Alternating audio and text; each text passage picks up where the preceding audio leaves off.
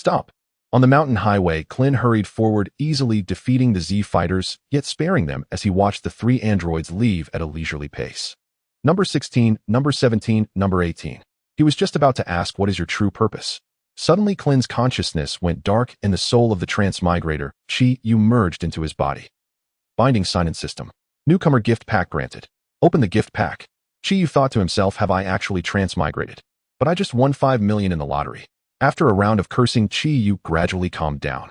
Forget it, since I'm here, I might as well make peace with it. After all, not everyone has the chance to transmigrate. Open it. Obtain Sinza Beans 10, a 1 revival coin, and 1 newbie blind box. Open the blind box. Open it. Congratulations. You have drawn an SS grade supreme talent, Woundless Kaioken. Talent details: when using Kaioken, the user will not suffer any damage whatsoever. Equip this talent. Equip. At that moment, a faint fragrance drifted into his nose. Chi-Yu looked up. He saw the blonde beauty number 18, bending down toward him, leaning in close. She stared into his eyes at close range, her gaze filled with curiosity. We were created for the sole purpose of eliminating Sun Wukong, and we cannot stop. So you had better hurry and give those Sinza beans to your companions. And while you're at it, pass a message to Sun Wukong for me. We will find him very soon. The game has only just begun. After speaking, number 18 leaned in and planted a kiss on his cheek, then turned away, saying as she walked, until we meet again. Chi-Yu gazed at her beautiful back, her elegant stride, her flawless figure. He was instantly bewitched. Chi-Yu thought, so I've transmigrated into the world of Dragon Ball. Its reputation is truly well-deserved. This is far too exciting. Chi-Yu made up his mind, from today on I will go by the name Klin. I will fully blend into the Dragon Ball world and marry number 18 home. Suddenly Piccolo's weak voice came from afar. Klin, you brat, where did you run off to with the Sinza beans? Only then did Klin remember what number 18 had just told him. He had to feed Sinza beans to his companions. So Klin took to the air, at once flying swiftly to rendezvous with his wounded comrades. Klin followed the progression of events as in the original story. He returned to Sun Wukong's home and brought Goku's entire family to hide at Kame House. At that moment, Bulma's side discovered Cell's whereabouts. Trunks and Sun Wufan went to investigate. Klin seized the opportunity to ask Sun Wukong, Goku, can you teach me the Kaioken? Vegeta and Piccolo are both desperately pushing their limits. I want to contribute too. Given the bond between Sun Wukong and Klin, he naturally would not refuse.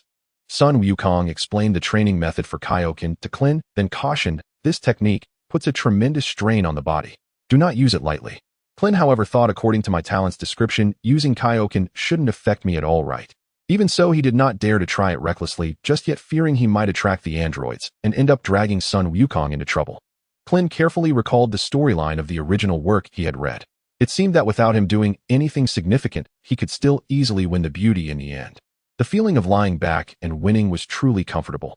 After that, the plot unfolded step by step, until the moment Vegeta emerged from the hyperbolic time chamber and in his arrogance allowed Cell to absorb number 18. Klin watched helplessly as number 18 was caught by Cell's tail. A nameless fury suddenly surged within him. Klin shouted, stop right there. His aura erupted, and he instinctively unleashed the Kaioken, knocking Cell to the ground with a single punch. Cell's absorption was interrupted, and number 18 seized the chance to break free. She looked at Klin with a face full of gratitude. Cell snarled, you damned brat, ruining my plans. Go to hell. Cell attacked with full force, intending to get rid of this troublesome little bald head first.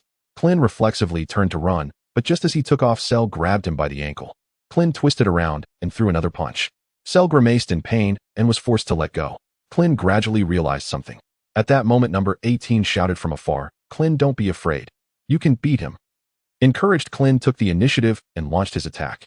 Cell roared and threw his fist forward with all his strength to clash with Klin. The two were evenly matched. Thoughts raced through Klin's mind, I can actually fight Cell to a standstill. Even number 18 was no match for him. Why am I able to? Is it because of the amplification of Kaioken? Just how many times have I increased my power?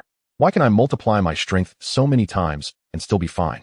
He finally realized just how terrifyingly powerful his newly acquired talent was. Taking advantage of Klin's distraction, Cell fired a special beam cannon straight at his heart. Number 18 cried out, watch out. Yet that fearsome attack, powerful enough to pierce the body of a Super Saiyan, struck Klin's unguarded body and failed to leave even the slightest mark. Number 18, watching from afar, was utterly stunned. He's actually this strong. On the mountaintop, where he had been spectating, Vegeta's expression suddenly shifted. Impossible. This is absolutely impossible. That guy is clearly just a weak earthling. How could he be this powerful? Far away in the heavenly temple, even Piccolo was in disbelief. How could that guy Krillin possess such an astonishing ki? Fortunately, because of him, Cell had been prevented from evolving into his perfect form. As Cell's opponent, he felt on the verge of madness. He had struck with all his might, yet had not even pierced the opponent's outer skin. Cell muttered to himself, how can something like this exist in this world? Meanwhile, Krillin finally snapped back to his senses and completely grasped the true meaning of his talent. Woundless Kaioken. As long as it was activated, his body would not suffer any damage. Any damage included not only the backlash of Kaioken itself, but also every attack from his enemies. It was equivalent to applying an invincibility buff. At the same time, because of the unique nature of Kaioken, its amplification had no upper limit. That meant his attack power and speed could be endlessly accumulated and stacked.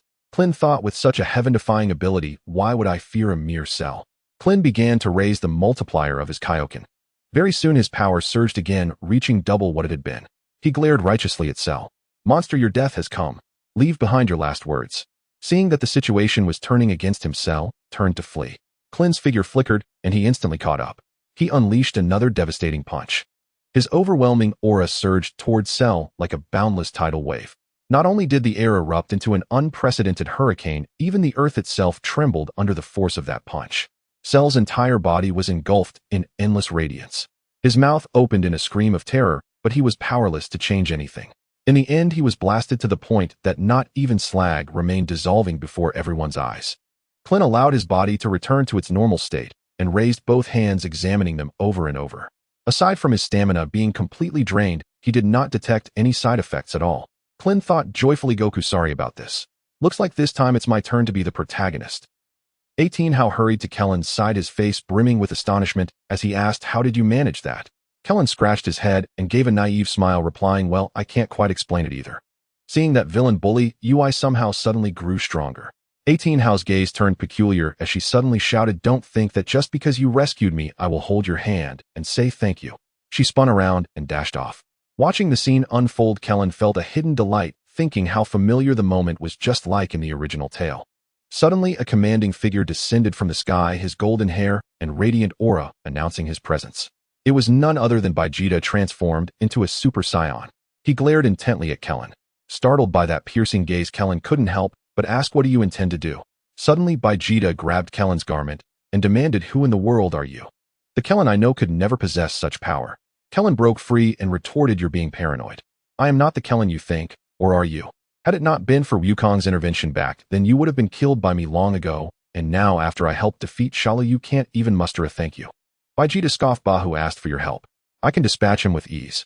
Even if you were truly Krillin, I refuse to believe you possess such strength. Not even Kakarot could match this. Krillin turned to leave, remarking, arrogant brute, I couldn't be bothered with you. In an instant, Vegeta thrust his palm forward, unleashing a key bomb that struck Krillin's feet and shattered the ground into fragments. Startled, Krillin spun around and asked, have you lost your mind? Vegeta bellowed, let's settle this fight between us. Krillin declined, saying, I'm out of strength, maybe another day. Vegeta, while assessing the energy, realized that the youngster wasn't lying. Yet he could not fathom how Krillin defeated Shalu. Vegeta stated, I'll share half of my ki with you. Without waiting for consent, he seized Krillin's hand. Krillin thought to himself, this lunatic must need to taste defeat to feel fulfilled. If so, I'll grant him that satisfaction. Soon Vegeta infused Krillin with his ki, leaving himself with just 90 of his power, hardly spending even a tenth of that reserve. Vegeta mused, this kid has so little strength, how could he possibly have defeated Shalu? Today he was determined to unravel this mystery at all costs. He warned, don't claim I ambushed you. Are you ready? Krillin clenched both fists and began to unleash the King Kai fist. In his state, he could not even discern how many times the power was amplified. Vegeta, agape with astonishment, watched as the kid acted in an uncanny manner. Soon Krillin elevated the King Kai fist to its utmost limit. This was merely Krillin's current limit, not the absolute bound of the King Kai fist, for the technique itself consumed his own ki. Krillin's ki was finite. At most he could deliver a single strike imbued with all his energy. Yet the power of that blow was utterly devastating. With unwavering confidence, Krillin asked Vegeta, are you sure you want to fight? I might not control my strength well. Don't blame me if I inadvertently hurt you. Vegeta, initially hesitant, had his stubborn pride instantly stirred by Krillin's words. Spare the chatter. I'm a Saiyan Prince, the legendary Super Saiyan. Do you really think a mere earthling could injure me? With that, he unleashed a formidable ki blast straight ahead, its power astonishing. Undeterred, Krillin charged forward heated. While channeling the King Kai fist, Krillin remained invulnerable, negating any need to evade. What? he exclaimed. Vegeta was taken aback by the sight. In a swift motion, he darted away. Observing his reaction, Krillin mused that this Saiyan prince indeed possessed formidable combat experience. Krillin thrust his legs forward, causing countless fissures to crack the ground beneath as he swiftly gave chase. The King Kai fist not only bolstered his offensive might, but also augmented his speed. Feeling the rapid approach of Krillin's aura from behind, Vegeta was profoundly shocked. He could scarcely fathom that Krillin with such a meager amount of ki could achieve this feat.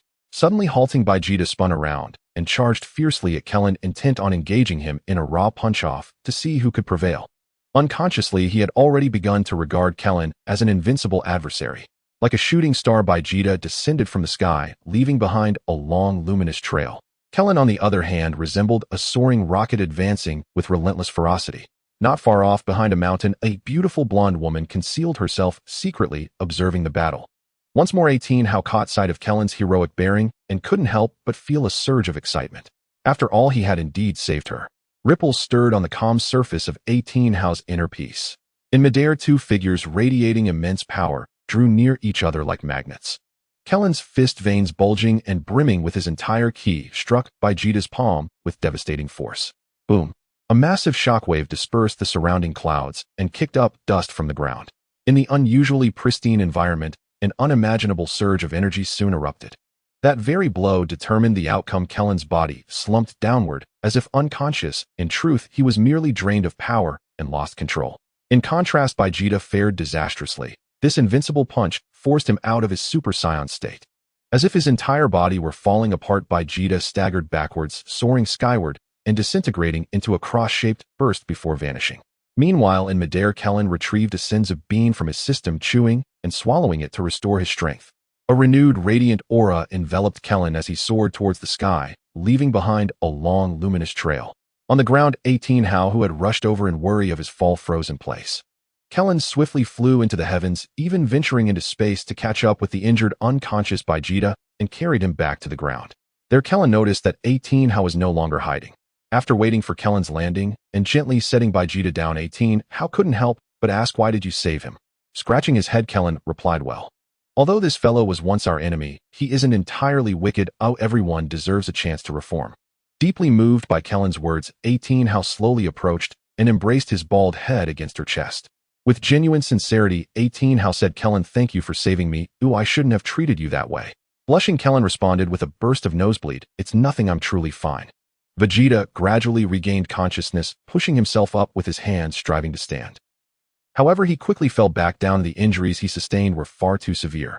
Turning his head, he spotted Krillin and Android 18 entwined together, and an intense wave of anger surged within him. How infuriating! To be defeated by this earthling. I won't accept it. These two scoundrels flaunting such disgraceful behavior right in front of me, it's truly.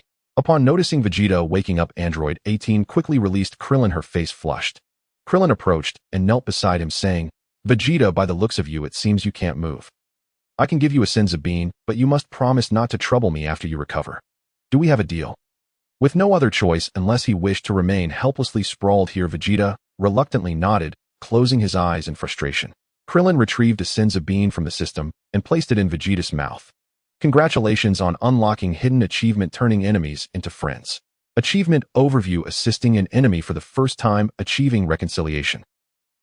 Reward: 1 energy candy. Will you consume the candy?" Krillin pondered, "What is this thing? The system wouldn't lead me astray, would it?" He swallowed it.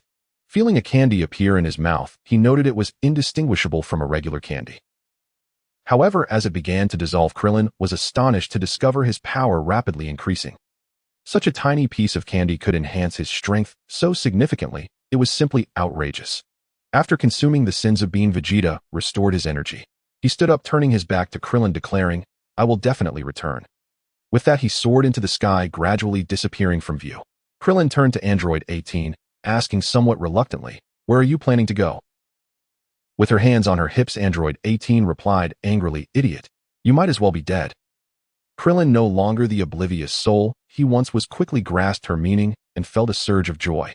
He lifted the beautiful Android 18 onto his shoulder and dashed off into the distance.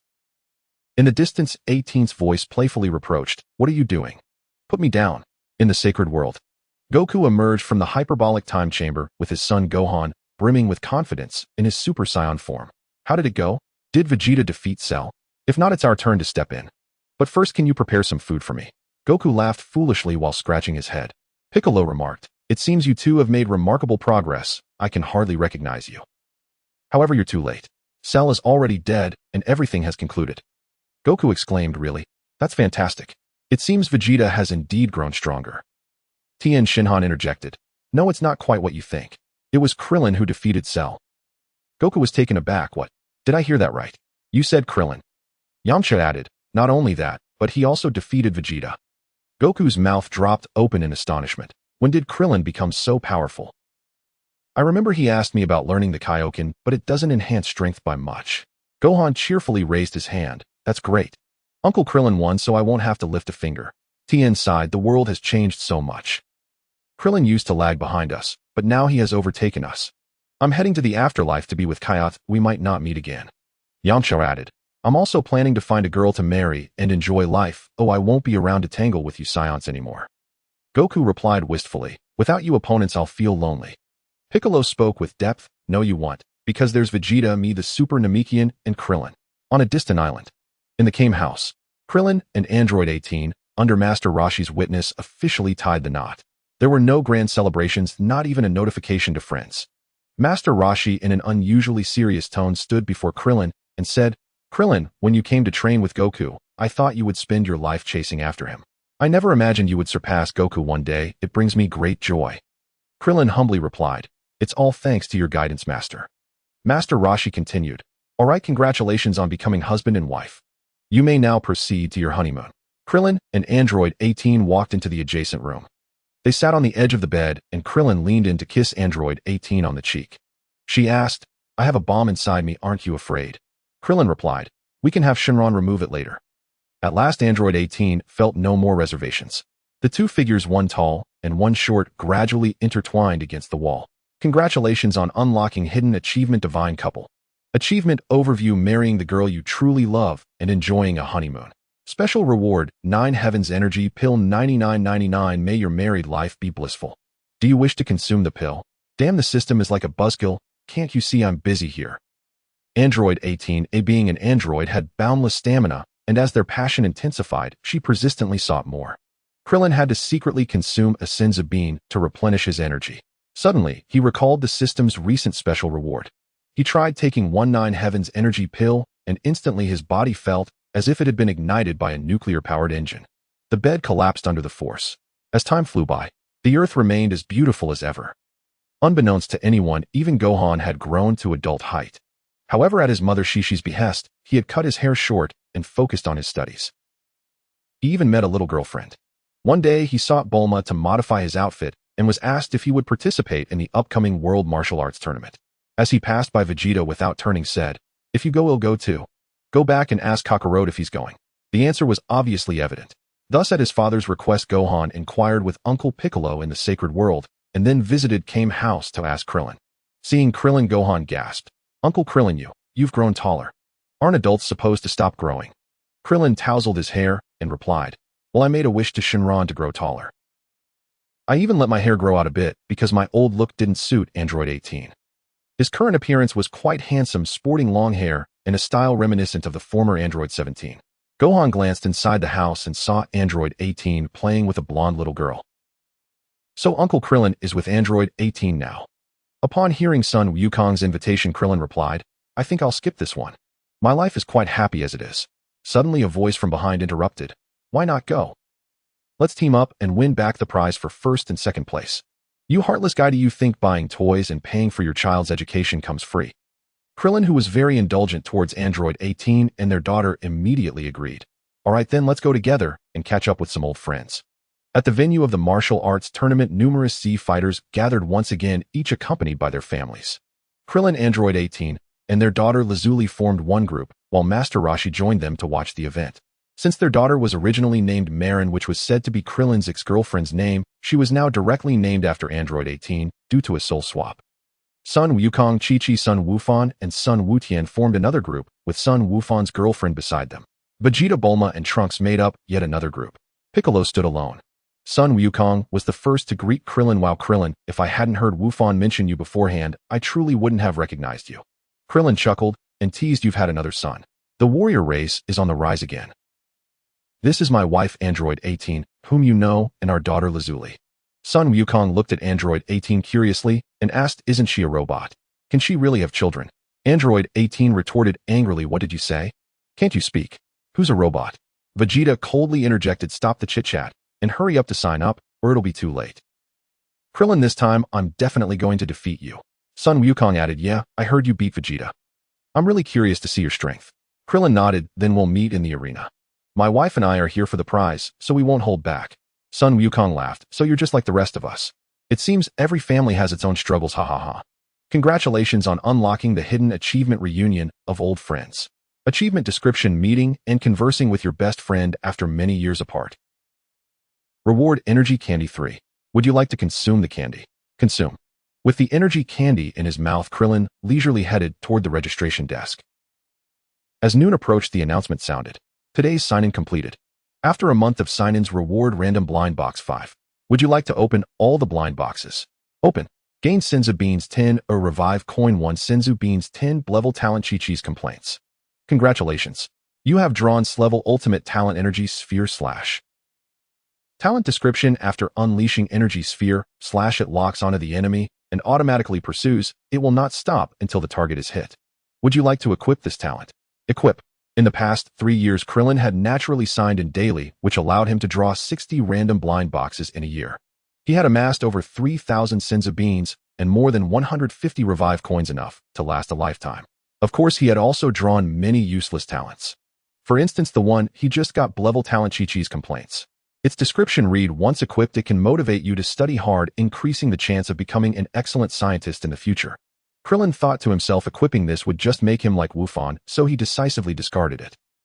Then the competition began. First was the youth group, where Trunks ultimately defeated Sun Wutian, much to Vegeta's immense pride. Next was the adult group. Krillin was the first to enter the arena, and his opponent was the Supreme Kai. The Supreme Kai stood confidently on the stage, hands clasped behind his back. Young man, ignorance is not a sin, the gods will forgive you. Krillin's lips curved into a knowing smile. Are you sure you don't want to concede? My punches pack a considerable weight, and it would be unfortunate if I hurt you. The Supreme Kai replied, go ahead, you won't be able to hurt me. Krillin slowly assumed a fighting stance, reminding him again, you'd better take this seriously, or the consequences will be severe. The Supreme Kai, unfazed, scoffed, oh really? How severe could it be? Suddenly Krillin unleashed the Kaioken, his power skyrocketing to that of a Super Saiyan. I'm afraid you might die. What? The Supreme Kai was momentarily stunned, realizing this young man could transform as well. His investigations had led him to believe that only Saiyans could do such things. A powerful aura erupted, causing the stone bricks of the arena to crack and fly into the air. The audience was pushed back by the force of the wind, nearly gasping for breath. Sun Wukong praised, Krillin has actually mastered the Kaioken to this extent, it's truly eye-opening. Sun Wufan looked at Krillin in astonishment, wondering if this was really the same person he had fought alongside on Namek all those years ago. Krillin's long hair billowed around him, exuding an aura of an invincible master, both graceful and composed. He finally asked, are you really sure you don't want to concede? I'm about to make my move. The Supreme Kai was just about to respond, when suddenly 2 alien men darted out from behind Krillin. Armed with an energy jar, they rushed forward, attempting to grab hold of Krillin and drain his energy. Krillin sensed the movement behind him, quickly spun around, and with a swift motion of his arm, unleashed an energy sphere / striking the energy jar. With a crunch, the jar split in two, clearly rendered useless. No. The Supreme Kai and the 2 aliens shouted in unison. The former realized he could no longer trace back to find Babbidi's whereabouts, while the latter feared the punishment awaiting them for failing their mission. You bastards! How dare you destroy Lord Babbidi's treasure? You deserve to die 1,000 deaths. The 2 aliens charged at Krillin, displaying impressive skills and powerful attacks. Krillin gathered his energy in both hands and shouted, pouring all his strength into his assault against the 2 foes. Show mercy, don't kill them. The Supreme Kai suddenly dashed forward, placing himself in front of the 2 aliens. He extended both palms in a desperate attempt to block one of Krillin's punches and save a life. However, he underestimated the power behind that punch. Though Krillin had not unlocked many hidden achievements over the past 3 years, he had consumed no less than 10 energy candies, which significantly boosted his strength. Krillin's dual punches, even when only half of their energy was released, were beyond the capacity of an ordinary person to withstand. The Supreme Kai foolishly collided with the punch, instantly losing his breath. Krillin's other punch struck one alien, causing him to explode on impact. The surviving alien, terrified, immediately took flight to escape. The attendant who had come with the Supreme Kai rushed to the stage to check his face, pale with fear as he gazed at Krillin. You actually killed the Supreme Kai? Congratulations on unlocking the hidden achievement, God Blocking God. Achievement description: kill a deity with the body of a mortal. Reward: 5 vitality candies. Will you consume the candy? At this moment, Krillin had little energy left in his body, so he quickly consumed another senzu bean. He turned to the host, spreading his hands in exasperation, and said, "You saw it, he came at me first. I was attacked and had to defend myself. I didn't intend to kill my opponent." The shock on the host's face had yet to fade as he hurriedly announced, "Krillin is the winner." Sun Wukong scratched his head. Earlier, when the Kaioken had come with his servant to provoke them, he thought they were formidable, but it turned out they fell so easily. Krillin stepped down from the stage and returned to Android 18's side, where they bumped fists. Only then did Krillin slowly consume the newly acquired vitality candy. The Kaioken's servant picked him up and left with a sorrowful expression. Piccolo sighed, "The death of the Kaioken is a grave matter. I wonder what chaos will ensue next." Vegeta looked disdainfully at the situation. What a pathetic god, unable to withstand even a single blow. How embarrassing. Next up was Son Gohan, facing off against Android 18. Son Gohan scratched his head, feeling embarrassed. "N18, I'm sorry." Despite being a woman, Android 18 had a straightforward personality and boldly replied, "What are you being so timid for? If you have the ability, just beat me." Son Gohan transformed into Super Saiyan and charged at Android 18. She effortlessly dodged and counterattacked. After exchanging blows for several rounds, Son Gohan exposed a weakness and was struck in the chest by Android 18's fist. Following that, she delivered 3 kicks and finished with a knee strike that sent him flying out of the ring. Son Gohan attempted to fly back up, but Android 18 appeared above him, her feet pressing down on his body, forcing him back to the ground. Seeing Android 18 standing confidently on her opponent, Krillin felt a swell of pride. Such a powerful and beautiful woman was his wife. Krillin turned to Sun Wukong and said, "Sorry about that, Wukong." Sun Wukong expressed some regret. Gohan's studies are affecting his training. He was a bit careless just now. Beside them, Chi-Chi shouted in dissatisfaction, "What's wrong with studying? I want him to succeed in the future. It's for his own good. Unlike you, who doesn't work and just fights every day." Sun Wukong chuckled awkwardly and quickly explained, "I never said he shouldn't study. But speaking of which, 18 has improved greatly. I didn't expect androids to have such potential." This was also thanks to Krillin. Krillin had undergone a transformation, gaining a system that made him overwhelmingly powerful. Android 18 had also rapidly improved from training with her husband, receiving guidance from Master Roshi along the way.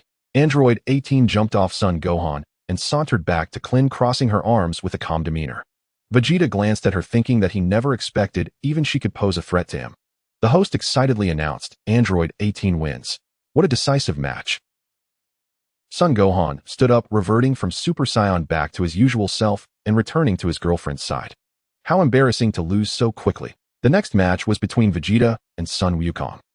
These rivals had battled many times, with Sun Wukong always taking the lead. But Vegeta never gave up on defeating Kakarot. He jumped onto the stage and loudly declared, "Kakarot, show me your true power. Let me see if you've made any progress."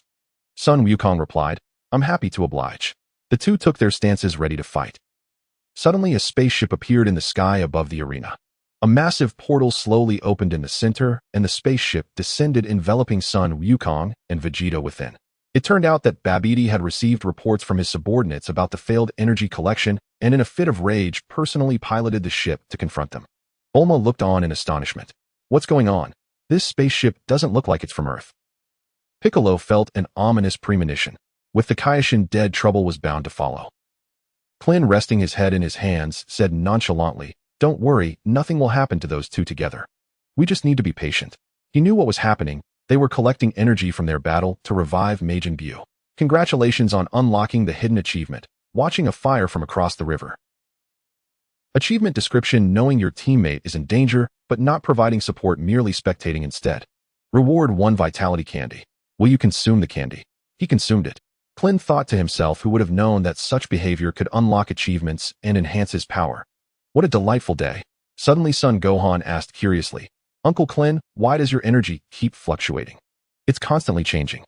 Krillin was taken aback, not expecting Son Gohan to be so observant, and he hastily explained, "I'm practicing energy control." Son Gohan couldn't help but admire him, saying, Uncle Klin is so diligent, always training. No wonder you can surpass my father. I need to learn from you. Klin felt slightly ashamed at his words. His current abilities were largely due to the system's advantages.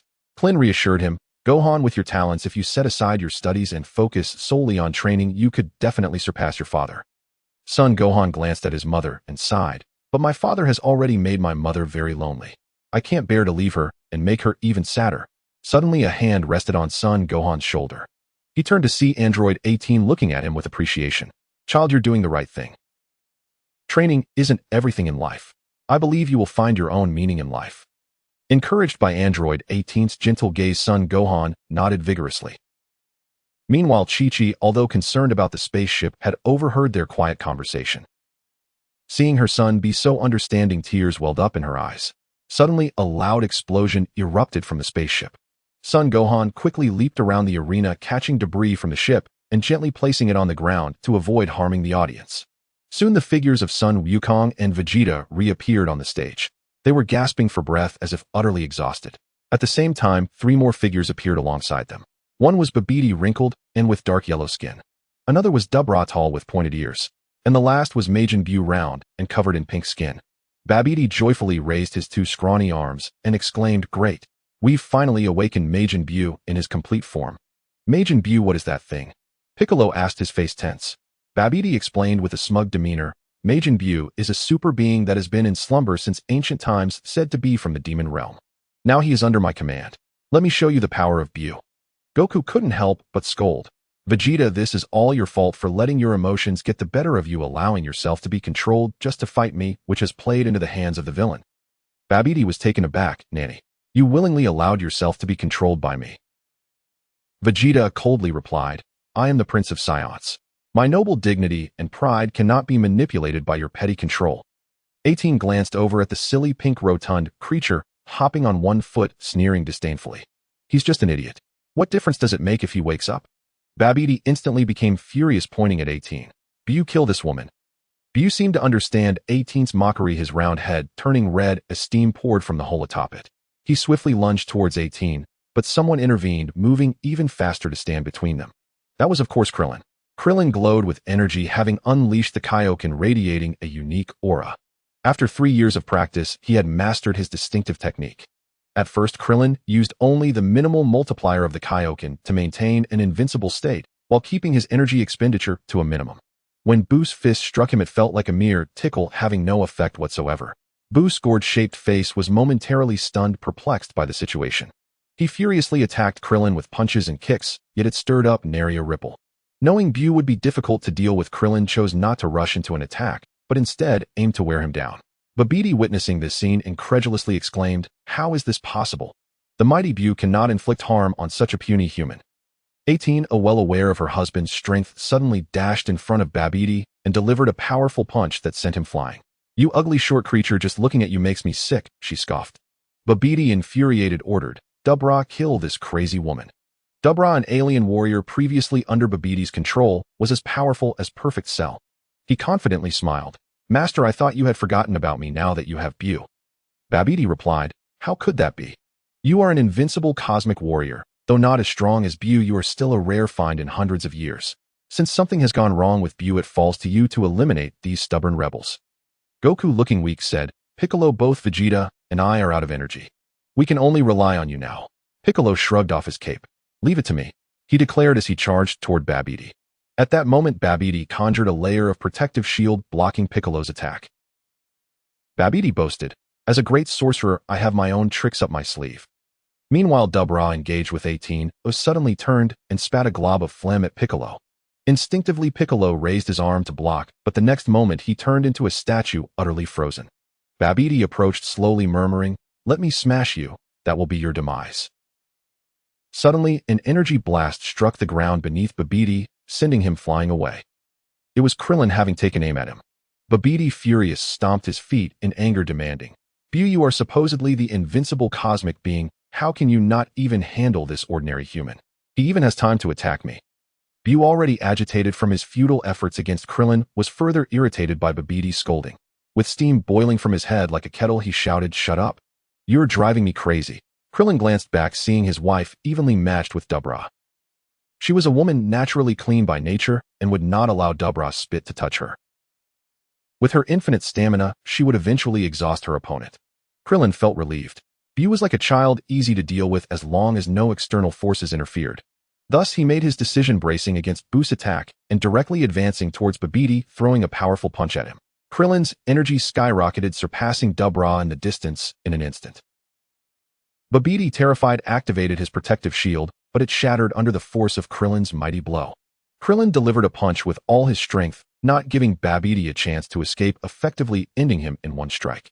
The explosive energy obliterated Babidi's body into ashes. Goku cheered joyfully. Krillin, well done. Dubra, engaged with 18, suddenly halted, regaining his senses. He turned to Krillin, a wicked grin spreading across his face. Huh. Thank you for freeing me from that guy's control. As a reward, you can die now. He combined his strength to unleash a powerful energy wave toward Krillin. Feeling the immense energy, Bulma, watching from a distance, was filled with dread. If that strike hit Earth, it could easily obliterate it.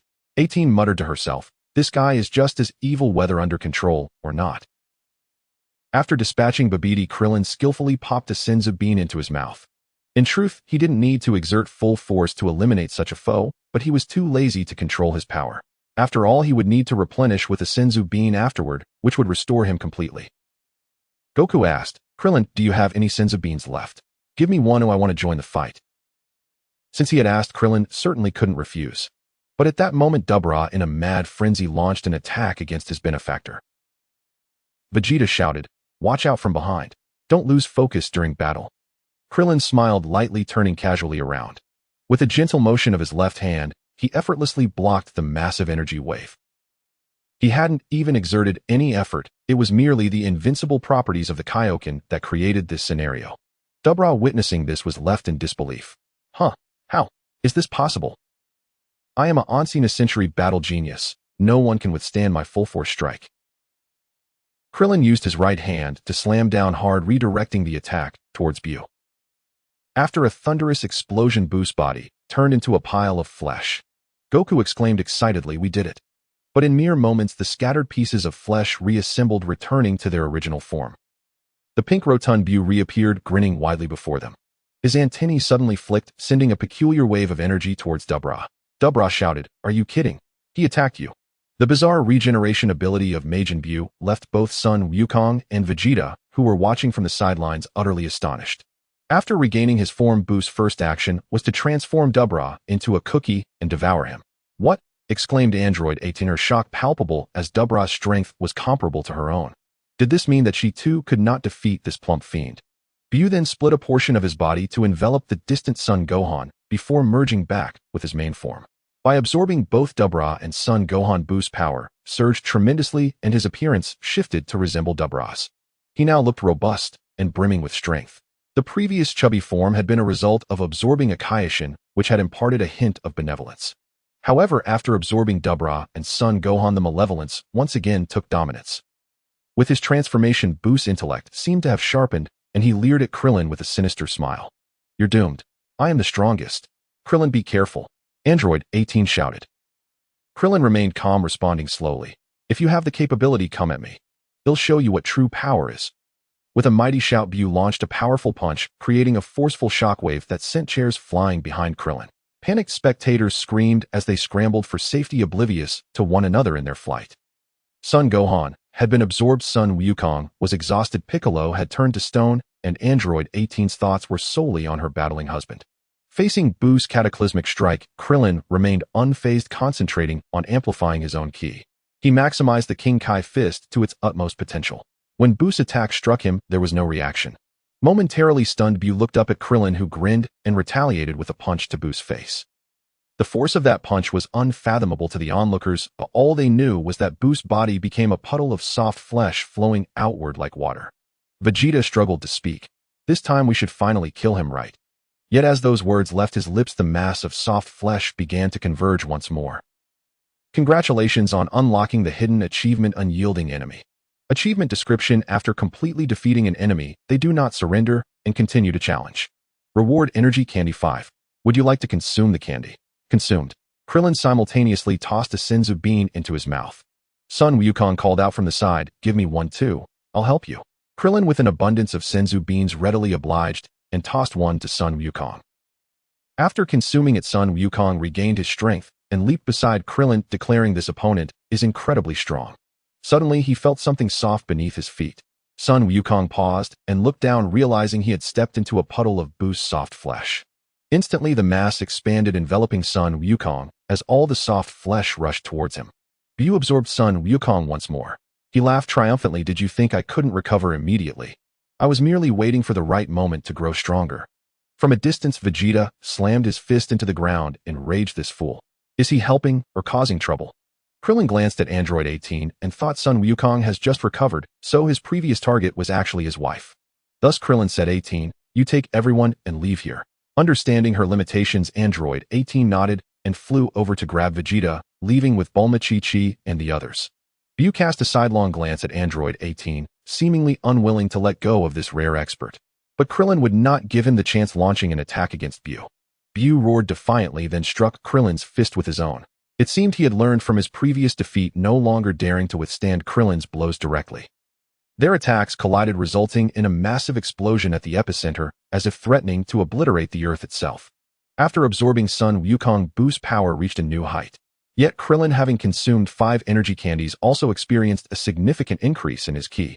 The energy candy provided by the system did not grant a fixed power boost, but rather enhanced strength in percentage increments. The higher Krillin's strength, the more each candy would amplify it. Thus Krillin's power surged dramatically, and Buu could not withstand Krillin's invincible punch, his body contorting like a twisted noodle. Krillin ate another senzu bean, pressing the advantage and unleashing another full-force strike. Buu's body, just restored, was obliterated once more. The cycle of restoration and destruction repeated over a dozen times. By the end, Krillin was growing impatient and abruptly stuffed 5 senzu beans into his mouth. With each punch, he swallowed another.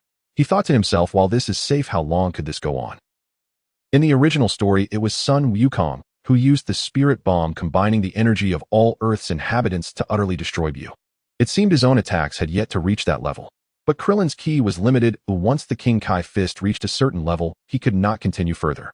If only he could obtain more energy candies to enhance his ki. As he pondered this, he prepared to stuff another 5 senzu beans into his mouth. Suddenly, he paused, staring at the senzu beans in his hand. Of course, why hadn't he thought of this sooner? Senzu beans also replenished ki, albeit temporarily. But wasn't that exactly the temporary boost he needed? If one being could fully restore his ki, what would happen if he consumed 2? Logically, he should possess double the ki. Consuming more might risk bursting his body, but Krillin was unperturbed. In his invincible state, he was immune to all negative effects. He decided to take the chance. At worst, he would burst his body, and he still had plenty of revival coins left, so what was there to fear? He stuffed over 10 senzu beans into his mouth and began to chew vigorously. During this time, Buu had restored his form again, but this time he did not immediately attack. Believing Krillin had exhausted himself, he could not help but taunt, "Why don't you hit me? Prove it. I am the strongest in the universe." Krillin struggled to swallow the senzu beans and began to gather his ki with wild intensity. In an instant, the entire earth trembled along with him. Countless pebbles were lifted into the air. The terrifying force made those far away, including Android 18, sit down in astonishment. She turned back, shocked by that direction, feeling an overwhelming power, so terrifying. Meanwhile, the nearby Buu's face contorted in shock. What? This is impossible. Krillin felt the invincible power coursing through his body, a sly smile creeping onto his lips. He fixed his gaze on Buu and slowly said, "Leave your last words." For the first time in his life, Buu sensed the looming threat of death. He immediately turned to flee, desperate to distance himself from Earth, from this terrifying place. However, it was far too late. Krillin unleashed a punch from his position, striking Buu from afar. A dazzling light erupted in midair, far brighter than the sun. In an instant, the powerful Majin Buu was obliterated, reduced to nothingness. In the distance, Bulma gazed at the brilliant light blooming in the sky, dumbfounded, and asked, "Did Krillin win?" Vegeta, filled with jealousy, muttered, "Damn, he's showing off again."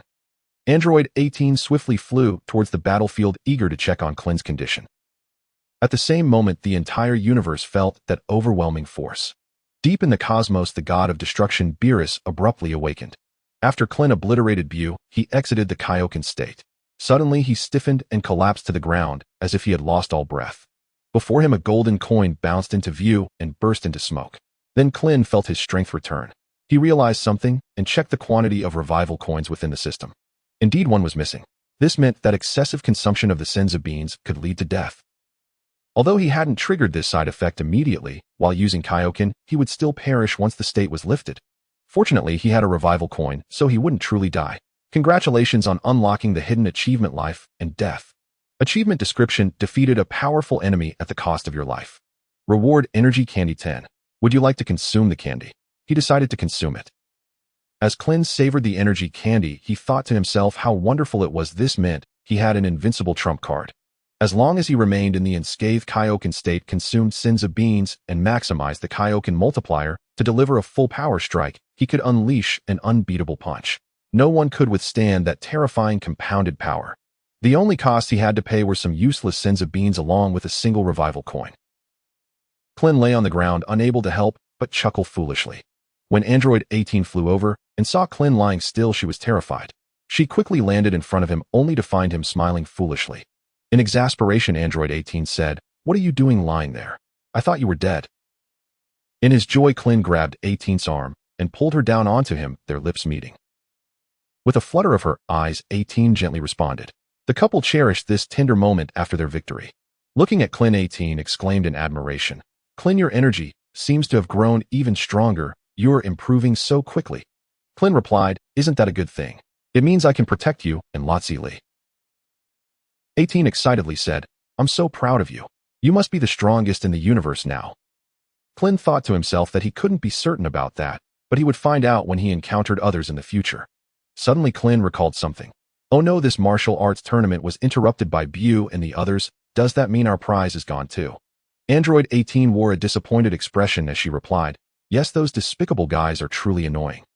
Not long after, Bulma gathered the Dragon Balls and revived all the good souls lost in the incident, including Sun Wukong's son Wufan Piccolo and the innocent bystanders who had suffered nearby. To celebrate Earth's return to peace, Bulma decided to host a luxurious cruise party on her birthday. She even prepared a raffle, with the first prize being a castle, the second a plane, and the third 100 million. Klin drove his wife and daughter towards the venue, but got stuck in traffic. Klin couldn't help but say, "Why did you take so long to get ready? Otherwise we would have arrived earlier." Android 18 retorted, "What do you mean? We're going to a luxurious cruise party." Klin clarified, "I mean you look good without makeup too." Crossing her arms and straightening her posture, Android 18 averted her gaze and replied, "Well, at least you know how to say nice things." She felt a hint of shyness creeping in. Klin said, "Let's not wait, we should just fly over." He stored the car in capsule form, then held his daughter, and together with his wife they soared towards the cruise ship. Upon seeing everyone, Bulma approached with excitement, exclaiming, "Make sure you all have a great time today."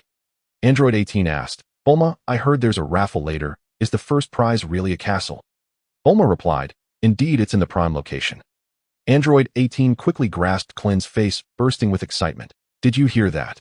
We must win the castle. I've always wanted a bigger house." Klin's face was squished under her grip, leaving him somewhat helpless. Bulma laughed heartily at his expense.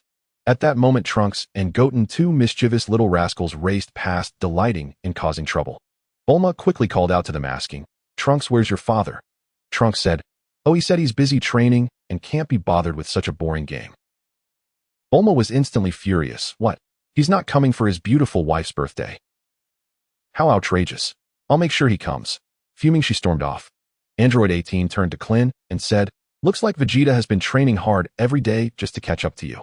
Klin replied, "Too bad, he's destined to always be left behind."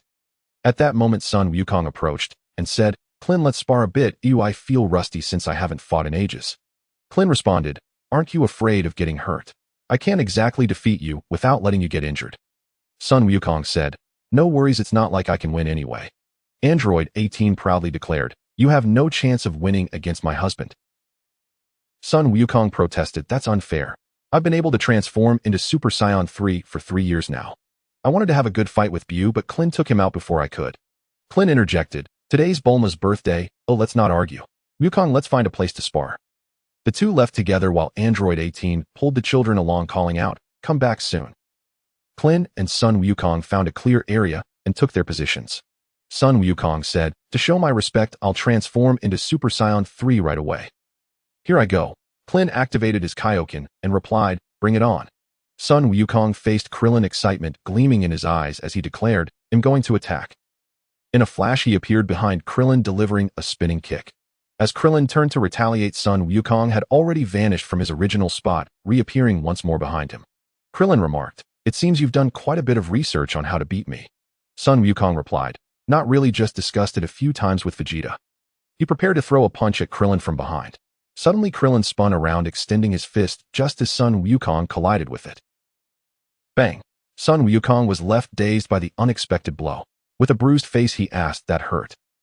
Krillin, "How did you manage to hit so hard without using any energy?" Krillin replied, "I didn't put in any strength, you crashed into me." "But if you didn't use any strength, how could you be as solid as a brick wall? By all logic, I should have sent you flying," Sun Wukong argued. Krillin explained, "I discovered this when I fought Cell, though as long as I use the King Kai fist, my opponent can't hurt me. I don't really understand the principle behind it. It might just be a matter of physique, like how you can transform into a Super Saiyan." Sun Wukong gazed at him enviously, saying, "Your physique is impressive. Let's test our Kamehameha against each other. I want to see your attack power." Scratching his head, Krillin responded, "Actually, I've given up on training the Kamehameha lately. I feel like punches suit me better and are harder to dodge." "All right then, let's end with a full-force punch." "Make sure to give it your all so I can gauge the gap between us," Sun Wukong insisted. Krillin pondered for a moment before retrieving a revival coin from the system and handing it to Sun Wukong. "Hold it with your other hand and don't let go." Curiously, Sun Wukong asked, "What is this? Can it be eaten?" He tried to take a bite, only to find it painful on his teeth. Krillin facepalmed, "You only think about eating besides fighting." He unleashed the King Kai fist, a terrifying aura gradually spreading outwards, creating a massive crater beneath him. "Impressive," Sun Wukong exclaimed, clenching his fists to gather energy. Their gazes locked, and in an instant they unleashed their full strength, their bodies colliding like meteors. The impact of this clash was akin to a magnitude 10 earthquake. The entire Earth felt the aftershocks. Far away, Vegeta, who had been training in the gravity chamber, suddenly paused. "Who are Kakarot and Krillin fighting? Are they actually battling each other? Damn it, doing this behind my back." Vegeta dashed outside, flying toward the source of the commotion. On the giant cruise ship, people enjoying various pleasures froze at the sound of the explosion in the distance. What happened? Is another enemy showing up? After a moment, Krillin and Sun Wukong approached, chatting and laughing. However, Sun Wukong's clothes appeared somewhat soiled, and both seemed slightly weakened. Earlier, Krillin had unleashed his full power at Sun Wukong's request, landing a punch that reverted him to his normal state and left him seriously injured. Yet he had not perished, and the revival coin remained unused. This was largely because Sun Wukong had also thrown a punch with all his strength, mitigating part of Krillin's attack. Afterward, Krillin's energy was depleted and Sun Wukong was in a worse state, nearly unable to move. Krillin pulled out a Senzu bean, intending to give it to Wukong. Wukong suggested, "A bit wasteful, let's split it in half." Krillin didn't argue. With so many Senzu beans on him, it would be hard to explain their origin to his companions. The two each consumed half a Senzu bean, recovering some vitality. After tidying themselves up, they returned to the cruise ship. Gohan rushed over, asking, "Dad, what happened? Were you fighting someone just now?" Since their last conversation, he had fully transformed into a scholar and married his girlfriend. "It's nothing, we were just stretching our muscles," Krillin replied. At that moment, Vegeta descended from the sky, his face filled with rage. "You two, how dare you fight behind my back?" Krillin countered, "How could I hide it from you when you found out immediately?" Vegeta roared, "I don't care, you have to fight me too. As the proud Saiyan Prince, I cannot be surpassed by you two." Just then Bulma approached, her face lighting up upon seeing Vegeta. "There you are. I knew you wouldn't leave your beautiful wife alone at the party." As she spoke, she dragged Vegeta away. Krillin and Sun Wukong exchanged glances, realizing how one could tame another. The two made their way to the dining table and began to feast. Krillin ate sparingly while Sun Wukong's appetite was exaggerated, leaving a mountain of empty plates and bowls. Watching Sun Wukong devour his food, Krillin couldn't help but exclaim, "I really don't know what your Saiyan stomach is made of." Suddenly, Bulma's voice rang out behind them. "Everyone, these two are friends of Vegeta who traveled from afar. Let's welcome them." Krillin turned to see the god of destruction, Beerus, and the angel Whis arriving. He thought to himself that without the interference of Fat Beau, Beerus should remain calm this time. Beerus picked up a takoyaki that Vegeta had brought him, took a bite, and exclaimed in shock, "Delicious. Is there more? Bring me some more." Clearly aware of Beerus' terrifying reputation, Vegeta personally dove into the sea to catch a large squid to make more takoyaki. Whis remarked, "Oh, that pudding over there looks delicious too." The god of destruction said, "Really? Let's go check it out." After enjoying the pudding, they stood on the deck, faces filled with delight. At that moment, Vegeta approached with a tray of freshly made takoyaki. Whis took the tray and began to feast alongside Beerus. Krillin noticed Trunks and Goten passing by with squirt guns stopping them to ask, "Are you too hungry?" Just as Sun Wukong finished eating, patting his stomach contentedly, he said, "I'm so full." Seeing Sun Wukong's demeanor, the Scion blood within the two boys awakened, and feeling their stomachs growl, they sat down at a nearby table and began to eat heartily. Krillin patted Sun Wukong on the shoulder, leading him toward Beerus and Whis. The god of destruction was intently savoring the delicacies. Whis praised, "This earth is quite impressive, capable of producing such diverse foods." Beerus nodded in agreement. "Such a treasure is too precious to destroy, let them be spared. However, I still haven't found the Super Saiyan God I'm looking for." Krillin interjected, "May I ask what you seek that deity for?" Whis explained, "There is a prophecy stating that this individual will become Lord Beerus' rival. However, Lord Beerus is invincible in the universe, though I don't believe anyone can challenge him." Klin covered his mouth with one hand and leaned in mysteriously, saying, "I have an idea. Why not bring back the last two Saiyan Masters on Earth, Vegeta and Sun Wukong, to guide the training? Who knows, they might one day become Super Saiyan Gods and help you alleviate your loneliness. They both work hard and are not afraid of hardships in their quest for strength." Whis replied, "That does sound reasonable, but I already have a disciple." Having witnessed Sun Wukong's experience with Master Roshi, he approached with insight and said, "I can get you a photo of a beautiful woman without clothes in exchange. What do you think of Bulma? Though she's a bit older, her figure is still quite good." Klin covered his face in disbelief. This guy was really full of himself. Beerus slammed his fist on Sun Wukong's head and roared, "We are not perverts. What do we need that for?" Sun Wukong cradled his swollen head, unable to speak due to the pain. Klin quickly interjected, "I can offer you various gourmet foods guaranteed to be the most famous on Earth, dishes you've never tried, and they're incredibly delicious." Whis was quite intrigued and asked Lord Beerus, "What do you think of this proposal?" Beerus closed his eyes wearing a proud expression and said, "Fine, I will give them a chance. But these two are so weak, how long will it take for them to be qualified to spar with me?" Klin replied, "If you want to fight right now, I can give it a try. I have a special move that is exceptionally powerful." Beerus asked, "How powerful?" Klin said, "About half as powerful as the Boxing King." "Nanny." Beerus was taken aback, "Do you know the king of all?" Klin replied, "Yes, my move, the beautiful punch, is taught by him. He said that as long as I can master half of his power, I will be invincible."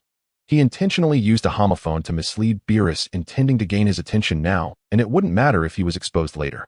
By then, who knows how strong he might become. A cold sweat broke out on Beerus's forehead. Such a juvenile name was indeed the style of the king of all. It was too risky, as he nearly wiped out a disciple of the king of all. Beerus said, "All right, I will spar with you and see your abilities." With that, he slowly flew into the sky. Klin first performed the basic Kaioken, then poured several senzu beans into his mouth one after another. Like drinking water, he didn't even chew, swallowing them straight down. Sun Wukong asked curiously, "Klin, what are you doing?" Klin waved him off, indicating he shouldn't mind him, then flew up to chase after Beerus. He had just poured around 50 senzu beans into his mouth.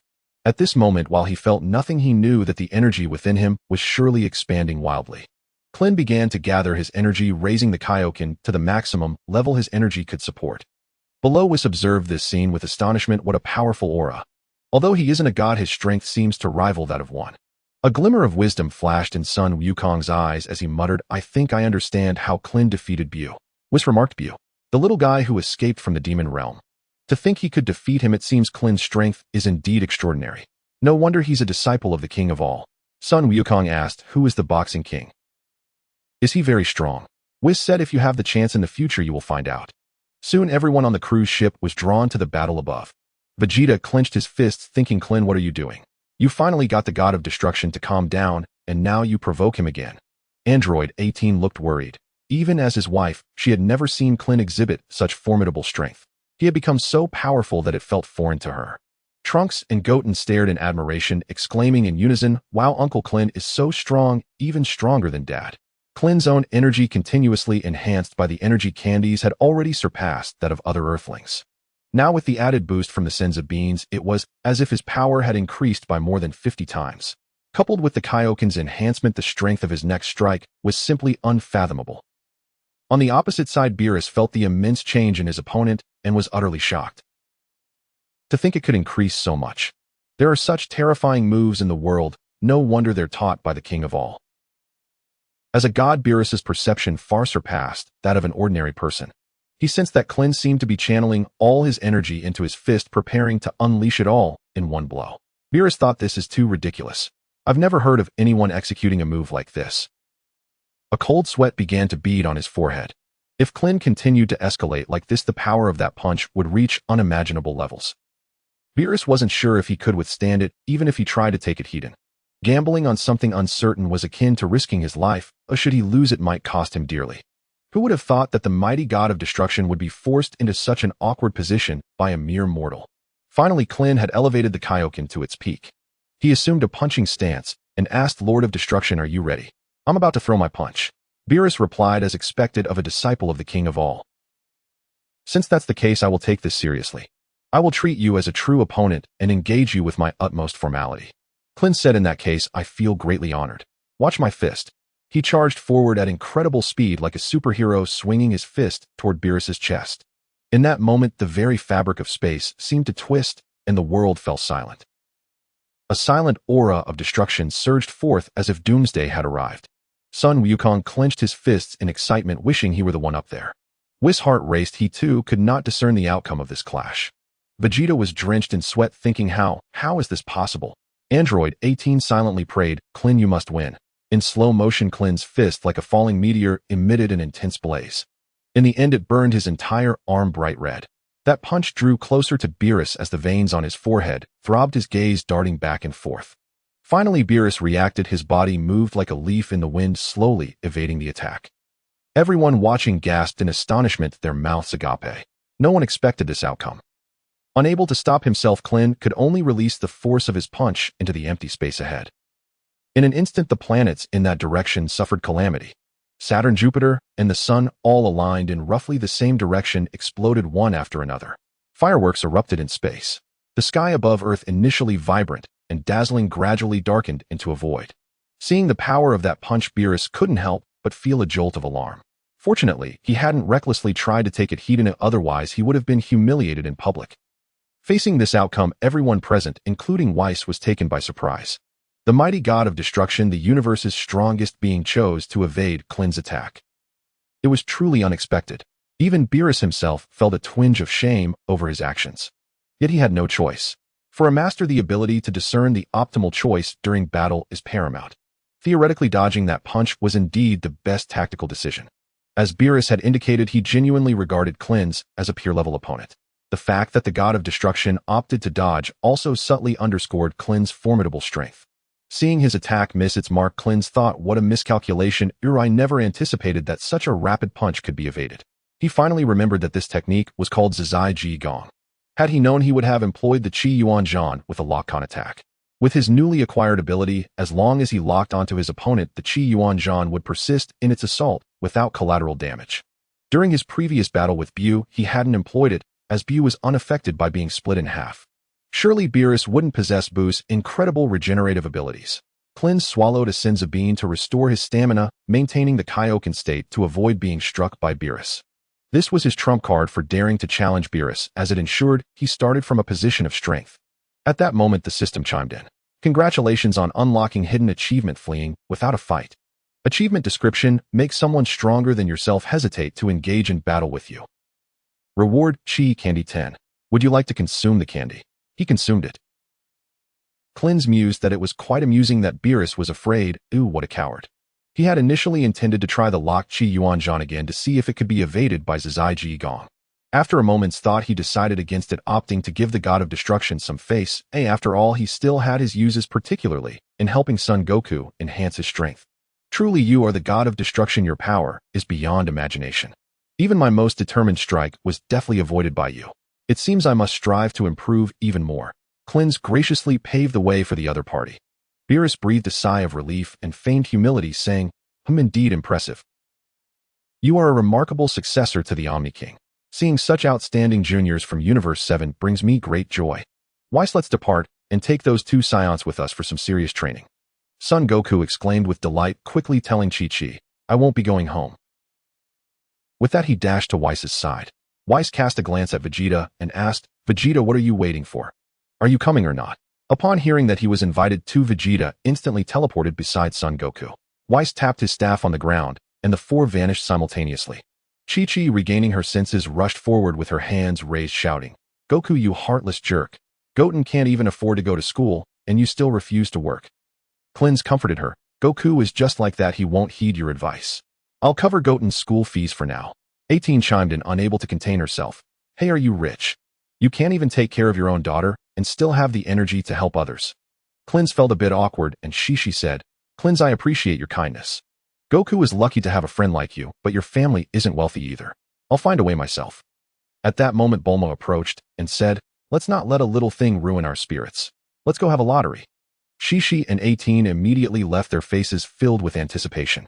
Bulma turned back and winked at Klin's, whispering, Shishi will win third prize 100 million in prize money, and 18 will get first prize a castle. It's already a done deal.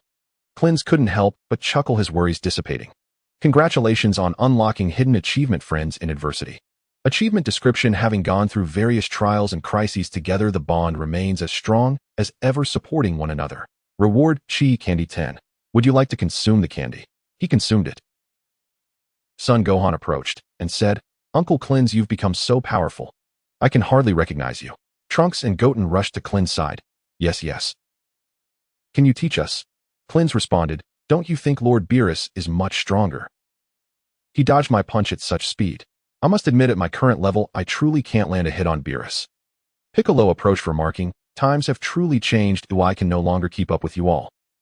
Klin's, from now on protecting Earth will rely on you and Goku. Though Klin's expression was calm, his tone carried an unspoken confidence. Don't worry, as long as I'm here, Earth will be safe.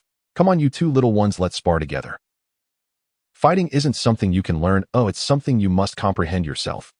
Trunks and Goten exchanged glances and transformed into Super Saiyans. Without further ado, they charged at Klin's. Klin's estimated to use a minimal enhancement of the Kaioken. Matching their speed and strength, he engaged them in combat. Klin's had undergone a transformation, possessing the soul of a being from another world, and thus lost his previous combat experience. However, the new Klin's was still a genius and had mastered his unique techniques. The three figures moved swiftly, engaging in battle high above in the sky. Due to the friendly sparring nature, it did not create too much ruckus. Piccolo silently watched from below, thinking that these two children had inherited their father's combat talents. They were bound to achieve greatness, far surpassing him. As once the strongest rival of Son Goku, Piccolo's feelings were indeed quite complex. After a prolonged bout, Trunks and Goten ended up looking like they had been through a meat grinder. In reality, while they had hit Klin's far more times than he had hit them during their two-known fight, they could not accept that Klin's remained completely unscathed. Klin's administered senzu beans to both, then asked, do you feel like you've improved? Trunks replied, Uncle Klin's, why is it that you're completely fine? Klin's explained in detail, that is the essence of combat. During our recent exchanges, our speed, strength, and even battle techniques were essentially equal. The two boys nodded, recognizing the truth in his words. Klin's continued, but my defense is higher than yours, which is why I emerged victorious in the end. Fighting is that simple. You just need power, speed, defense, combat skills, and endurance. If you excel in one area while maintaining parity in the others, you will triumph. Klin noticed the contemplative expressions on Trunks and Son Goten's faces, realizing they had absorbed his teachings and chose not to continue instructing them. In truth, his combat style was something he had developed through personal exploration, suitable only for himself. As for helping others improve, Klin was not particularly adept at it. He was far less knowledgeable than Master Roshi in that regard. However, Klin had one advantage: he could serve as a living training dummy for the two youngsters. By suppressing his strength to match theirs, he could assist them in making steady progress. His wife, Android 18, had elevated her abilities through this very method. Meanwhile, on a different front, Frieza's former subordinates had stealthily arrived on Earth, seizing a Dragon Ball that the Pilaf gang had worked hard to find along with one of its wishes. This act successfully revived Frieza. After their departure, Pilaf made a second wish to restore the 3 planets that had been obliterated. In the distance, Bulma, who had been hiding silently, retreated, abandoning her attempt to seize the Dragon Balls from the trio. In the depths of space, Frieza's home. Once revived, Frieza exclaimed with relief, at last. I, the great king, have returned to life. Being suspended from a tree in hell, watching a bunch of idiots sing and dance every day, was truly unbearable. One of his subordinates asked, My lord, what are your plans? Frieza replied, I seek vengeance. I will personally slay that detestable Son Goku. I will also annihilate Earth, so the entire universe knows the fate that awaits those who defy me. The subordinate cautioned, My lord, Earth is quite treacherous. It is said that even Majin Buu met his demise there. With our current strength, it might be challenging to conquer Earth. Frieza's lips curled into a confident smirk. Do not worry, I will not rush into this. In the past, I was invincible from birth and never trained. Now I have decided to diligently cultivate and break my limits. Earth, prepare for my return. I will be back soon. The following 6 months passed. Trunks and son Goten frequently visited Klin's new castle seeking his guidance and practice. At times 18 would join them, though she could not afford to hold back as Klin did. The two youngsters often lamented the intensity of their training. Before long, it was again the day when Whis would arrive to collect delicacies. Klin went to the store and bought a mountain of pizzas in preparation. As he received the packed pizzas, the clock struck 12, and Klin suddenly froze in place. Then he burst into wild laughter, drawing puzzled looks from passers-by. It turned out that he had just drawn an exceptional talent. Daily check-in complete. After a month of check-ins, reward random blind boxes 5. Would you like to open all the blind boxes? Open. Acquired Senzu Beans 10 Senzu Beans 10 Senzu Beans 10 Clevel Talent. Rose's Lechery. Congratulations. You have drawn an S-level peak talent. Unrestricted Energy Technique. Talent description allows for reflex-based movement utilizing various body parts requiring no thought from the brain, maximizing speed and reaction. Would you like to equip the talent? Equip. Congratulations, the system has leveled up to level 2. From now on, the number of blind boxes from check-ins will double, base rewards will double, and the chance of winning will double. Clint thought to himself, what exactly is the winning probability? It would be nice if they disclosed it. Nevertheless, being able to draw such an excellent talent made him feel grateful. Clint glanced again at the useless talent, Rose's Lechery. Acquiring Rose's unique perspective on beautiful women, he found that his strength decreased by 10% when facing a beautiful opponent, but increased by 20% when encouraged by a beautiful ally. Clint mused indeed. These low-level talents were labeled as such for a reason. They were practically useless, neither nourishing nor worth discarding. At that moment, a flash of light appeared before him, and Whis manifested. With eager anticipation, he asked, Clint, what delightful food have you prepared for me this time? Clint replied, it's pizza, delicious and satisfying with a unique flavor. Whis rubbed his hands together, saying, I can't wait to taste it. But never mind, Lord Beerus is waiting, so I shall eat it when I return. Clint inquired, how is son Goku's training progressing? Whis responded, he has made significant strides, though he still falls short compared to you. Last time you truly surprised us. Lord Beerus praised you extensively upon his return. Feeling a bit shy, Clint shrank his neck like a quail and asked, then may I challenge him once more? Nanny. Far away in the depths of the universe, Lord Beerus nearly had his eyes pop out at Whis' relay. This guy wants to fight me again. Vegeta, arms crossed and smirking, remarked, it seems Lord Beerus isn't too confident, is he? Beerus vehemently retorted, nonsense. I, the great lord, am invincible in the universe. How could I fear a mere earthling? Whis, what did you tell him? Whis replied, I said it was not within my authority to answer for you. I could only convey his request, but your consent depends on your mood. Straightening up, Beerus closed his eyes. Indeed, my mood is quite poor today. Increased their training intensity twofold. Goku and Vegeta were left dumbfounded, wondering what this had to do with them. Suddenly, both found themselves plunged into intense and grueling training. In the skies above Earth, a spaceship slowly approached. It was Frieza's army advancing menacingly. The Z fighters on Earth quickly sensed the invading presence. Clint said to Android 18, they'll go check it out. This energy feels somewhat familiar, yet I can't quite place it. Because it was not the original soul, he could not recall Frieza's energy. Android 18 replied, they'll go with you. Don't forget I'm a warrior too. Clint smiled faintly. All right, Lazuli, stay here and play for a bit. Don't wander off. His daughter nodded obediently. Clint and Android 18 flew towards the source of the enemy's energy. They were the first to arrive at the battlefield. Before long, the others had arrived as well. Gohan, Piccolo, Master Roshi Tien, and even Trunks and son Goten joined the fray. Bulma, having failed to dissuade the children, also piloted a plane to follow. On the opposite side, Frieza's minions swarmed the sky in droves. At first glance, they seemed to number in the thousands. Frieza, seated upon his throne, slowly descended from his spaceship. With an air of arrogance, he surveyed the crowd and said, I recognize you, the bald-headed one I killed. And you, son Goku's son, that annoying little brat from back then. And you, the Namekian and the Super Saiyan, who cut me down, referring to Trunks, you are all still alive. Oh ho ho, how delightful. I will torment each of you in turn, dismember son Goku, for only then can my deep-seated resentment be relieved. By the way, where is son Goku? Could he be hiding out of fear?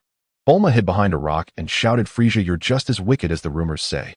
Frieza smiled, slightly unfazed. Thank you for the compliment. First eliminate that little brat who looks like son Wukong. I refuse to believe that son Wukong won't show up.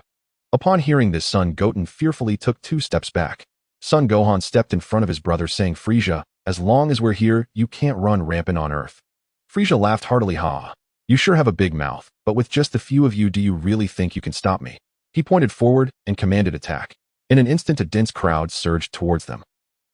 The warriors fought valiantly, though everyone had improved significantly over the years. Before long, they had taken down Frieza's subordinates. Krillin hadn't even needed to use the King Kai fist. Frieza shook his head slowly, saying, "What a pity.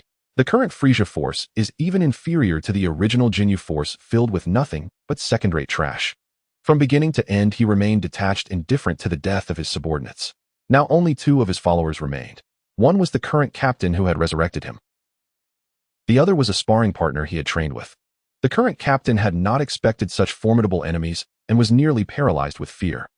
However, the sparring partner appeared full of confidence. Having been constantly attacked by Frieza, he had experienced a significant boost in strength. With a loud shout, the sparring partner charged forward. The Z fighters prepared to confront him.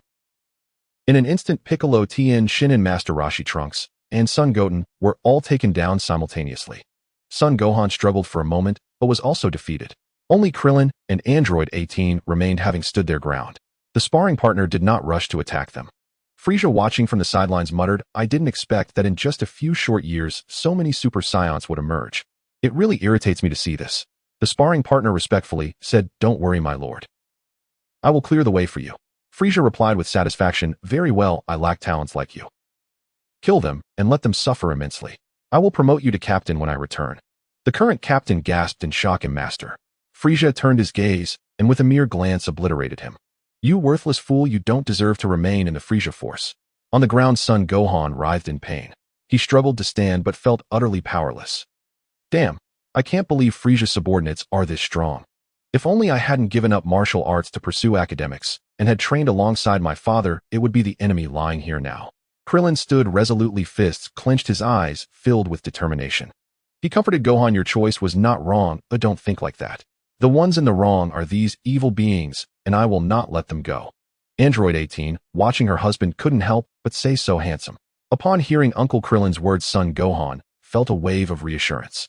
Across from them, the sparring partner couldn't help but laugh mockingly. "You think you can stop us?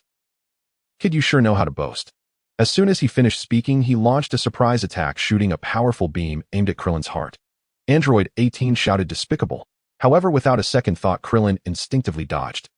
He had activated his newfound ability, the Ultra Instinct. Frieza, unable to grasp the intricacies of this, remarked in surprise, "This kid is quite quick on his feet." Seeing this, the sparring partner shook his head and said, "Fine, I'll take this seriously." He swung his fist toward Krillin with overwhelming force. Yet Krillin remained unmoved. As the attacker approached, he was intercepted by Android 18, who kicked him aside. "Your opponent is me. How dare you ambush my husband? You're asking for death." Android 18 charged at the enemy, launching a flurry of rapid strikes, her speed unmatched. The sparring partner quickly found himself battered, desperately trying to counter, but unable to find any openings. Frieza glanced at them, knowing this subordinate was also about to be destroyed. He sighed, "Truly useless. In the end, I'll have to step in myself. It seems Sun Wukong won't be arriving anytime soon, so I'll just have to indulge myself a little." Under the blazing sun, Frieza slowly rose from his throne, his sturdy tail swaying leisurely, reflecting a hint of light in the sunlight. This sun, having experienced destruction and rebirth, appeared even brighter than usual. Just as Frieza had revived, his strength had undergone a profound transformation. In the distance, Bulma, hiding behind a rock, shouted, "Krillin, give it your all and defeat this villain." Krillin replied, "No problem. How do you want me to kill him?" Bulma responded, "Twist off his head." Krillin snapped his fingers. "Understood. Frieza, do you have any last words?" Frieza said, "It seems you're truly ignorant and fearless. Killing you like this brings me no joy. Since that's the case, let me show you my true power. Tremble, you insignificant earthlings." Frieza gathered all his energy, and a radiant light instantly overshadowed the sun. Bulma instinctively turned her head away. An epic and grand aura slowly radiated outwards, as if it were the sole essence of the universe. As the light dissipated, Frieza transformed into a golden form with menacing eyes. Bulma trembled. What a terrifying aura. On the ground, Son Gohan thought to himself, "I can't believe Frieza has improved so much." Even Aunt Bulma, an ordinary person who doesn't train, can sense his power. Just as Frieza transformed and was about to show off the next second, his eyes bulged, nearly popping out, because a simple punch struck his abdomen. Krillin fixed his gaze ahead, extending his left index finger and gently pushing Frieza away. He tumbled to the ground, clutching his stomach, struggling to get up. This action by Krillin was reminiscent of Android 18's favorite move during their confrontations with the Z fighters, and he had unknowingly imitated it. Krillin floated in the air, nonchalantly saying, "Sorry, Frieza, but your transformation took too long. I couldn't wait any longer and had to make my move." Son Gohan, watching from the sidelines, was utterly astonished. He repeatedly pondered over Uncle Krillin's punch. Entering the void and returning to simplicity. This was the realm of the divine. Frieza clutched his abdomen, hunched over, standing on the ground. His face contorted in agony. He never imagined that his full-powered self could be so easily defeated before Krillin. Just moments ago, Krillin had unleashed an instantaneous burst of speed with the remarkable technique of Zai Gong, hitting his opponent without any warning. That punch had utilized all of his energy, yet the enemy hadn't sensed it at all and was caught off guard. Rather than a sneak attack, it was more accurate to say that the two were not even on the same level. A mortal cannot perceive the aura of a god. The reason for this inability to sense it lies in the fact that those gods have all practiced Zai Gong. They do not use their energy before making a move. In contrast, for mortals to sense energy during combat is already a pinnacle skill.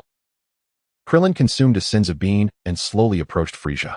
Frieza longed to retaliate, but his body was in disarray from that overwhelming punch. He could not muster any energy. Thus, Frieza could only watch helplessly as Krillin extended his hand toward him. Krillin pressed down on Frieza's golden round head and suddenly twisted with force. It was as if he was wringing out a piece of dough, pulling his head off. You. Frieza attempted to say something, but with his head severed from his body, he could do nothing more. He could only be at the mercy of others.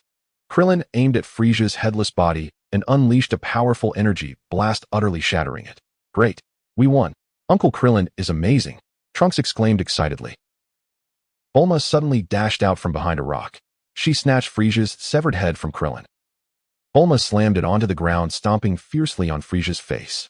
"Letting you bully my child, invading Earth, being so arrogant, and committing countless evils." Krillin, witnessing this scene, couldn't help but sweat. Bulma, usually so demure, was surprisingly violent when enraged. Had she possessed strength, she might even surpass Goku. Frieza, the mighty emperor of the universe, was insulted by an ordinary earthling in such a manner. Originally, he could have lived for several more days. Instead, he was practically driven to death by anger on the spot. Congratulations on unlocking the hidden achievement Inhumane. Achievement description: not killing the opponent directly, but instead tormenting them physically or mentally until they die with regret. Reward: Energy Candy 10. Would you like to consume the candy? Consume. With the candy in his mouth, Krillin felt a significant boost in strength and mentally calculated. His energy should now be at least at the level of Super Saiyan second stage, right? For an ordinary earthling, possessing such power was an extraordinary achievement, far surpassing countless limits. The system is truly remarkable. The old Krillin could never have achieved this just through his own training, even over 10 lifetimes. In the distance, a practice dummy being beaten by Android 18 suddenly noticed Frieza's head on the ground, devoid of life. He was taken aback. How could the once mighty Frieza, king of the universe, have perished? How could he possibly be his opponent? Filled with dread, he turned to flee. "Anyone who dares come to Earth must be prepared to stay," Android 18 bellowed. She made a throwing motion with her right arm, gathering an immensely powerful energy blast, which she hurled with force. The energy blast soared into the sky, catching up with the last remaining enemy and striking him in the back, erupting violently. However, he possessed a steel-like body and was not killed by the explosion. Daring not to linger, he desperately fled into outer space. "Damn it!" Android 18 exclaimed. Krillin smiled slightly, gathering a massive energy disk and launching it. At that moment, the enemy had just flown out of everyone's line of sight, but the energy disk still tracked him accurately. Confidently, Krillin turned back and said, "Don't worry about him, he won't escape." Android 18 rushed over and hugged Krillin, planting a kiss on his cheek. "You're still the best, darling." At that moment, Bulma, squatting beside Trunks, waved her hand and called out, "Krillin, stop showing off your affection and come help save the others." Only then did Krillin remember that his companions were still injured. He quickly ran over and gave each of them a senzu bean. Bulma, surprised, asked Krillin, "Where did you get so many senzu beans?" Scratching his head, Krillin replied, "I can't really explain it, or just use them without worry, no matter where they came from." "All right," Bulma said, "I won't pry into your little secret. It seems you've really changed a lot over the years. With enemies like Cell Buu and Frieza, you've defeated so many powerful foes." Android 18 walked over, puzzled, and asked, "Is there an issue?" This just shows Krillin has a high talent for combat.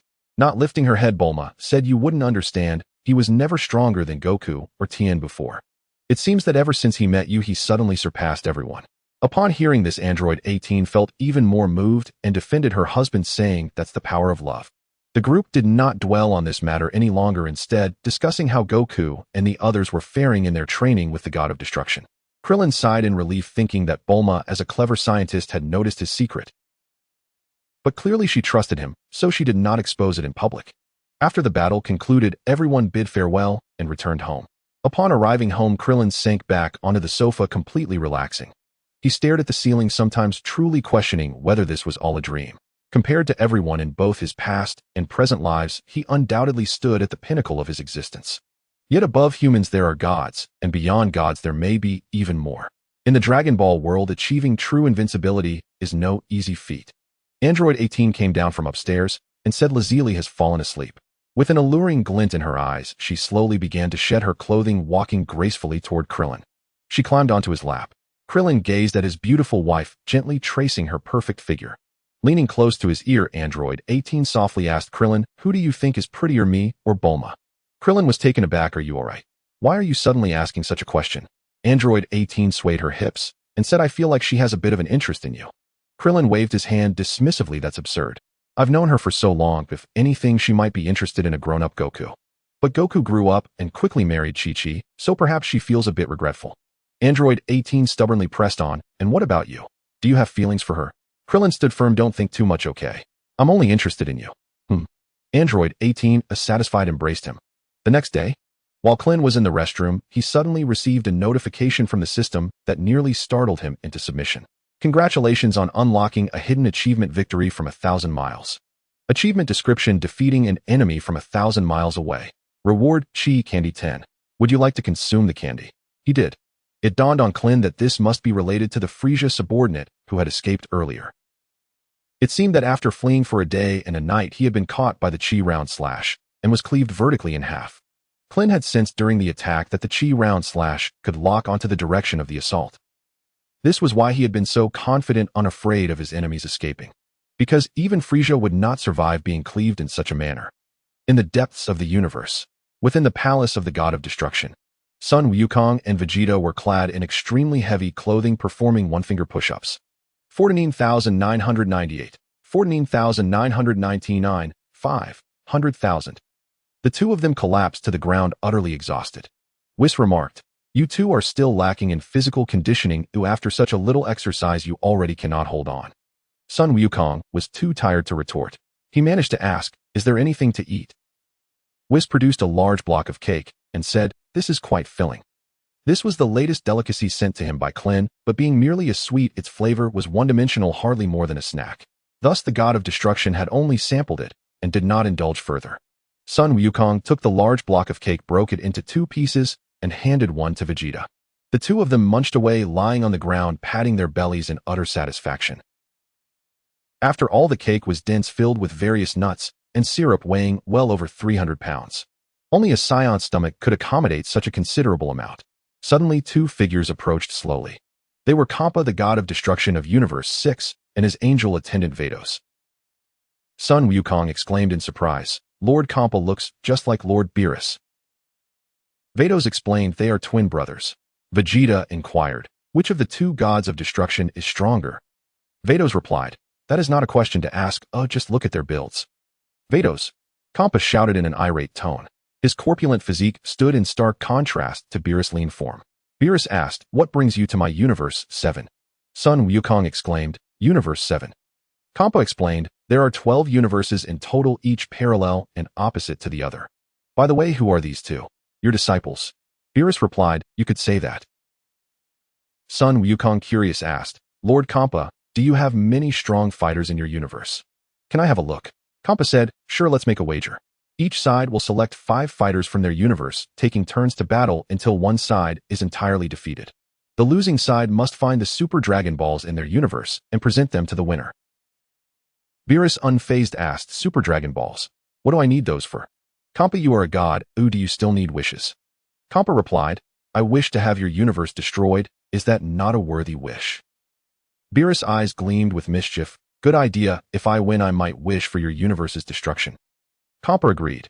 It's settled then. 3 days from now, a showdown between Universe 6 and Universe 7. Sun Wukong scratched his head, confused. and said, destroying a universe. Why bet something so extreme? Was calmly explained, this is merely the daily routine of the gods. Lord Kampa lost to Lord Beerus in a previous battle and has been seeking a way to reclaim his honor ever since. Nanny. On Earth, Bulma, upon hearing their conversation and learning the details, was instantly furious.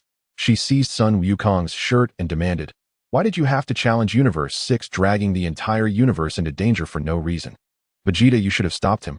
Vegeta scoffed. After he spoke, the two gods of destruction made their decision immediately. Why don't you try to stop them? Sun Wukong sheepishly said, it's all my fault that after training I ate too much and just wanted to stretch a bit. I had no idea it would lead to such a big mess. Bulma rubbed her forehead, exasperated. It was true Scions should not be allowed to overindulge, because once they were full they would only cause trouble. Sun Wukong arrived at Klin's new castle. Klin emerged saying, it's you, Wukong. Long time no see. How has your training with Whis been? Any significant improvement? Sun Wukong beamed with pride. I think it's quite good. I felt your battle aura against Frieza while at the God of Destruction's place. How did that turn out? Klin replied, I defeated that guy. Sun Wukong exclaimed, just as I guessed.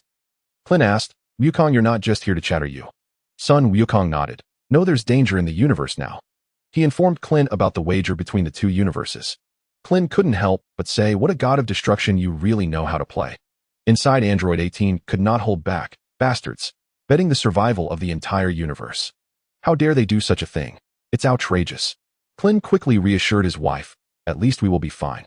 Sun Wukong chimed in, exactly. As long as we win the battle, we're safe. Android 18 questioned, so the people of Universe 6 should die? Are we just going to let that God of Destruction toy with their lives? Klin comforted her, don't worry, since they wish for the universe's destruction through the Super Dragon Balls, once the match is over we can gather the Super Dragon Balls and restore the universe. Sun Wukong praised, Klin, you think things through thoroughly.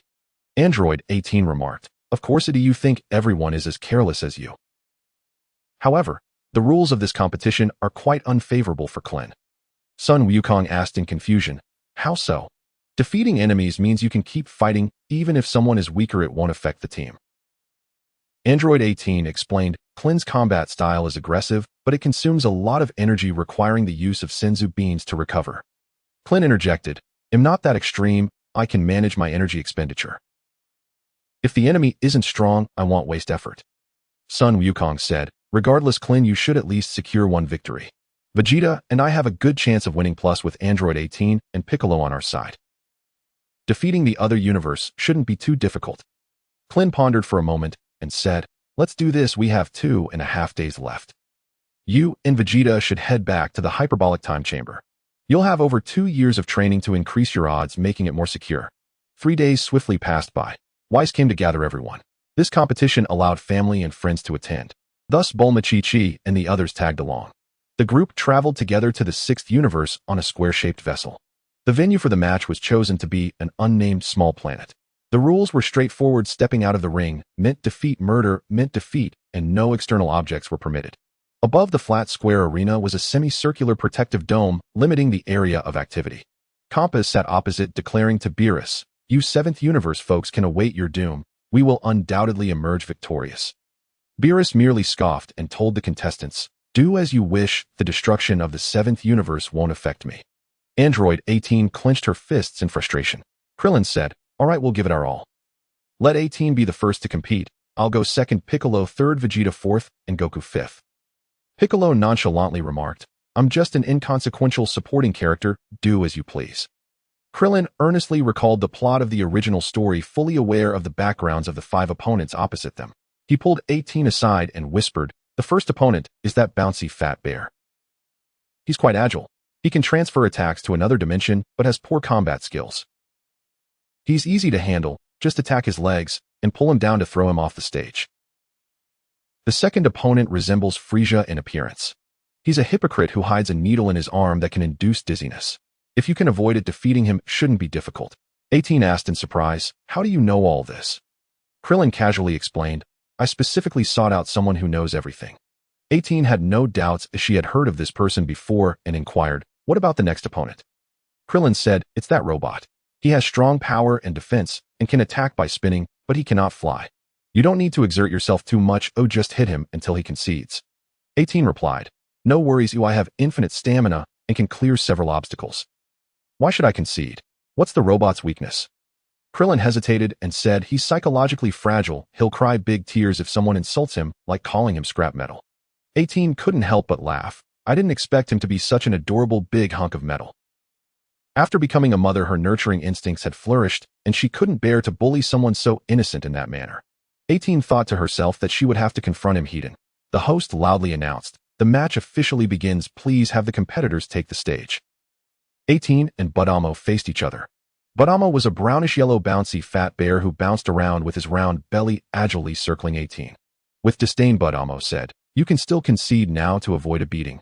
In response, 18 attacked, directly rushing in and delivering punches and kicks to his belly. However, Budamo remained unfazed, slowly advancing and using his belly to push 18 toward the edge of the ring. Watching from the sidelines, Bulma exclaimed in shock, "Why isn't he affected at all? This is unscientific." From afar, Compass laughed triumphantly. "I told you have no chance." After intentionally retreating to the edge, 18 finally dropped the facade and suddenly dove, grabbing her opponent's legs and pulling him down. With a powerful throw, she launched Budamo out of the arena. A hush fell over the crowd. After a long pause, the host finally reacted, "The 7th universe wins." Next, it's the turn of the 6th universe's Rufus. Compass, who had been reveling in triumph, widened his eyes in disbelief. "Nanny, how is this possible?" Goku turned to Krillin saying, 18 is amazing. Is she found her opponent's weakness so quickly? Krillin replied, "It was sheer luck, just luck."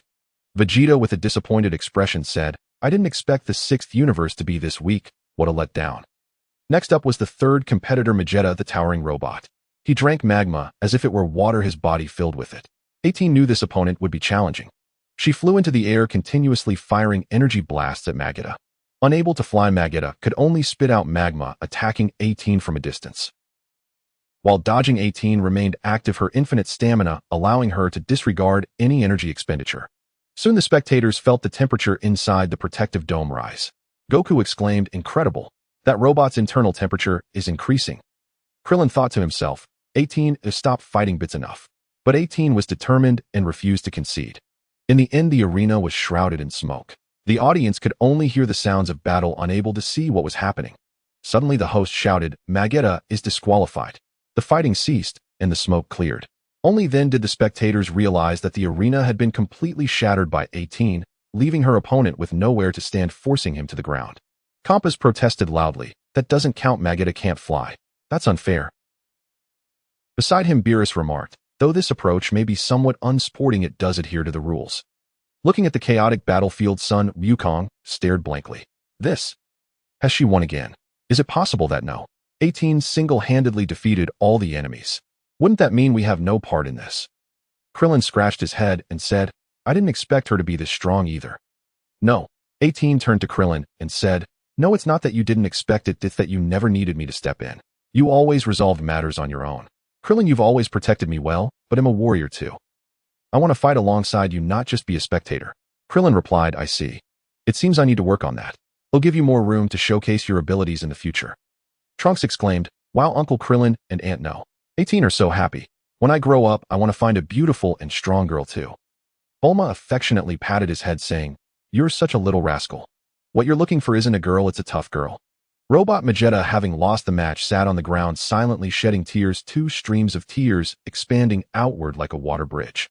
Suddenly, a delicate little hand rested on his steel-like shoulder. Vegeta looked up. "No." 18 comforted him with genuine concern. "Don't be sad. I was once a robot too, and I endured those strange looks from others just like you. But you must understand your uniqueness is an advantage, a gift. How can you feel inferior about your extraordinary talent? After the match, come with me. They'll have someone help you modify yourself and install a spaceship engine so that you can fly too." Vegeta was instantly moved, hugging No. 18's leg, his massive steel head leaning against it like a child who had found their family. Bulma, touched, squinted her eyes and said, "I didn't expect No. 18 to be so caring." From a distance, Kampa couldn't bear to watch any longer, waving his arms and shouting, "This isn't a kindergarten. Get back to the match." Beerus and Whis teamed up to recreate the arena. The opposing team's 4th fighter entered. His name was Kaba, a Scion child. Kaba glanced at Sun Wukong and Vegeta in the waiting area. He longed to spar with a Scion, but it seemed he wouldn't get that chance. Before him stood a stunning blonde woman, an opponent unlike any he had ever faced in his life. Yet no matter how daunting, retreat was not an option. Kaba charged at his opponent with all his might. No.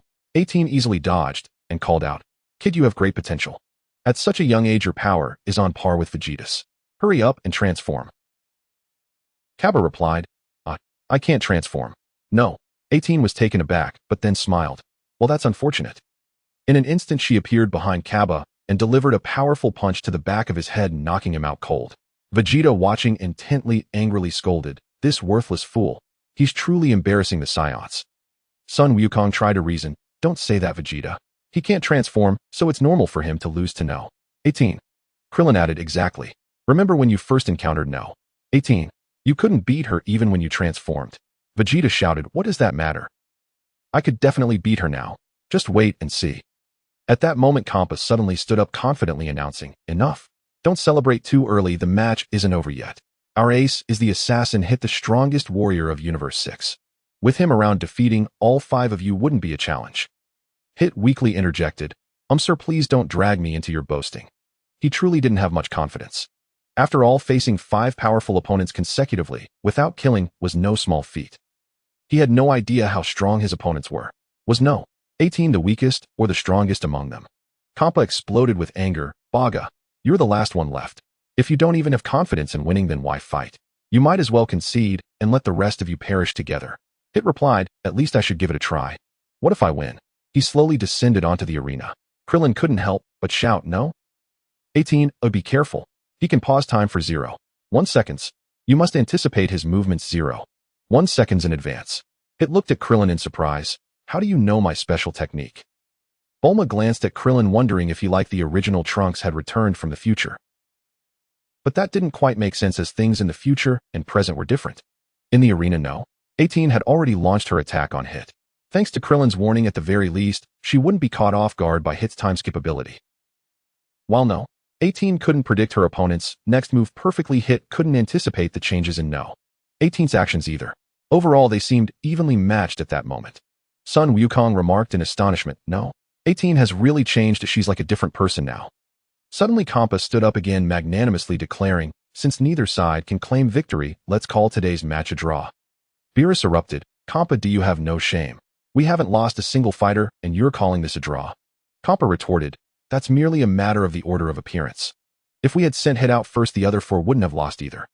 Beside them, Vados stifled a laugh. "I didn't expect Lord Kampa to think of that." Kampa smugly replied, "Of course. Wait, what do you mean by that?" Suddenly, the atmosphere on the battlefield intensified. No.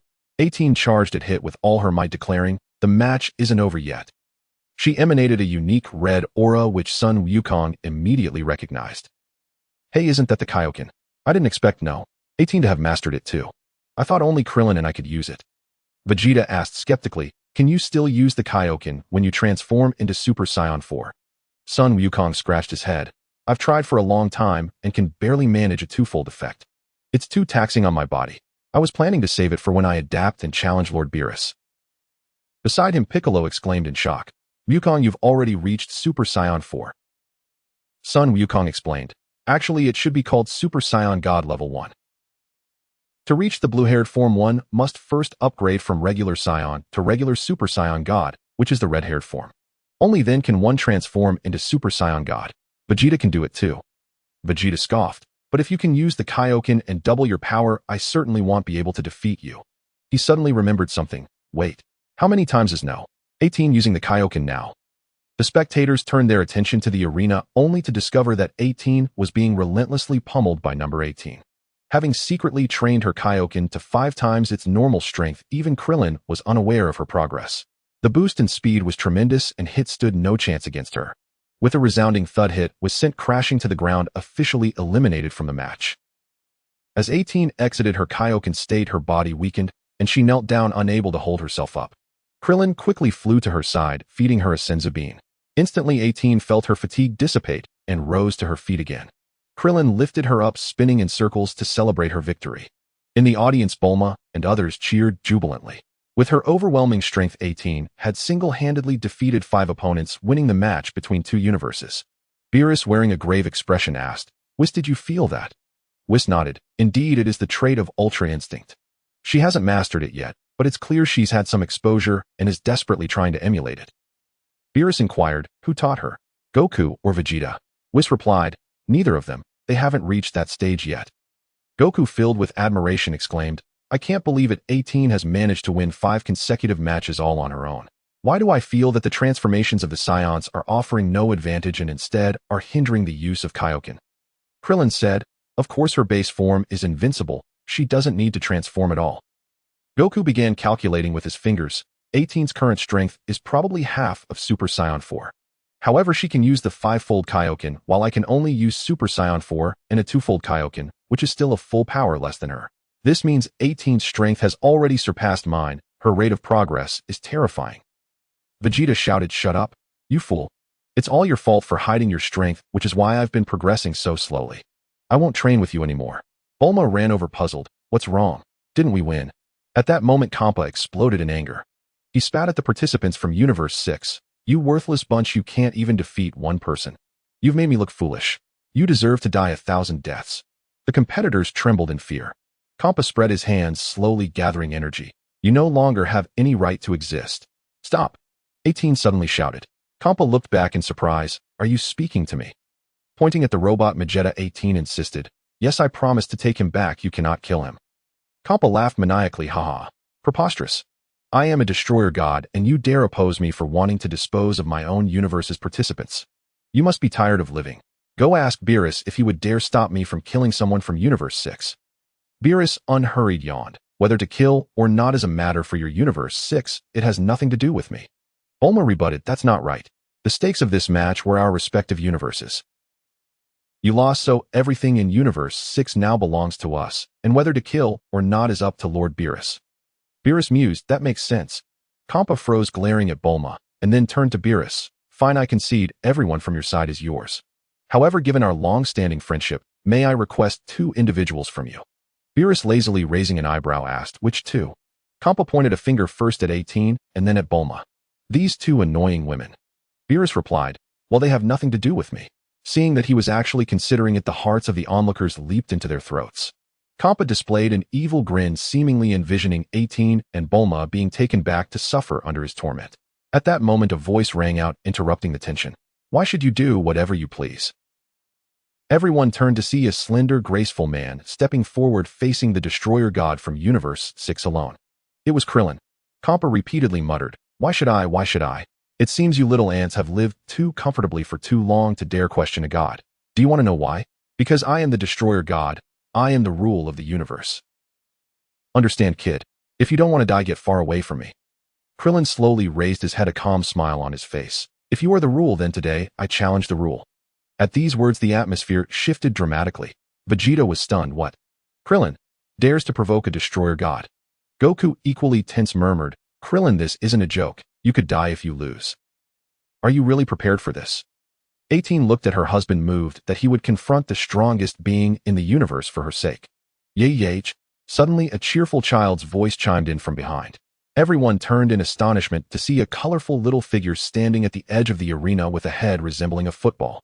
Trailing behind were 2 pointed pencil-thin attendants. Krillin recognized this figure instantly. It was the Omni-King, the top authority among the 12 universes. Beerus and Kampa immediately flew to the Omni-King, bowing deeply together. Greetings, Your Majesty. The childlike voice was refreshing to hear. At this moment, Whis and Beerus also descended, saying in turn, long time no see. How have you been? Whis asked, what brings you here today, Your Majesty? The Omni-King replied, I saw you all conducting activities without permission, so I thought I'd remind you, don't forget your responsibilities as destroyer gods. Yes, Your Majesty. Both destroyer gods responded obediently. This made the onlookers curious about what remarkable ability this little figure possessed. The 2 angels reported on the current situation of the 2 destroyer gods. The Omni-King stated, perfect, let's change one of the destroyer gods. He turned to Krillin, saying, didn't you just say you wanted to challenge Kampa? If you win, I'll make you the destroyer god. While he spoke, no one dared to interrupt. Krillin asked, if I become the destroyer god of Universe 6, can I move my home planet Earth over there too? Beerus widened his eyes in horror, hastily scolding, kid, just do whatever the Omni-King tells you. How dare you make demands? The Omni-King replied, no problem, I agree to that request. Let the fight begin, and I want to see who is stronger. The competitors from Universe 6 gazed at Krillin in utter astonishment. What was happening? In this moment, their minds were devoid of thought. Never had anyone dared to challenge the authority of a god of destruction, yet Krillin seemed to have done just that. Furthermore, it did not appear to be a suicidal endeavor, but rather a possibility of victory. Kampa, known for his obstinate and domineering nature, had long terrorized the inhabitants of Universe 6. Those with the highest power had suffered greatly under his reign. Now, witnessing the opportunity for Kampa to be dethroned, the crowd couldn't help but rally behind Krillin. Kampa, upon observing the reactions of his universe's warriors, felt a vain throb on his forehead in anger. Yet he quickly remembered that Zeno was watching nearby. He had to deal with Krillin first, then he would take his time to handle these troublesome individuals. Kampa slowly ascended into the air, his aura swelling with intensity, causing the very planet beneath him to crack under the pressure. Finally, his true form emerged, a Super Dragon Ball, the last one he had sought in vain. Kampa felt a twinge of regret. Had he known this would happen, he wouldn't have made the bet. With a fierce glare fixed on Krillin, he growled, "You brat, I'll show you the difference between mortals and gods." As he finished speaking, his power surged again. Flames surrounded him, expanding to a size akin to a planet. Below, Goku stared in shock. Is this the true power of a god of destruction? It's incredible. The intensity of Kampa's unleashed power evoked an almost instinctual urge in everyone to kneel in submission. Krillin also ascended into the air. Without allowing him a moment to prepare, Kampa launched a swift surprise attack, striking towards Krillin with blinding speed. Yet Krillin remained calm, deftly dodging all of Kampa's assaults. His movements were as graceful as a feather, yet as swift as thunder. Kampa stood frozen, exclaiming, "How can you wield the Ultra Instinct?" Krillin did not respond. Instead, he slowly executed the Kaioken, casually sending a massive energy sphere towards Kampa.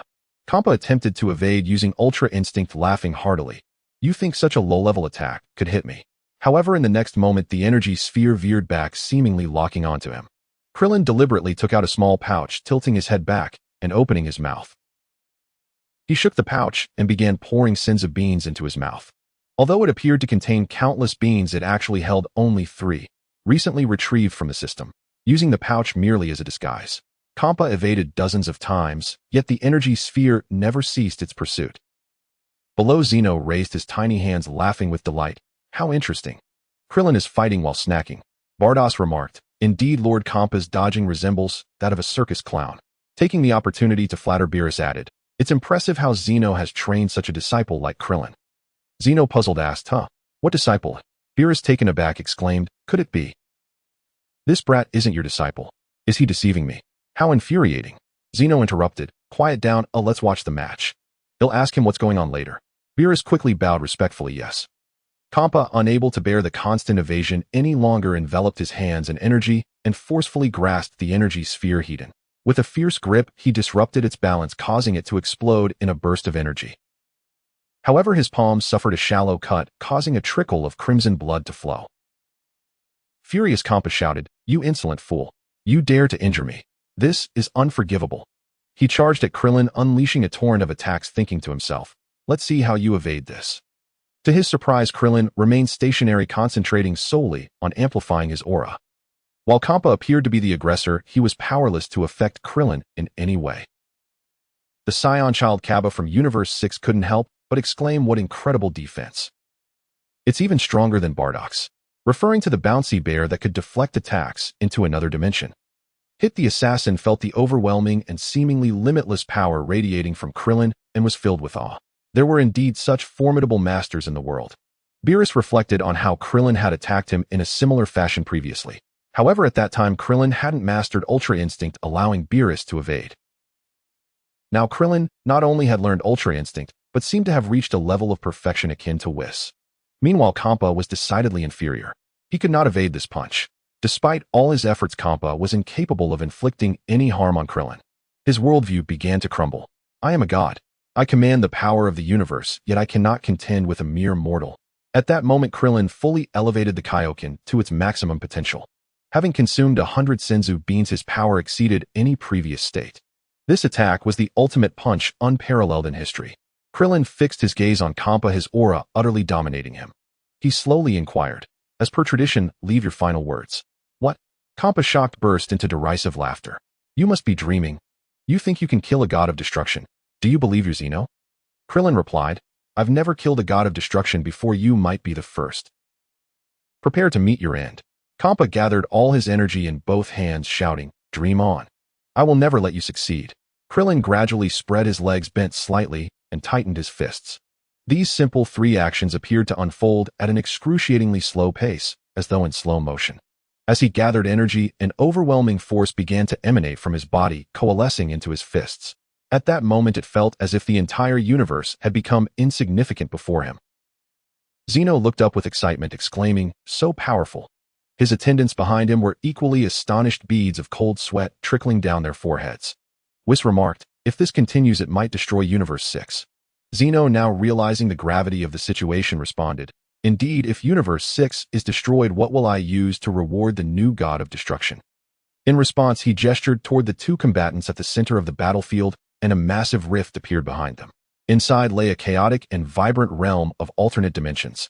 At that moment, both Krillin and Kampa completed their power builds, completely focused on their battle, oblivious to the impending danger.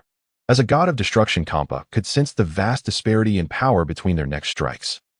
Yet he was powerless to do anything about it. Kampa had already reached his limit in power accumulation. In terms of raw energy buildup, Krillin was actually inferior to Kampa. However, Krillin's strength could be entirely transformed into Kaioken, amplifying his explosive power in an instant. Among the 12 universes, only Krillin could utilize Kaioken without restrictions. This was a talent bestowed by the system, leaving others with nothing but envy. In the pitch-black expanse of space, Klein and Kampa faced each other with palpable tension. At that moment, Kampa longed to flee, but this battle was commanded by the Omni-King. He dared not disobey, so he had no choice but to gamble his life. Confronted by Klein, he knew that death was not certain. However, angering the Omni-King would undoubtedly lead to his demise. Kampa shouted, "You arrogant brat, let me show you the power of a god. Tear the dimension in one slash." The energy he conjured between his hands transformed into a divine blade. Kampa wielded this divine weapon, striking with all his might, creating a subtle fissure along his path reminiscent of the one left by the Omni-King. Yet compared to that monumental rift, Kampa's crack was minuscule and closed almost instantaneously. The Omni-King's chasm, however, loomed ominously, a terrifying void that persisted, starkly illustrating the vast chasm between the god of destruction and the divine. As Kampa unleashed his attack, Klein responded with a powerful punch. What followed was a scene of sheer horror. Wherever Klein's fist traveled, space shattered like fragile glass, revealing a vast swath of intact dimensional space. The collision between Kampa's tier and Klein's ultimate punch created a moment where time seemed to halt. In an instant, the energy blade disintegrated, followed by an overwhelming surge of power that spiraled towards both Kampa and Klein, causing the surrounding space to collapse. However, when it reached the dimensional rift left by the Omni-King, it abruptly ceased. The remaining energy was absorbed by the dimensional space.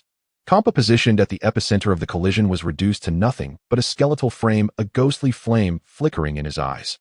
Yet against all odds, he was not dead. With his last ounce of strength, he managed to retreat below. 18 exclaimed, "Where's Klein?" Vados pointed in a direction, saying, "Over there." They beheld a vibrant dimensional space resembling a colossal celestial canopy, with Klein standing before it, his form reduced to a mere shadow. That unwavering figure instilled a profound sense of oppression among those below. In that instant, he seemed to be the sole protagonist of the universe. Klein descended slowly, appearing remarkably unscathed. However, only he knew the true state of affairs. After delivering his ultimate punch, his body exited the Kaioken state. He had narrowly escaped death once, only to be consumed by the dimensional space again upon reviving. This cycle of dying and reviving continued until Klein finally swallowed a senzu bean, restoring his strength and reigniting the Kaioken. In that brief moment, Klein had already lost 9 revival tokens. Regardless of the process, the outcome was clear. Klein had triumphed. He had openly defeated a god of destruction. After a brief silence, Bulma and the others erupted into jubilant celebration. "That's amazing. Uncle Klein won. So impressive. Klein, you're my hero."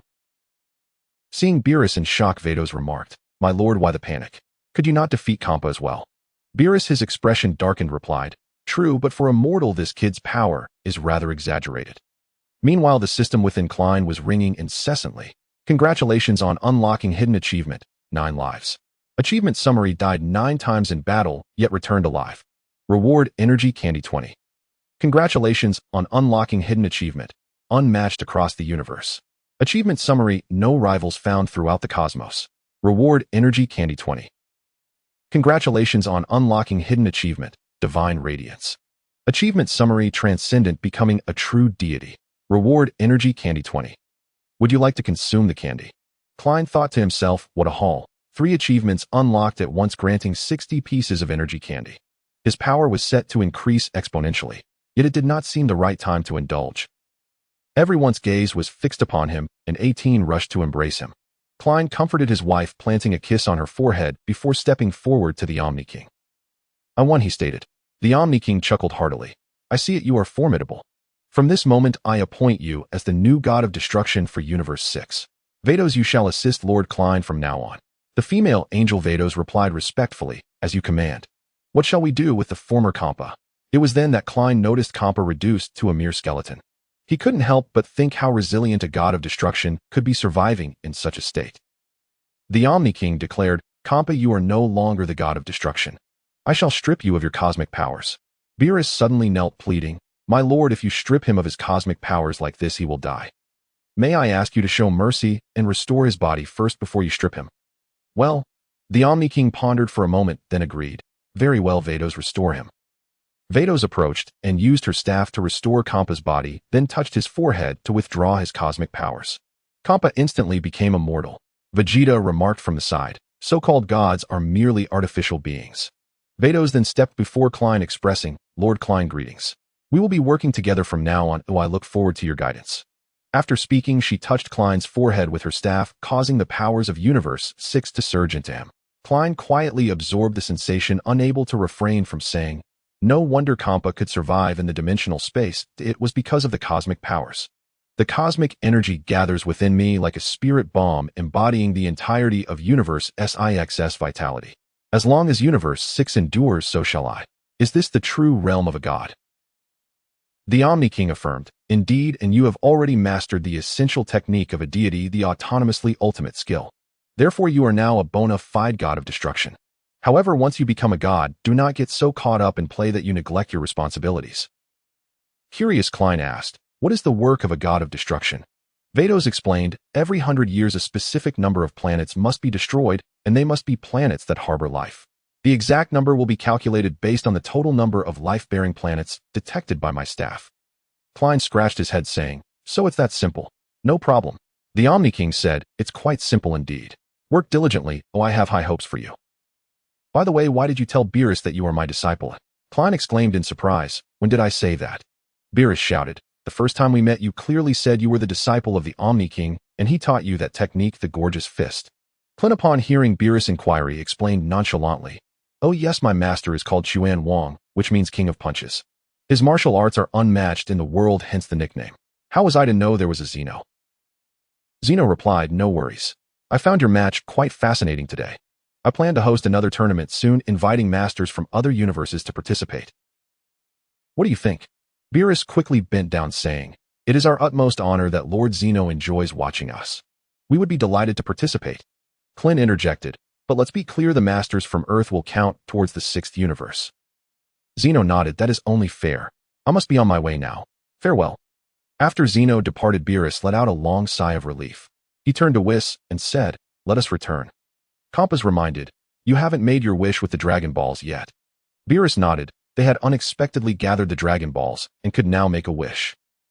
Number 18 shouted, You can't wish for the destruction of the 6th universe. Bardos reassured, Do not worry, Lord Zeno personally intervened and safeguarded the 6th universe. Who would dare to oppose him? Klein's gaze flickered as he thought to himself that he still had a significant distance to cover compared to Zeno. Beerus scoffed, This bet was never initiated by me. Sun Wukong suddenly remembered something and exclaimed, Right. Earth hasn't moved to the 6th universe yet. We can have the Super Shinron help us with the relocation. Beerus shouted, Do you have any common sense? Relocating is a trivial matter, Bardos can handle that. This wish belongs to me. Bulma suddenly chimed in, Hey, aren't gods not supposed to need wishes? Why not give it to me? Beerus replied, I need it now. He summoned the colossal Super Shinron spanning countless galaxies and made his wish in the divine language. Afterward, Beerus, Whis, and Kampas departed together. The others were still reeling from the recent shock. Sun Wukong, with a look of awe, said, Truly the original Shinron is something else. Look how massive it is. Bulma suddenly asked, They've left. How do we get back to Earth? Bardos addressed Klein. Lord Klein, please wait here with your friends for a moment. I will go retrieve Earth and bring it back to the 6th universe. However, there's already an Earth in the 6th universe which has been desolate due to war for a long time. Should we clear it out to make space? Klin nodded. You can decide. As Bardoss was about to leave, Klin called out to her. Wait, what did Beerus wish for? Bardoss replied. Oh, he wished for the revival of the deceased masters of the 7th universe. Clearly, it was to prepare for the tournament hosted by Zeno. Klin nodded. That's fine, you may go. Sun Wukong, brimming with excitement, said, Fantastic. With all 12 universes competing, we're bound to encounter many formidable opponents. The original members of the 6th universe approached. Bardamo anxiously asked, Lord Destroyer, can we go home now? Klin replied, Don't rush off. You all must participate in the next tournament. Moreover, if nothing unexpected happens, the losing universe will still face destruction. Upon hearing this, everyone felt the weight of immense pressure. Vegeta suddenly inquired, Klin, now that you are a destroyer, can you still compete? Klin said, Perhaps. I'll look for an opportunity to discuss with Zeno about removing the cosmic energy from my body during the tournament. That should allow me to participate. Everyone breathed a sigh of relief, but with Klin alongside them, they felt much more secure. Not long after, Bardoss returned with Earth and brought everyone back. Bulma marveled at the solar system, saying, This looks no different from the original universe. Bardoss explained, That's because the 6th and 7th universes have always been parallel with similar structures. The same goes for other opposing universes. If they weren't opposing, the differences would be vast. Congratulations on unlocking the hidden achievement Interstellar Migration. Achievement description: relocating to another star system. Reward: Vitality Candies 20. Would you like to consume the candies? Consume. Upon returning to Earth, everyone felt a sense of solid ground beneath them. Bulma organized a celebratory party. Klin and Sun Wukong stood together under the setting sun, seemingly engrossed in conversation. Vegeta from a distance glared at Klin's back, clenching his fists in jealousy. He suddenly made a decision. Vegeta retrieved the communication device that Bulma used to contact Whis and secretly reached out to him. Whis appeared calmly in the device, saying, Vegeta, we are no longer from the same universe. Why are you contacting me? Vegeta replied, Whis, I'll exchange food for the opportunity to continue training with you. Beerus abruptly snatched the communicator, exclaiming, No. Helping you grow stronger would only diminish the 7th universe's chances of victory. Vegeta gritted his teeth for a moment before deciding. Then let me represent the 7th universe in the tournament. Don't forget, I am not an Earthling. I am a Scion. Planet Saya still belongs to the 7th universe, right? Beerus laughed heartily. Indeed. It's settled then. Whis, hurry and bring him back. Also gather more of the delicious food from Earth. We probably won't have it again. Vegeta returned to his room, pulled out the dragon radar, and resolutely followed Whis. Sun Wukong gazed at the distant sunset, feeling reflective as he said to Klin, Klin, it's truly a miracle how you've come this far. Klin responded, Wukong, don't be too hard on yourself, you are already very strong. Sun Wukong replied, Not enough. There are countless masters waiting for us in other universes. Klin said, At least we are not fighting alone. Vegeta returned to the 7th universe and saw many familiar faces. Cellbu, Frieza, and even Kampa stood alongside them. Beerus had wished with the Super Dragon Balls for all the deceased masters of the 7th universe to be revived. These were just the known ones. Undoubtedly, there were unknown beings waiting to be discovered. Vegeta thought Klin Kakarot, who knows who will win or lose in the next tournament. He requested Whis to take him to Namek. Then Vegeta found the Dragon Balls and wished for planet Saya and its people to be resurrected, restoring them to their original position on Earth. On the way back, they passed a wild planet and saw a mass of purple liquid erupting from its surface. Vegeta exclaimed, What is that? Whis stopped and said, Perhaps it's a revived master. They'll bring him back to participate in the tournament. Suddenly, the mass of liquid surged towards Vegeta, enveloping him and transforming into a purple Vegeta possessing identical strength and personality. Whis looked at this duplicate Vegeta and chuckled. Things are getting more interesting. On Earth, Bulma quickly discovered that Vegeta was missing. At first, she paid little attention to it. But a month passed, and there was still no news from Vegeta. Bulma became restless and sought help from Krillin. Krillin arrived at Bulma's house with Beerus. Bulma asked Beerus, Can you help me find out where Vegeta is? Beerus replied, Let me take a look. After searching, Beerus shook his head and said, I couldn't find Vegeta in Universe 6. Bulma anxiously exclaimed, How could that be? Is your staff malfunctioning? Krillin said, Bulma, don't panic. We can gather the Dragon Balls and ask Shenron if he knows.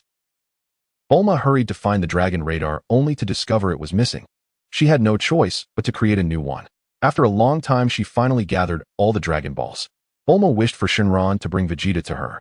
Shenron responded, I cannot do that. Vegeta is dead and currently resides in the underworld of Universe 7.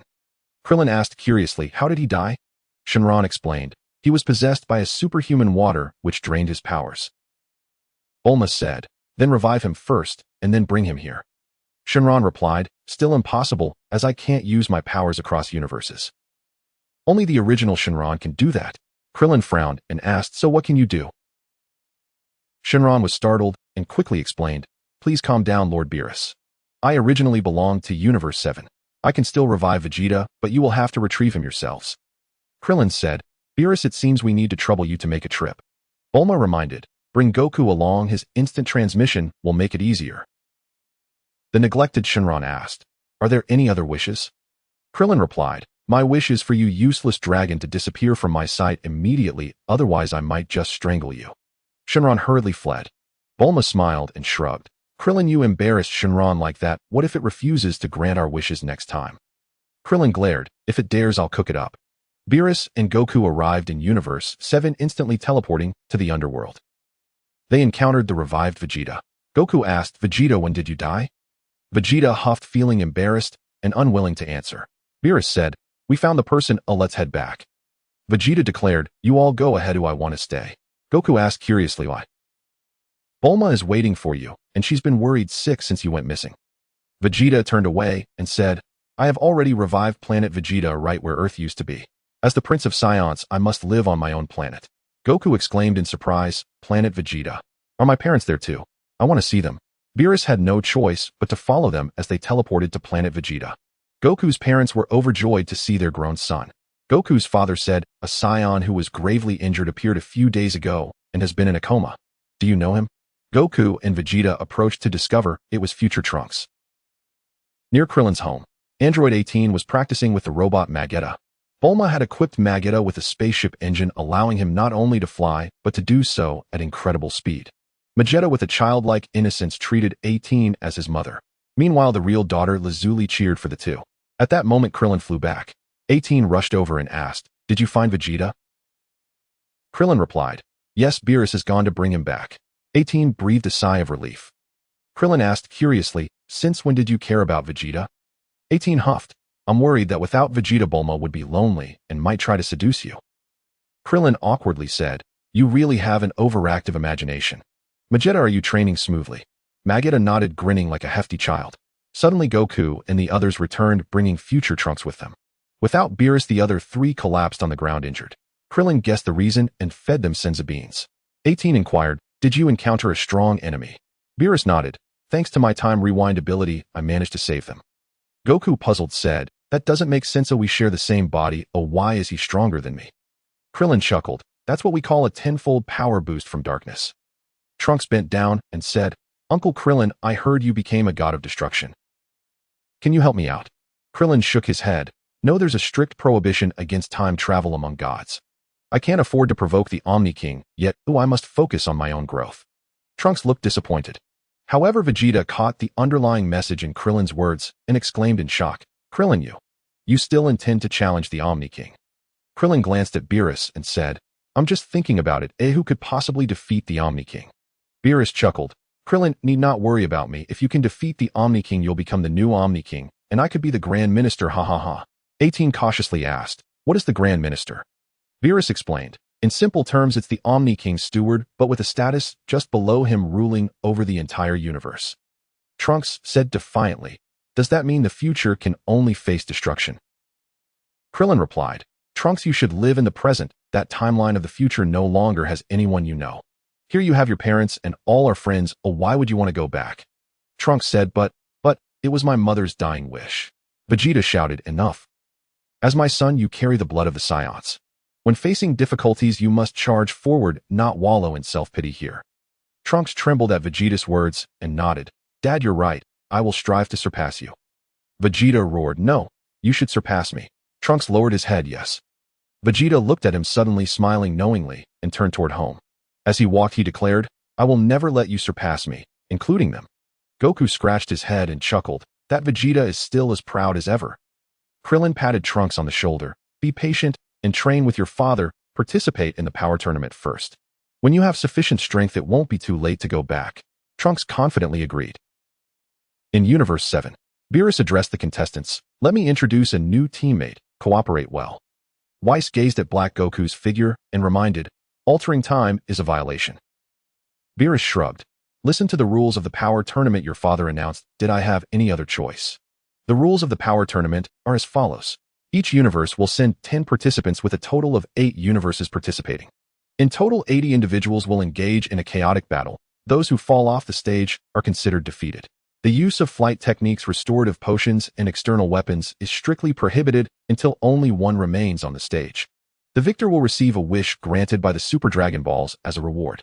Universes that lose will face total annihilation, including the gods of destruction. Only the angels will be spared. As the Grand Priest announced these rules, Krillin was not surprised. However, the others were not as composed. What? Losing means the annihilation of the entire universe. Bulma exclaimed in horror. Bardos explained, my father stated that these 8 universes have scored too low. The Omni-King originally intended to annihilate them. Now with the power tournament, you have been given an extra chance at survival. You should be grateful. Android 18 with a cool demeanor asked, what does scoring too low mean? Bardos elaborated. It refers to a comprehensive assessment based on the average strength of all beings in the universe, the highest power levels, lowest moral standards, and a series of other factors. Vegeta shouted at Bulma. I told you to train, but you wouldn't listen. Now you've dragged down our universe's score. Bulma retorted, haven't your past actions lowered it as well? Goku tried to console them. Stop arguing. As long as we come out on top, it will be fine. Bardos stifled a laugh. It's not that simple. I've heard that there are participants from other universes who are even stronger than the gods of destruction. Krillin said seriously, all right, enough with the sarcastic remarks. You don't need to worry about disappearing, but do you worry about getting beaten? Bardos feigned innocence. But I'm just a girl. Do you really want to bully me, Lord Krillin? Boo-hoo. Ignoring her, Krillin addressed the group. This is a team competition. We need to devise a strategy. We cannot act recklessly or challenge others to unknown duels. Goku and Vegeta, you must learn to work together. Vegeta scoffed. A proud Saiyan cannot rely on numbers to win.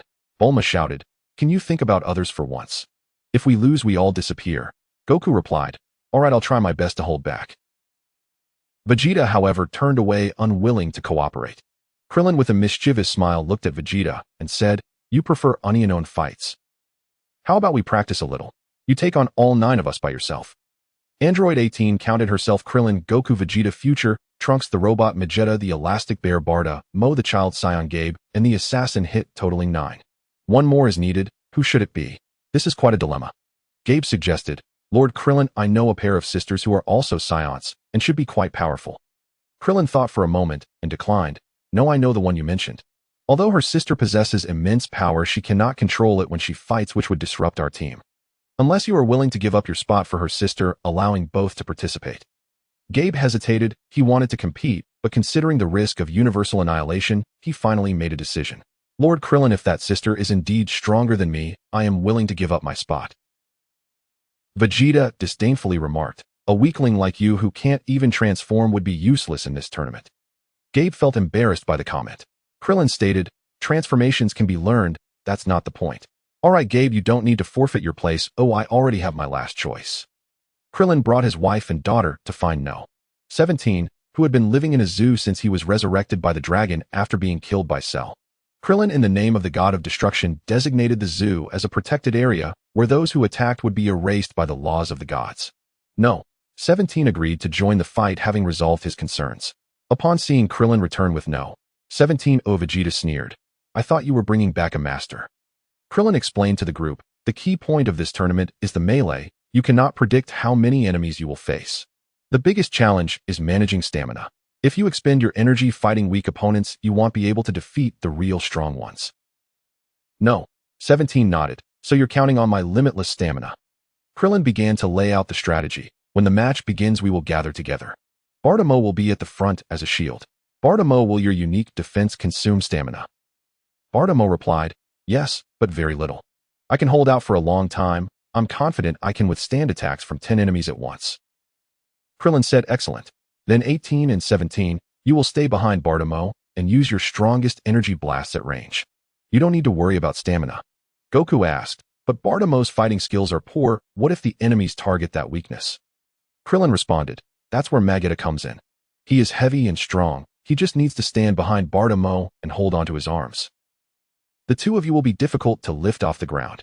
Vegeta nodded his large iron head. Krillin continued, the remaining 6 of us will hide behind them. No one is allowed to act without my command. We can only dodge any attacks that Bartamo fails to block. What? Vegeta clenched his fists. You want us to hide? Krillin said earnestly, exactly. We need to conserve our stamina. If enemies approach the 4 in the front, we'll deal with them. If they cannot handle it, I will coordinate your assistance. We will take turns attacking, then immediately return to rest. This way everyone can conserve their stamina as much as possible. That's all I have to say. Oh, who is in favor and who is against? Vegeta shouted, I oppose. What is the point of such a cowardly match? Suddenly Krillin unleashed the Kaioken, striking Vegeta down, leaving him unable to rise. The point? To ensure the survival of the 6th universe. The Omni-King wants to eliminate universes to guarantee victory. I'm willing to enter the tournament myself, even if it means not acting as a god of destruction. You are here sulking instead of focusing. If you have the ability, go defeat the Omni-King, and we won't need to follow these ridiculous rules. Do you possess that strength? You can't even defeat me, so just obey me. To be honest, although my attack power is high, I cannot maintain it for long.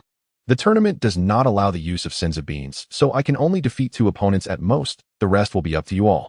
As the Grand Priest completed the construction of the arena, the power tournament officially commenced. The gods of destruction from 8 universes arrived with their contestants. The Omni-King sat upon his throne excitedly, raising his tiny hands and exclaiming, welcome everyone. I have been looking forward to this day for a long time. The contestants from various universes exchanged glances, the atmosphere charged with tension. Hey Frieza, Cell de Beerus, how come these villains are back? Son Goku exclaimed, astonished. Buu was revived by Beerus, a master of control whose power was on par with fully formed Cell. Bulma shouted, you big oaf. You just realized this. We figured it out as soon as Beerus made his wish. Vegeta, looking displeased, remarked, Beerus will do anything to win. He even brought my doppelganger and the dark Goku from the future. He glared at the purple imposter in the distance, finding it increasingly unsettling. Future Trunks fixated on his mother's murderer, his emotions boiling with rage. Wait, how did those sisters get here too? And why are they with the enemy? Jabe exclaimed. He pointed to the Saiyan sisters from Universe 6 whom he had recommended to Krillin, now standing among the contestants of Universe 7. Bardos explained, Kampas is the god of destruction of Universe 6. He must be well informed about the experts here. He likely coaxed those 2 girls to join Universe 7. There's nothing in the rules against that. Krillin glanced at the Universe 7 team and noticed Kampas standing proudly among them. He was no longer a god of destruction and could clearly participate in the tournament. However, Krillin suddenly spotted a tall, unassuming man standing at the back. His hair stood on, and he was evidently a Saiyan. Krillin recognized him as Broly, the legendary Super Saiyan, capable of transforming into his green form. Krillin hadn't anticipated that Beerus would even recruit him. This tournament was proving to be more challenging than he had imagined. The experts from Universe 7 were gathering, seeming no less formidable than the 11th universe, which had Jiren. Beerus also watched Krillin intently. His expression darkened. He pondered why exactly 9 individuals from Universe 6 had shown up. Was it because Kampas had persuaded the Saiyan sisters to come over? Surely there must be a warrior from Earth who could easily join the competition. At that moment, Krillin stepped forward to the Omni-King and said, Omni-King, I wish to discuss something with you. The Omni-King asked, what is it? Krillin replied, I want to participate in the tournament. The Grand Priest reminded, Your Majesty, the gods of destruction possess cosmic power, which would be unfair to the other contestants. The Omni-King echoed, Yes, that would be unfair. Krillin responded nonchalantly, I am well aware. Therefore, I asked the Omni-King to remove the cosmic power from my body. This would ensure fairness, wouldn't it? The room erupted in astonishment. Beerus gasped, This madman. The Omni-King turned to the Grand Priest. Is this fair now? The Grand Priest cautioned, Krillin, according to the rules, once you relinquish your cosmic power, it means you voluntarily forfeit your position as God of Destruction. Regardless of the reason, a God of Destruction cannot serve again. Krillin said, Understood. It just means I can never be a God of Destruction again. Please proceed. The Grand Priest regarded Krillin with admiration. You are truly exceptional. Were it not for your marriage, I would almost be tempted to offer you my daughter's hand. From a distance, Bardos shyly remarked, How embarrassing. Such things shouldn't be said in public. The Omni-King joyfully declared, I can't wait to see Krillin's performance in the tournament. The Grand Priest then asked the surrounding gods, Is there any other god of destruction who wishes to follow Krillin's example and relinquish their position to participate? The gods of destruction immediately bowed their heads. They understood their own limitations. If they removed their cosmic power, they would be outmatched by the experts of their own universes. Whis inquired, "Lord Beerus, you must be quite strong as well, don't you intend to participate?" Beerus, disinterested, clutched his head and replied, "If I can no longer be a god of destruction, what meaning does it hold for Universe 7 to survive?" Upon witnessing this scene, Krillin wore a knowing smile. Indeed, these beings had grown accustomed to their high positions and were unwilling to relinquish their divine status even in the face of universal destruction. The Grand Priest commanded Bardock to extract the cosmic power from Krillin's body. Congratulations on unlocking a hidden achievement, abandoning the essentials. Achievement description: after possessing great power, one voluntarily gives it up. Reward: energy candy 20. Would you like to consume the candy? Consume. Krillin consumed the energy candy, greatly enhancing his strength once again. Then the Grand Priest announced, "The power tournament officially begins." 80 contestants took their positions on the arena. Son Goku tested the air, saying, "So it's true flying is prohibited here?" Android 18 pointed at a few individuals in the sky, declaring, "Look, those with wings can still fly." Krillin shouted, "Stand firm in your designated positions and focus on guarding against the enemy." Thus they clustered together at the edge of the arena. Bardock stood at the front. Android 17 and 18 flanked him, while Vegeta held onto Bardock's arm from behind. As expected, the chaotic battle commenced. The arena filled with swirling smoke and flying energy blasts, creating a spectacular and grand scene. Son Goku, hiding at the back, expressed his frustration. "I can only watch others fight. This is so boring." Android 18 turned and smacked his head. "Follow orders. Stop being so selfish." "Ouch." Son Goku jumped and clutched his head. "That hurts." On the throne above, the Omni-King with wide eyes asked, "Why aren't Krillin and the others moving?" The Grand Priest explained, "I believe they have devised a strategy to conserve their energy. I must say this is a wise decision." The god of destruction from Universe 9, seeing Krillin and his team huddled together, excitedly shouted, "The dangerous trio. Over there are a few fools standing at the edge of the arena. Let's push them off." 3 werewolves rushed towards Krillin and his group, swiftly surrounding them from 3 directions. The god of destruction from Universe 9 boasted, "To survive the treacherous environment of Universe 9, these 3 brothers have always worked together in battle, forming a powerful formation. Behold the might of the dangerous trio, the Death Triangle." The observing Omni-King remarked, "The Death Triangle, how impressive." The Grand Priest mused to himself, "What a tacky name. However, even a motley crew can prove formidable when united. Perhaps this is the allure of a multi-participant brawl." Surrounded by 3 werewolves, Son Wukong exclaimed with excitement, "They look quite powerful. Krillin, let me take them on." However, Krillin regarded these 3 foes with indifference, his gaze fixated on the team from Universe 7. He had a rough understanding of the entire power tournament, yet this hastily assembled team surpassed his expectations, filled with formidable fighters. Although Krillin's strength had risen significantly, he was still only at the level of a typical Saiyan God in his red form.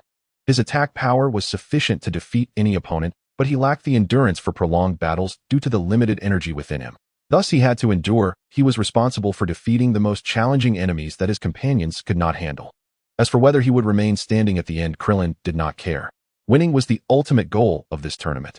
While Krillin pondered, Son Wukong, receiving no response, could not resist leaping out of the group to attack the werewolf on the left. Realizing too late, Krillin shouted, "Be careful. He will poison you." But it was too late. Son Wukong poison had temporarily lost his sight. Krillin quickly unleashed a targeted energy slash to stop the werewolf from continuing its assault on Son Wukong.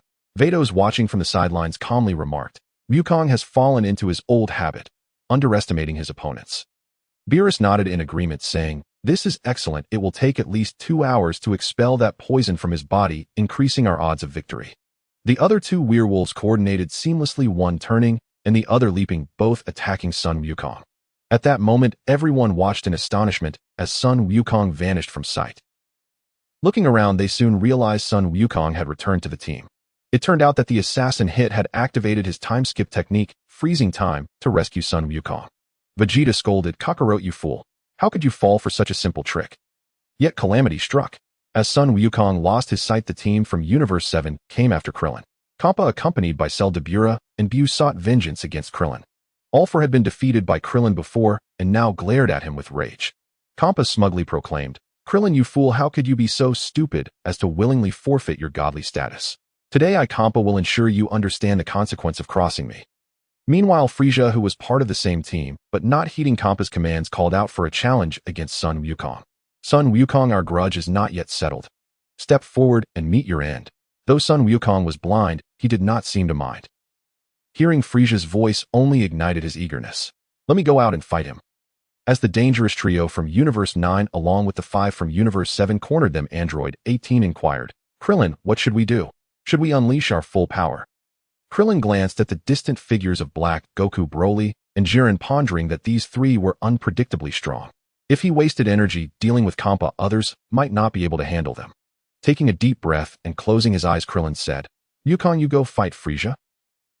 I hope you can seize this opportunity to make a breakthrough. Sun Wukong scratched his head, saying, Haha, Krillin, you truly understand me. Gabriel asked with concern, Uncle's son can't see, is that all right? Should I go help him? Krillin shook his head. No need. Trust him, he can handle it. The rest of you follow our original plan, stay back and defend. Krillin then whispered to Hit, if you find an opportunity, don't hesitate. Take Buu down with full force. Hit nodded, asking no further questions. Though he did not know Buu personally, he trusted Krillin. The infinite regeneration and stamina of Majin Buu were undoubtedly troublesome, which was why Krillin had made that decision. Sun Wukong slowly moved to the right side of the formation, confronting Frieza alone. He greeted him casually, Frieza, long time no see. Frieza scoffed, can you even see me? Sun Wukong replied, no. Frieza, with a self-satisfied expression, said, though it may be unfair to kill you while you're blind, what can I say? I'm Frieza. Isn't it the nature of villains to act despicably? Sun Wukong smiled knowingly. I won't hold it against you, come on. Frieza elegantly declared, to show my respect, I shall unleash my full power. Let you witness my true strength, Golden Frieza, though you won't have the chance to see it again. As he spoke, Frieza transformed into his golden form, an overwhelming aura sweeping the arena, his dazzling figure capturing everyone's attention. The god of destruction from Universe 9 exclaimed in shock, what? Frieza has evolved. This will undoubtedly pose a great threat to our Universe 9. As soon as he finished speaking, Sun Wukong transformed into his Super Saiyan blue form, his aura matching Frieza's golden might. The Grand Zeno, watching from above, waved his little hands excitedly. Wow. So impressive. Beerus remarked nonchalantly, Frieza's golden form is certainly on par with Sun Wukong's strength. And with Wukong blind, this battle seems to have no suspense. Without Wukong as a major support, Krillin's chances of survival are dwindling. As he said this, Beerus' voice grew louder, pointing confidently at Krillin. Beside him, Vados chuckled, covering his mouth.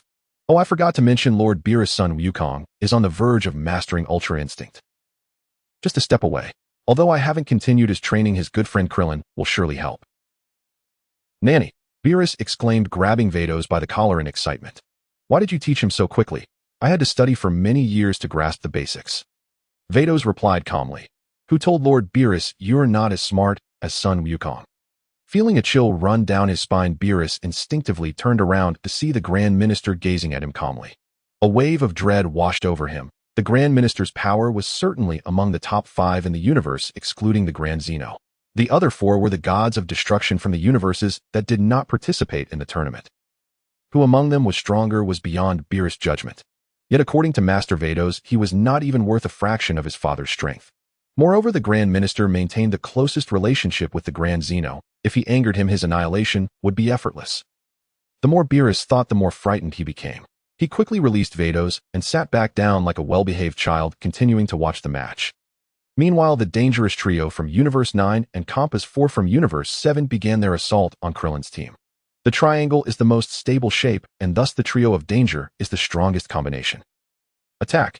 As the 3 werewolves shouted their rallying cry, they charged towards number 18 on the left flank. With arms outstretched, number 18 unleashed a barrage of energy blasts, as if they were free of cost. Although these energy blasts could not directly defeat the enemy, they still inflicted some attrition and slowed their advance. The god of destruction from the 9th universe smugly declared, wasting stamina. You think you can overpower my elite subordinates? How deluded. No sooner had he spoken than 2 werewolves in the rear leaped up, firing beams of light aimed at number 18. The foremost werewolf, enveloped in a violet aura, lunged forward with a powerful grip. At that moment, Bardock stepped in front of number 18, effortlessly intercepting the 3 attacks. Number 18 suddenly propelled herself forward, her body igniting with red flames, fully unleashing the six-fold Kaioken. With remarkable speed, she struck the two airborne opponents, sending them flying out of the ring with overwhelming force. As she descended, she seized the last werewolf by its large ear and with a fierce toss flung him out of the arena. Kneeling on one knee upon landing, number 18 reverted from the Kaioken state. Though her stamina was boundless, there was a limit to her use of Kaioken. Extended use would take a toll on her body.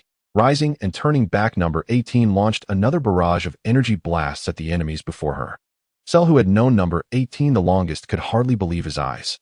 Under Beerus training, he had achieved his perfect form and greatly increased his power. Yet he found that his former rival had far surpassed him.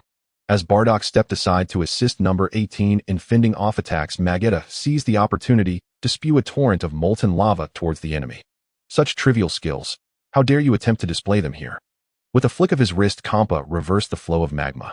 However, Bardock quickly moved back into position, blocking the lava attack. At this moment, number 18's energy blasts arrived, obstructing Kampa and his subordinates' offensive path. While fending off the energy blasts, Kampa bellowed, "Buu, throw that bothersome bear out of here." Buu elongated his body, swiftly darting before Bardock to ensnare him, attempting to toss him aside. But Vegeta held tightly onto Bardock's arm, resulting in a stalemate. Kampa executed a midair roll, unleashing his ultimate technique, the Dimension Slash, aiming his energy blade at Vegeta's arm. With no choice, Vegeta released his grip. As Bardock's feet left the ground, his balance faltered. Kampa laughed triumphantly. "Did you think remaining still would allow you to escape unscathed?" Suddenly, Buu, entangled with Bardock, widened his eyes in shock. It turned out that the assassin hit had used his time-skip technique to appear behind him, and taking advantage of Buu's distraction, landed a merciless punch to the back of his head. Buu instinctively loosened his grip on Bardock, collapsing helplessly to the ground. Hit seized Buu's body, sprinting towards the edge of the arena. With a thud, Buu reverted to his original form, glaring angrily at Hit, swinging his fists in retaliation. Hit, realizing the gravity of the situation, thought to himself how Krillin valued Buu so highly. Despite having received his ultimate strike, Buu remained unscathed. He shouted, "Number 18, attack us." Number 18 responded with remarkable speed, immediately launching a powerful energy wave, sending Hit and Buu both off the stage. Buu's expression twisted in panic as he stretched his arms to grasp the edge of the arena. Hit forcefully unleashed an energy wave in the opposite direction, accelerating their descent successfully, preventing Buu from regaining his footing. The Grand Minister, seated above, remarked in astonishment, "The sixth universe is impressive. They've taken down 4 enemies." Kampa was taken aback. My strongest ace Buu was eliminated so easily." At that moment, a figure flashed by. Vegeta appeared before Kampa, pressing a hand against his chest. "As a god of destruction, you've become so careless in battle. I truly overestimated you." As Vegeta spoke, a massive flash of light erupted behind Kampa, and he was pierced through by the transformed Super Saiyan Blue Vegeta. Yet he remained alive, barely clinging to life. With vacant eyes, Kampa's body stiffened as he slowly toppled backward. Beerus, witnessing from the stands, stood up in fury, loudly questioning Krillin. "Weren't you supposed to stay on standby? Why the sneak attack? How despicable." Calmly, Krillin replied, "When I said to stay on standby, I meant for them to remain vigilant for an opportunity. Is there a problem with that? Yet your brother fails to guard against his enemies in battle. That kind of foolishness is truly pathetic. Has being a god of destruction for too long turned his mind to mush." Beerus clenched his fists in rage. "Damn it. If my brother hadn't been misled, he would never have fallen so easily." Whis interjected, "It seems the rules didn't specify that misleading was prohibited." With a huff, Beerus sat back down. Through feigned weakness, Krillin had successfully deceived his opponents, eliminating both Kampa and Buu. Congratulations. Hidden achievement: unlock strategic mastery. Achievement description: through precise calculations, lead your team to cleverly defeat the enemy. Reward: 20 energy candies. Would you like to consume the candies? Consume. As Krillin consumed the energy candies, they appeared directly in his mouth, unnoticed by outsiders. He discreetly swallowed them one by one, allowing them to dissolve in his stomach, enhancing his power. After defeating Kampa, Vegeta turned to Cell and Dabura. With a look of disdain, he declared, "You two worthless trash dare to cause a stir. Your time has long passed." Vegeta unleashed his full attack, and while perfect Cell and Dabura fought desperately to resist, they were quickly overwhelmed. Vegeta dragged their feet, slowly bringing them to the edge of the arena before tossing them out. Meanwhile, number 18 had also thrown Kampa off the stage. At this point, of the 8 assailants targeting the 6th universe, only Frieza remained. Engaged in an intense duel with Son Goku, the Grand Minister couldn't help but remark, what a splendid collaboration. After a moment of silence, Beerus erupted loudly commanding, the 7th universe attack Krillin. At his command, Black Goku, Kale, Caulifla, the replicated Vegeta, and Broly all abandoned their current opponents and converged. Krillin thought to himself that this was the strongest force on the field aside from Jiren, and it would be unwise to confront them heated too soon. Just as he was about to order a retreat, Vegeta suddenly transformed into Super Saiyan Blue, charging at Black Goku. However, in just one exchange, he was struck in the abdomen by Black Goku's energy sword technique, collapsing and losing his combat effectiveness. The rose form of Black Goku flashed a sinister smile at everyone. You will not escape. The might of Black Wukong seems to surpass imagination. In his super blue state, Vegeta was defeated with a single blow. Trunks and Gabe trembled in shock at the sight. The Grand Zeno, observing the battle, remarked that person looks somewhat familiar, as if I've seen him somewhere. The Grand Priest reminded the Goku fighting over there looks exactly like the other one. Oh, impressive, the Grand Zeno exclaimed. Klein understood that battle was inevitable. He slowly instructed everyone, Trunks, Gabe, you two will deal with that purple Vegeta. Remember, he is a replica, his strength and personality are identical to the original. Be cautious. Trunks and Gabe exchanged glances and nodded firmly. Klein then quietly said to number 17, you handle that, Broly. Don't think about winning, you just evade and wear him down. Try to lead him towards Universe 11, it would be best if he clashes with Jiren. Number 17 self-deprecatingly replied, so I'm only good for tasks like this, huh? Klein had no time to explain further and urged the others, Bardock, Vegeta, you two protect Vegeta. Though he has lost his fighting capability, he is still on the platform. Having an extra person increases our chances of winning. Bardock patted his chest and said, don't worry, I excel at being a bodyguard. Vegeta nodded in agreement. Before Klein could speak again, number 18 confidently stated, I'll take care of those two girls. Black Wukong casually asked, have you assigned the opponents? Klein stepped forward and declared, it's done, your opponent is me. Black Wukong sneered, you seem weaker than Vegeta. From the stands, Beerus shouted, don't underestimate him. He is far stronger than both Vegeta and Goku. Use all your strength against him. Black Wukong muttered to himself, but I really can't see it. Meanwhile, Goku and Frieza had separated, both breathing heavily. Frieza admired Goku to be able to battle me for so long, while blind, is truly impressive. Unfortunately, you still have to die. He extended his arms, 10 fingers unleashing deadly energy beams. Sensing the danger, Goku tried to dodge, but his left arm was struck by one of the beams. The Grand Zeno, witnessing the scene, couldn't help but exclaimed, so impressive. The Grand Priest said Goku is in danger. Trunks and Gabe transformed into Super Saiyans and launched an attack on the replica Vegeta. However, this purple Vegeta moved with the same agility as the original. Transforming into Super Blue, he effortlessly countered their assaults. In the distance, the injured Vegeta closely monitored the fight. Furious, he shouted, Trunks, how have I taught you to team up with others and still struggle against such a counterfeit? Trunks shouted back, unleashing his full power, but the replica Vegeta merely scoffed, you're an arrogant little brat. Suddenly, a fist slammed into his face. It turned out that Gabe had seized the opportunity to strike. Witnessing this, the original Vegeta became even more agitated, angrily berating, fool. You can't even evade such an attack. Do you even deserve to be called my replica? Trunks, exasperated, replied, Dad, which side do you want to win? Number 17 fought, while retreating from Broly, quickly nearing Jiren. He thought although Broly is quite skilled, he doesn't seem to match up to Goku and Vegeta. Why does Klein value him so highly? He glanced at Jiren, perhaps it was because of him. After all, Jiren hadn't made a move since the match began, conserving his strength. It appeared that his strategy aligned with Klein's. Number 17 led Broly closer to Jiren. Suddenly, a figure flashed before him as Jiren appeared nearby. He grabbed number 17, who was taken by surprise, and immediately unleashed energy blasts, but Jiren was unaffected. With a powerful swing of his arm, he hurled number 17 off the stage. In the distance, number 18, engaged with the Saiyan sisters, suddenly froze, shocked to see her brother so easily overpowered by Jiren. Broly fixed his gaze on Jiren, slowly adopting a combat stance, ready to engage. However, Jiren turned and walked away, and they did not fight. Klein observed the scene from afar, feeling somewhat disappointed.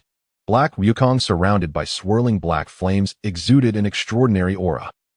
He looked at Klein and slowly said, it seems your mind isn't on this. Is there something more important than fighting me? Klein returned his gaze and replied, do you really think you're impressive? Black Wukong spread his arms proudly, declaring, it's not that I think so, it's a fact. I truly am formidable. Klein inquired, have you fought your teammates? Black Wukong answered, of course. On the first day, I challenged each of them, and most lost to me. Only that Broly, due to his solitary nature, refused to engage. Klein murmured, no wonder. In the distance, Beerus shouted, stop wasting time talking to him, get on with it. Whis remarked, indeed, it's rare to break this group's defensive circle, but the cost has been the loss of all our fighters. Aren't you worried we'll end up mutually destroying each other with Universe 6 and leave an opening for others? Beerus replied, do you think I'm losing my mind? I'm quite aware of the situation. The strength these fighters have displayed has been noted and none are exceptionally strong. We still have a trump card left. If Broly gets angry, he can take them all down himself. Whis asked, how can you be sure no one is hiding their true strength? As they conversed, the situation on the battlefield shifted once more. Number 18 had the upper hand, mercilessly pummeling Caulifla, who had transformed into a Super Saiyan 2. Seeing Caulifla struggle to remain standing, number 18 taunted, still not giving up. You can't defeat me. Caulifla, gritting her teeth, replied, you may be right, but I believe she can. With that, Caulifla turned her gaze towards her sister Kale. Kale, who had previously been timid, suddenly roared, inspired by her sister's encouraging gaze. Her body swelled with muscle, creating deep cracks in the ground beneath her. Her hair stood on end, transforming into a vibrant green. With vacant eyes, she radiated an unparalleled aura of ferocity. Beerus exclaimed in astonishment, this girl possesses the same potential as Broly. Thankfully, she's on our side. Seeing this, number 18 was shocked, clenching her fists in a defensive stance. In the distance, the injured Vegeta struggled to say, is this the true form of a legendary Super Saiyan? A sudden surge of powerful energy emanated from Black Wukong, capturing the attention of all around him. Instinctively, he turned to look. Black Wukong muttered to himself, strange, I never knew Saiyans could assume this form. At that moment, Krillin unexpectedly launched a key circular slash. The sharp circular key disc spun rapidly towards Black Wukong's waist. Such a close-range ambush was difficult to evade for most. However, Black Wukong immediately sensed the anomaly and raised his connected key sword in defense. He successfully intercepted the key circular slash.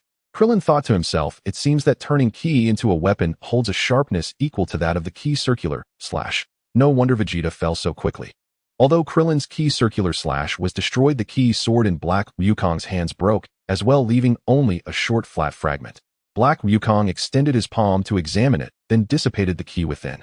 With an unfazed demeanor, he looked back at Krillin and said, such trifles cannot harm me. On the sidelines, Beerus exclaimed with delight, well done. Show that brat the consequences of his arrogance. Krillin shrugged nonchalantly and replied, I just wanted to conserve some energy. Since you managed to dodge, it means you have enough qualifications to make me throw a punch. Black Wukong slowly retorted, let me see if you truly deserve to boast like that.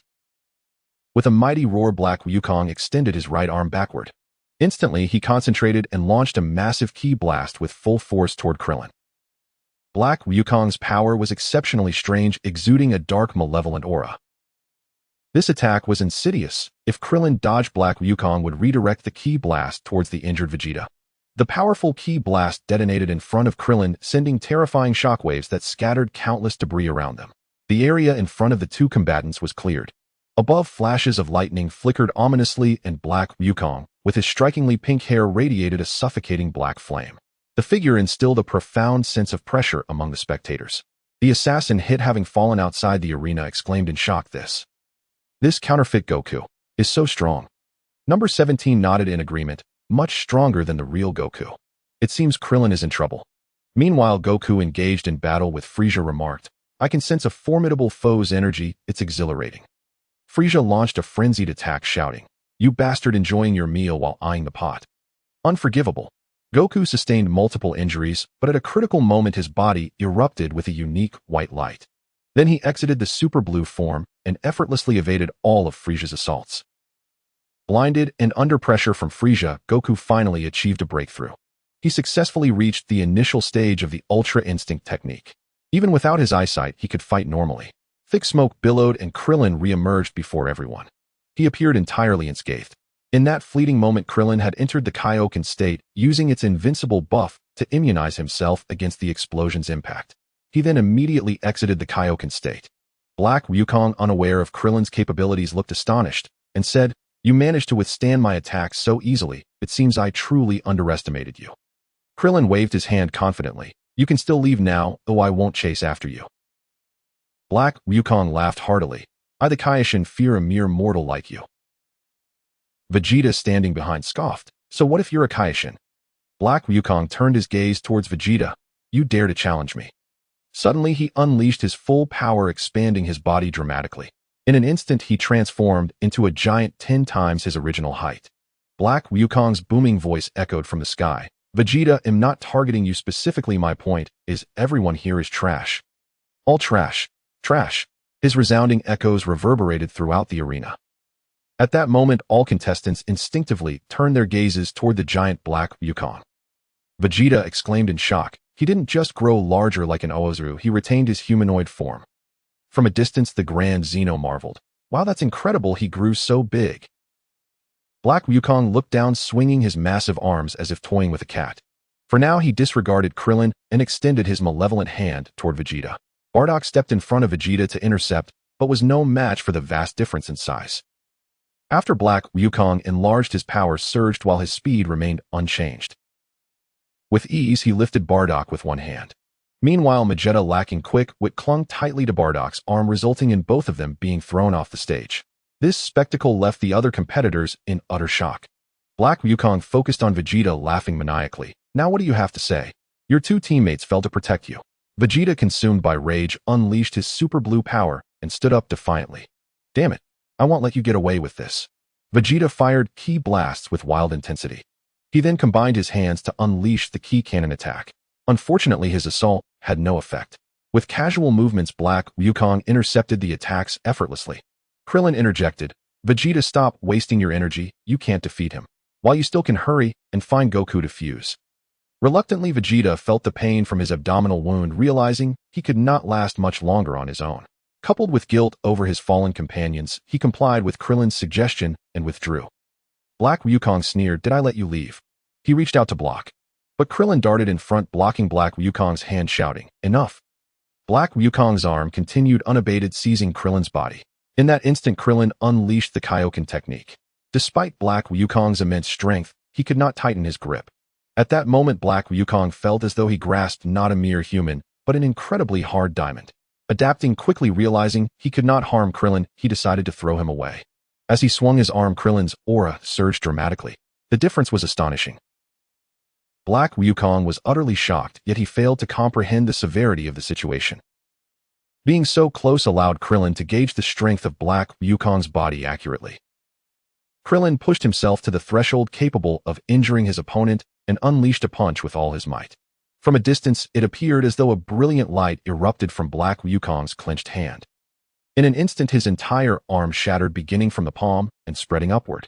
Blood gushed forth, staining the arena crimson. Black Wukong could not help but let out a pained howl. He rapidly retreated, unable to maintain his giant form, shrinking back just in time to evade Krillin's direct punch.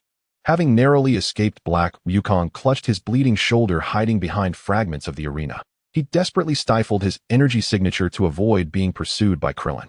The once arrogant Hey Wukong, who had boasted of his invincibility, found himself in retreat, thoroughly defeated by Krillin. The rapid shifts in the arena's dynamics were truly unpredictable. The Omni-King clapped his tiny hands in delight, exclaiming, Krillin won. How fun. The Grand Priest, hands clasped behind his back, observed with an inscrutable expression such precise control. He was not only astonished by the strength of Krillin's punch, but was more concerned that Krillin had managed to harness just the right amount of power to defeat his opponent without wasting a single ounce of energy. This indicated that Krillin still had strength in reserve. Such a technique clearly surpassed Krillin's inherent capabilities. Even the Grand Priest himself could not unleash such a formidable attack. In truth, it was fortunate that his opponent's proximity provided a standard for reference regarding his body's endurance. Otherwise, aside from the doubled power of the Kaioken to mitigate damage, Krillin would have had no measure of how much force to exert. During their recent confrontation, Krillin had intended to secure an immediate victory, but he had not anticipated that Hey Wukong would evade his punch through unconventional means. Krillin had pursued, searching desperately, but found nothing. This was due to Kai's uncontrolled transformation, which had left the arena in disarray. Unable to fly, Krillin's view was easily obstructed by the debris littering the ground. With a heavy heart, he had no choice but to give up. At the very moment that thought crossed his mind, the system responded. Congratulations on unlocking the hidden achievement. Release the tiger back to the mountain. Achievement overview: after defeating a formidable enemy, you chose not to annihilate them completely. Reward: energy candy 20. Would you like to consume the candy? He chose to consume it. As Klin felt an enhancement in his strength, a sense of relief washed over him. Due to the increase in power, an additional reservoir of energy had manifested within him. Consequently, the total amount of energy in his body was now greater than it had been before his encounter with He Wukong. Klin thought to himself that this was truly excellent news. With this boost, he felt it was time to take the initiative. However, he overlooked a nuance. The term, "release the tiger back to the mountain," carried deeper implications. On the observation platform, Whis remarked casually, "My lord, it seems your plan has backfired."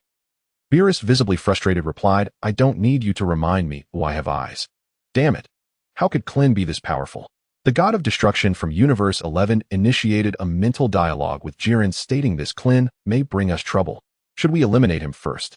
Jiren, drawn in by the explosive power of He Wukong, had witnessed Klin's prowess firsthand and felt a surge of excitement. Yet, prioritizing the greater good, he restrained himself from intervening. Jiren informed the god of destruction, "I will never engage in attacking another without cause. Moreover, he may not necessarily surpass me. Let's stick to the original plan, conserve our strength, and patiently await the conclusion." The god of destruction replied, "I'm relieved to hear you think this way, though I was worried you might act impulsively. As long as you don't make the first move, others will eventually exhaust him." With his eyes closed, Sun Wukong exclaimed excitedly, "Klin has defeated the one who possessed my body. He truly hasn't let me down. Yet thinking of my body being vanquished by another evokes a strange feeling." Taking advantage of his distraction, Frieza unleashed a powerful energy wave, shouting, "Die! Sun Wukong, I will miss your sentimental nature." Caught off guard, Sun Wukong fell out of the Ultra Instinct state, finding himself in danger once again. Fortunately, Vegeta arrived just in time, firing an energy blast to counter Frieza and saving Sun Wukong. "Vegeta," shouted Kakarot, "you useless fool, tangled up with such a clown for so long." Frieza, his expression dark, retorted, "Vegeta injured and still seeking death. I'll grant you that wish." Sun Wukong, surprised, asked Vegeta, "Are you injured too?" Vegeta snapped, "Enough chatter. Unlike you, I wasn't ambushed by a minor character. Let's team up to defeat Frieza, and then we can fuse." Sun Wukong replied, "Vegeta is actually suggesting a fusion. Things must be dire indeed." "Very well, Kamehameha." Sun Wukong unleashed his ultimate technique, joining forces with Vegeta. The massive energy sphere sent Frieza flying off the stage. Over in Universe 6, Bergamo cheered for his teammate, "Well done." Sun Wukong approached Vegeta, asking Vegeta, "Are you ready?" Vegeta clenched his fists, thinking, "I once vowed never to engage in such a shameful act." Yet glancing at Bergamo and Magetta below, he closed his eyes and declared, "I, Vegeta, owe no one anything." 18A, channeling her full power into a six-fold Kaioken, attempted to restrain the rampaging Kair. However, the force of the Super Saiyan transformation was overwhelming, almost unbelievable. The two women ravaged countless sections of the arena as they fought. Eventually, 18 realized that she could no longer confront Kair Hedon and began dodging instead. In her unconscious state, Kair would attack anyone showing no fixation on a single target. As the pressure lifted from 18A, she quickly redirected Kair towards her fellow competitor. Unfortunately, 18 had miscalculated. Though the rampaging Kair did not recognize her sister Kale, Kale remained unperturbed. She possessed a secret weapon, the Patera earrings. Kale donned one earring on her right ear. Meanwhile, Kair had already placed one on her left ear in anticipation of such a scenario. The two instantly fused. In a flash of brilliant light, a striking girl with green hair appeared. She had large, beautiful eyes that sparkled with intelligence. "I am the fusion of Kale and Kair, and I am known as Kefla. You enjoyed hitting us just now, didn't you?" 18 felt the overwhelming power emanating from her opponent and couldn't help but take a step back. The freely controllable Super Saiyan transformation was beyond what 18 could currently handle. The Omni-King on the throne gazed in awe, exclaiming, "Wow, fusions are so much fun. They're even stronger than before." Whis on the observation platform remarked in surprise, "Scions truly are a race with limitless potential." "Lord Beerus, I didn't expect you had this contingency plan."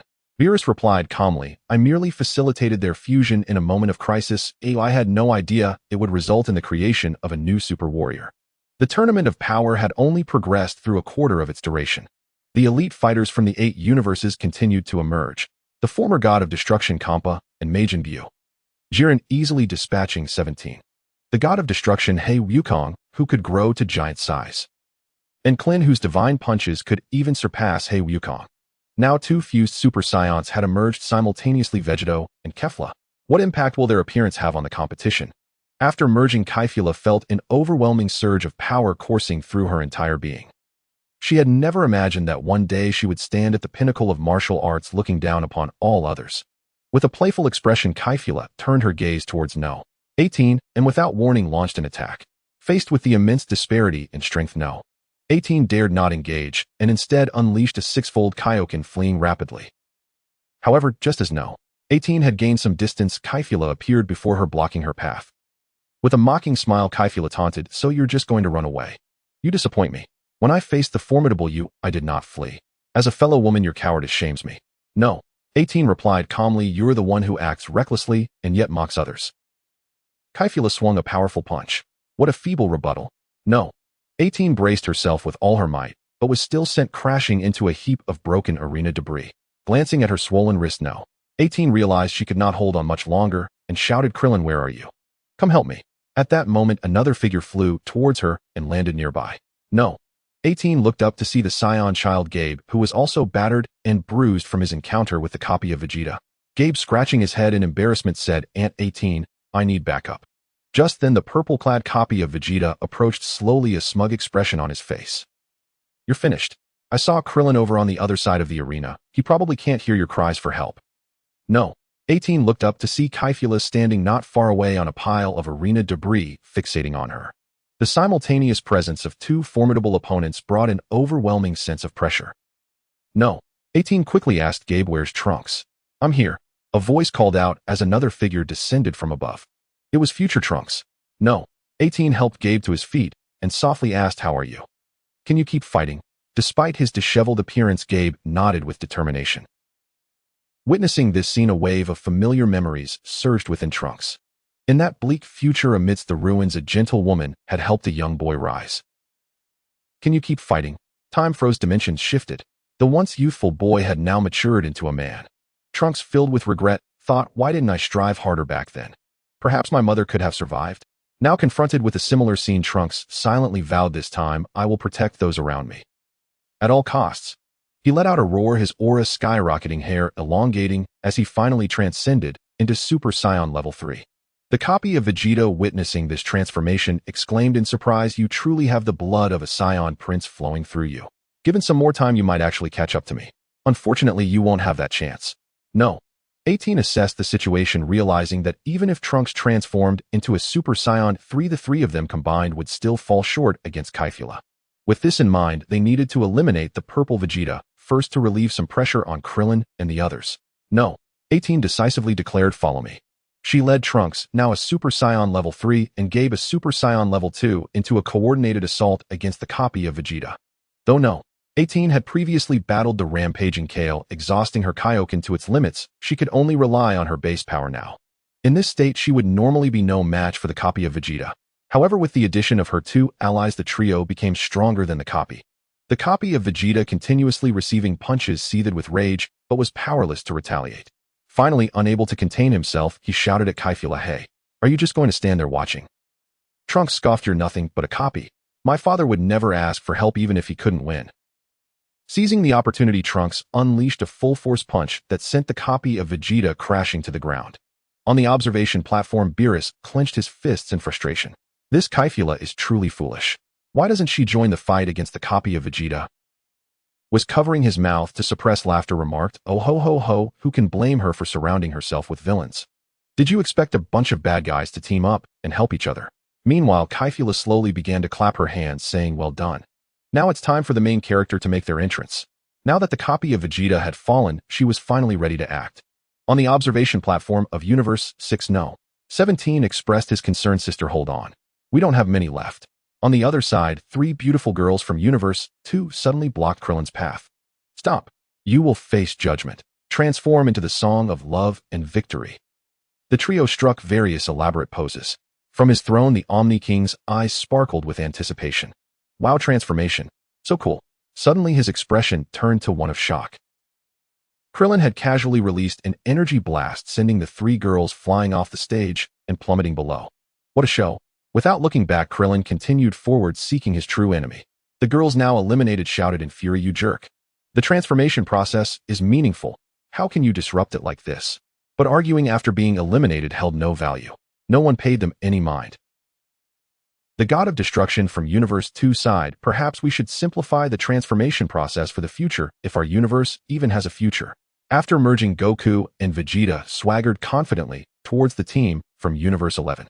As they passed, numerous attacks were launched at Vegeta, yet none even grazed him. Vegeta landed before Jiren and bellowed, "Jiren, stop hiding and come face me in battle." Jiren slowly opened his gem-like eyes and glanced at Vegeta without uttering a word. At that moment, the elder from Universe 11 Topo stepped forward with a group of subordinates to block the way.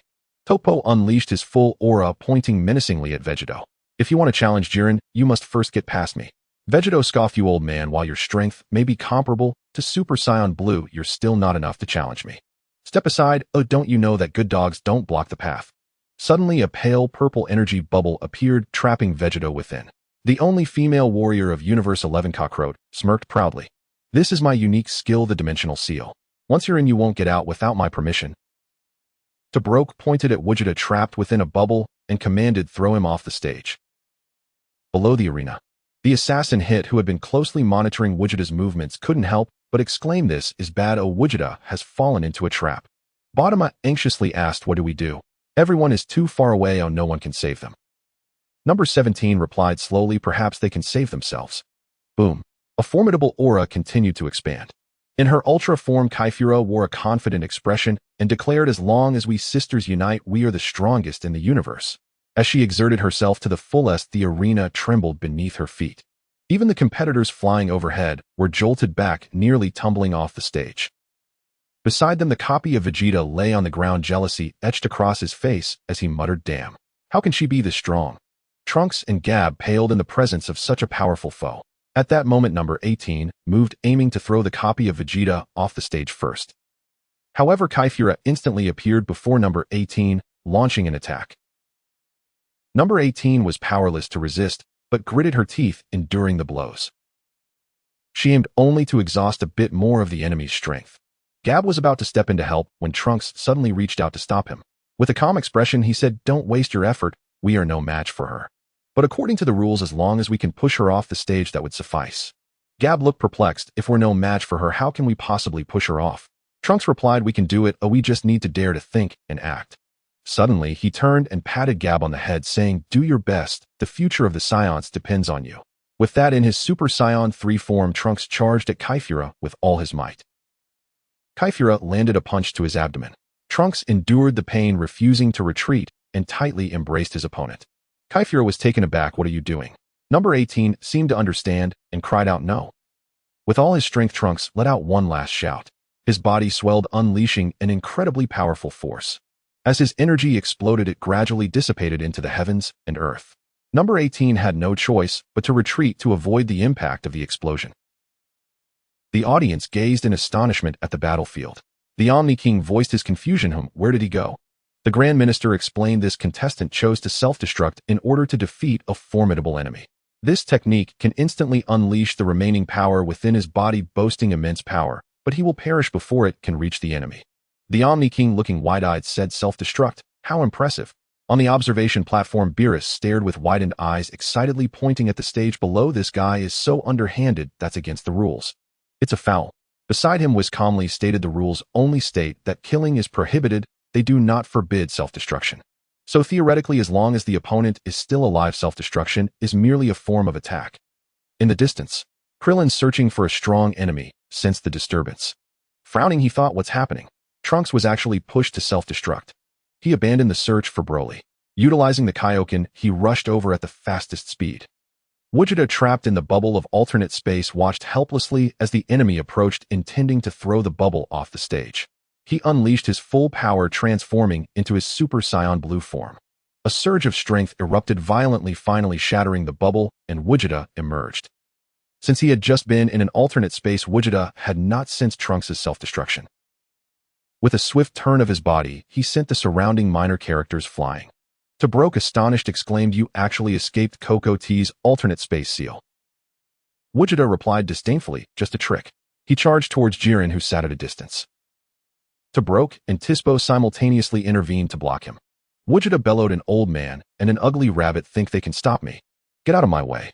His overwhelming aura forced Tobruk, equal in power to his Super Saiyan Blue, to retreat continuously. Tispo executed his ultimate move, moving rapidly in an attempt to circle behind Vegeta for an attack. In the past, whenever he performed this move, everything around him seemed to freeze.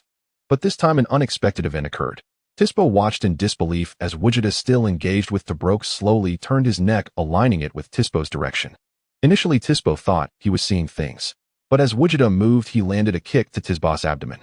Only then did Tispo realize that the speed he had always prided himself on had been completely seen through by the enemy. Kokote hurried over, managing to catch Tispo, who was about to fall off the stage. Fortunately, Vegeta did not pursue. The two, having narrowly escaped, couldn't conceal their inner panic. For the first time they faced such a powerful enemy, perhaps he truly had the capability to contend with Jiren. On the other side, Tobruk panted heavily, feeling pain throughout his body. He had to admit, Jiren, I can't stop him. Across from him, Vegeta extended his hand and calmly said, it's over. With that, energy began to gather between his palms. Amidst the smoke-filled arena, the ground had been reduced to a desolate state. Reappearing Kaifura, aside from a bit of dust on her form, had suffered no real harm. Beerus on the observation platform exclaimed excitedly, I knew it. How could Kaifura be defeated by such a trivial self-destruction? Kaifura slowly walked back to number 18, a smug smile on her face. You've really surprised me. But I should surprise you too. Did you think it would be so easy to defeat me? Number 18 clenched her fists. Although she still had energy left, she could not use the Kaioken, rendering her no match for Kaifura. Kaifura slowly raised both hands, targeting number 18, and Gab, I regret to inform you that due to that foolish act from just now, you've angered me. I declare the game is over. I no longer intend to play with you. The Omni-King's eyes widened in anticipation. Is someone about to be eliminated again? In this critical moment, a figure swiftly dashed from afar, positioning itself between the three. Krillin faced away from Kaifura, carefully examining the bruises on number 18's face. Did she do this? Number 18 nodded. Be careful. Trunks' self-destruction didn't even hurt her. Krillin replied, it's all right, I'll leave it to me. Seeing Krillin with his back turned and speaking so defiantly, Kaifura instantly became furious. How dare you underestimate me? She unleashed a barrage of powerful energy blasts. However, Krillin merely turned his body, effortlessly deflecting all the energy blasts away. Krillin stared gloomily at Kaifura and said slowly, if you dare to bully my number 18, I will treat you accordingly. Kaifura showed no fear, raising her chin proudly. Is that so? Just because of you? Krillin shifted his stance and replied, exactly, just because of me. As soon as the words left his mouth, he lunged at Kaifura with a speed that was both rapid and unexpected. The Grand Priest, watching the scene, exclaimed in surprise, oh, the perfected state of the Zai Gong. Kaifura found it impossible to evade such a high-level attack from a godly realm and was struck squarely in the face. Krillin adjusted his power to match Kaifura's level. He didn't wish to defeat her too quickly, as he still needed to settle a score for his wife. Ouch! Kaifura winced, quickly retaliating, but every attempt she made was futile. The Zai Gong allowed Krillin to move with such agility that his body instinctively dodged her attacks. Another punch landed on Kaifura's abdomen, causing her to double over, clutching her stomach. Damn it! Why can't I hit him? His speed doesn't seem that fast. From the spectator platform, Weiss remarked, it seems Krillin has been provoked. He hasn't knocked out his opponent with a single blow. It looks like Kaifura is in for a rough time. Beside him, Beerus retorted with displeasure, can you stop boosting his ego at the expense of your own? Kaifura is not so easily defeated. Krillin continued his relentless assault, throwing punch after punch at Kaifura. While the damage was not severe, the humiliation was profound. Get away from me.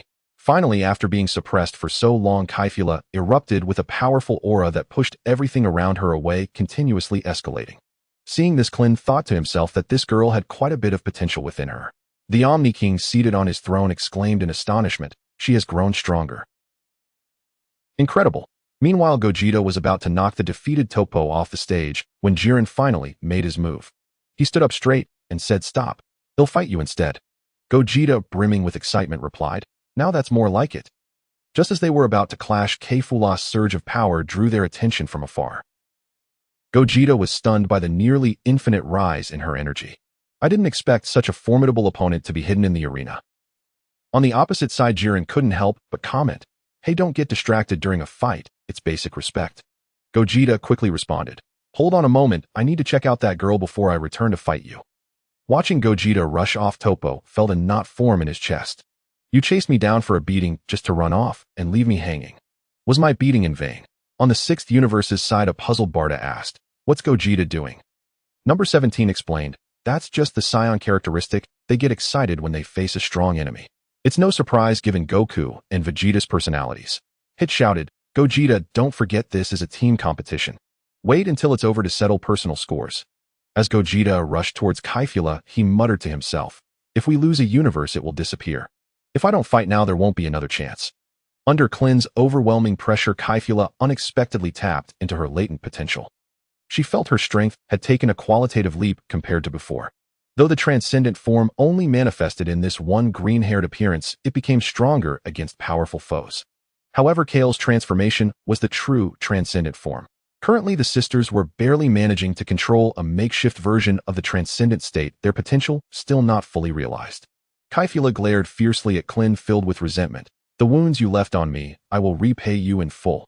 Klin replied leisurely, "Shouldn't that be my line? You were the one who attacked my wife first." Kaioken shot back, "She deserves it as she's weaker than me. Just like when I was beaten by her before I fused." Klin nodded. "Since you acknowledge your weakness, then don't complain about the consequences." Kaioken shouted defiantly, "But I don't believe I'm weaker than you." Suddenly her body emitted powerful laser-like rays, narrow gaps, creating a 360-degree attack with no blind spots. Kaioken thought triumphantly this time, "Let's see how you dodge." Unbeknownst to her, Klin remained stationary, maintaining his doubled Kaioken state unaffected by her assault. The penetrating laser beams struck him but were thwarted by an inexplicable force unable to breach his defenses. Kaioken's eyes widened in disbelief.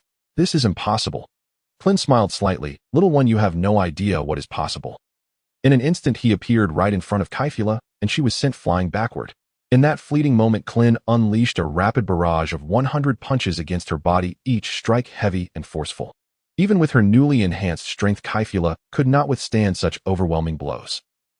Her body swelled, resembling a bloated figure, nearly immobilized. Tears involuntarily streamed from her eyes as she experienced a profound sense of helplessness for the first time in her life. The mysterious figure across from her made her acutely aware of what true invincibility felt like. The Omni-King watched intently, delighted. "Wow, Klin has won again." The Grand Priest elegantly commented, "That was indeed a beautiful display, though it may be a bit ungracious towards a young lady." From a distance, number 18 observed Klin avenging her and couldn't help but smile with happiness. Klin turned to leave without looking back when suddenly a voice echoed in his mind. It was Earth time, midnight. Today's sign-in is complete. After a month of sign-ins, reward random blind boxes 5. Would you like to open all the blind boxes? Open. Received Senzu Beans 20, a revival coins 2, Senzu Beans 20, a void barrier 1, a grade talent number 18 sentiment. Among the rewards drawn this time, he was surprised to find a rare item. Klin's system had upgraded to level 2 6 months ago, but this was his first time obtaining a rare item. The void barrier could neutralize large-scale, abnormal status attacks. Once activated, it would conceal all perceptions of others except for himself, guaranteed to take effect for 5 minutes. It granted the ability to obscure everyone's presence, plunging them into absolute darkness, rendering them incapable of sensing anything. Klin mused that this rare item might prove invaluable in the upcoming matches. Klin casually glanced at the introduction of the A-level talent and suddenly paused. The sentiment of No. 18, a profound in love, boosts combat effectiveness by 10% when fighting alongside a beloved. In that moment, Klin unexpectedly felt the warm affection of his wife emanating from the system. A wave of emotion washed over him. Without hesitation, Klin equipped this A-level talent. It was a purely beneficial talent devoid of any side effects. As long as No. 18 was nearby and did not withdraw from combat, Klin would receive an additional 10% boost. He sensed the remaining energy within him. Though he had just exhausted considerable strength in his battle against Fu La, the newly acquired talent partially compensated for that loss. Klin roughly estimated that he could still engage in 2 more battles. He continued deeper into the arena, searching for Broly's figure. Klin firmly believed that this man posed the greatest threat. Fu La was sent flying uncontrollably through the air on the verge of falling off the stage. Suddenly, a powerful figure caught her. Looking up, Fu La saw someone resembling Black Goku, yet distinctly different. Vegeta gently lowered Fu La to the ground and inquired, "Was that impressive aura you just unleashed? Incredible. I wish to spar with you." Fu La, hearing this, felt quite uncomfortable, interpreting his words as mockery. She shouted, "Go away. You only bully people." As she spoke, tears unexpectedly streamed down her face, revealing her vulnerable side. Vegeta scratched his head in confusion, wondering what was happening. At that moment, No. 18 appeared with Gabe asking, "Goku, is your vision restored?" I am Vegeta, a fusion of Son Goku and Vegeta. No. 18 stepped forward and said, quickly put her down. Krillin has already defeated her. Vegeta looked dejected. Krillin was too fast, leaving me without a challenger. Suddenly Fu La let out a scream. Vegeta and no. 18 turned to her in surprise. Fu La's body went rigid as though she had been struck, yet there was no one nearby. At last the true culprit emerged. A mass of purple liquid unfurled from Fu La's back, rapidly enveloping her. Soon after, a duplicate of Fu La, swollen and battered, was born. This was the ability of the Super Water. Initially, after copying Vegeta, the Super Water became disinterested in absorbing external power due to his proud nature. However, after suffering defeat and ridicule, its desire for strength intensified. Consequently, when Fu La displayed even greater power, the Super Water was tempted. Taking advantage of the moment, it replicated Fu La. The newly emerged duplicate Fu La touched her chubby face and, somewhat dismayed, remarked, "Why did it copy my battered appearance? How ugly." But soon she became immersed in that overwhelming power. Well, as long as it doesn't affect my own strength, I can tolerate being a bit ugly. On the observation platform, Beerus waved his fist and shouted, "Are you out of your mind? Absorbing your own kind. Those you absorb will completely vanish in 3 minutes. We've just lost 2 fighters." The duplicate Fu La turned with a sinister grin to reply, "They lost anyway. Oh, what's the difference between living and dying?" Beerus was taken aback. Well, that's a point. The original Fu La, whose power had been siphoned, began to fade, and she listened in horror to their conversation. "Am I going to disappear?" From the 6th universe, Bardos suddenly stated, "According to the rules of the power tournament, killing others leads to disqualification." Beerus quickly stood up to argue, "But he hasn't killed any opponents. Our own people are gone. Oh, what does it have to do with you? Didn't your fighter just self-destruct?" At that moment, Zeno, seated on his throne, declared, "Copying is quite interesting. It doesn't count as a foul." With Zeno's words, no one dared to refute, and Beerus sat back down, puffed with pride. No. 18, witnessing this scene, became infuriated and struck Vegeta on the head. "It's all your fault for stirring up trouble unwarrantedly, creating another strong enemy." Vegeta, cradling his head, replied, "Don't worry, I'll handle this guy." Seeing his eager demeanor, no. 18 helplessly took Gabe away from the area.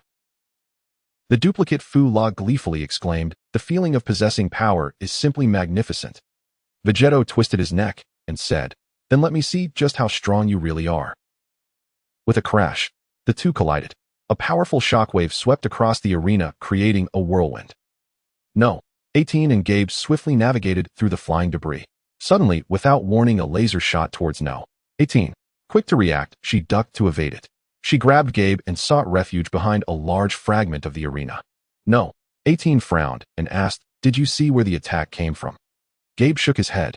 The watching Grand Priest smiled. "There's even a sniper. This just got interesting." Zeno, looking surprised, repeated, "Sniper." If Krillin, having read the original work, were present, he would immediately recognize the origin of the enemies. They were contestants from Universe 2. Hammer, skilled in sniping, and Plarn, adept at reflective reconnaissance. No. 18 stated, "Now the enemy's location is unknown and the attacks are entirely unpredictable. We can only wait to be hit." Gabe, looking bewildered, asked, "What should we do then?" No. 18 pondered seriously and said, "We have to take a gamble. We'll split up to locate the enemy. Remember, don't stay in one place for even a moment and move without any predictable patterns. That way they won't be able to determine your position." Gabe nodded. "Got it." No. 18 glanced at him, a thought left unspoken. Even so, if the enemy fired randomly, they could still get hit. If misfortune led to death, at least the enemy would be disqualified along with them, which would be somewhat comforting. What worried her more was the thought of being defeated without even seeing her foe, and that would be truly frustrating. No. 18 and Gabe gathered their strength for a moment, then simultaneously dashed out from opposite sides. They moved along their agreed-upon erratic paths. Numerous attacks landed near them, but they narrowly avoided being hit. After a thorough search, No. 18 finally spotted the plump figure of Plarn. He stood atop a high point surrounded by many reflective orbs floating around him. No. 18 shouted, "You coward hiding in the shadows, take this." She unleashed a wave of energy towards Plarn. However, to her surprise, Plarn's body glowed, reflecting the attack right back at her. No. 18 reacted swiftly, dodging just in time. She fixed her gaze on Plarn, seemingly realizing something. "You're not the one firing lasers, you have a partner." Plarn burst into laughter. "Even if you figured it out, once you're within my line of sight, you'll never find him again." Hammer attack. "Huh. Hammer, where are you? Can you hear me?" A smile appeared on No. 18's face. "It seems your partner has also been exposed." After number 18 spoke, she leaped into the air and delivered a kick aimed at Pulong. She thought to herself, even if you can reflect energy attacks from a distance, you surely cannot reflect a close-range physical attack. Pulong, of course, could not. He jumped in alarm, dodging while shouting, "Wait, we're not ready yet." Number 18 relentlessly pursued him. Seeing her opponent unwilling to fight back, she casually picked up a nearby stone and threw it to obstruct his path. The stone blocked Pulong's way, causing him to hesitate momentarily, and by the time he attempted to jump over it, it was already too late. Number 18 caught up from behind and sent him tumbling to the ground with a swift kick. Following that, her iron fist descended upon Pulong like a storm. Pulong cried out, "Stop. I surrender." It turned out that his pain receptors were exceptionally sensitive, making him feel pain tenfold compared to an ordinary person. He could not endure pain at all. Seeing her opponent cease resistance, number 18 stopped attacking. She raised her leg, gathered her strength, and kicked Pulong like a soccer ball, sending him flying straight off the stage. Meanwhile, the Saiyan child Gabe was engaged in battle with Hamura, who could shoot laser beams. After losing the advantage of concealment, Hamura found it increasingly difficult to land her attacks. Gabe advanced toward Hamura with erratic steps, and a wave of energy struck him directly, pushing Hamura back until she fell off the edge of the stage. Not daring to delay, Gabe immediately sought to reunite with Ant number 18. As time went on, competitors fell from the platform one by one. At this moment, those still standing on the stage were undoubtedly masters of both strength and wisdom. If anyone noticed he was alone, he would surely lose. At the same time, the solitary Krillin encountered a new opponent.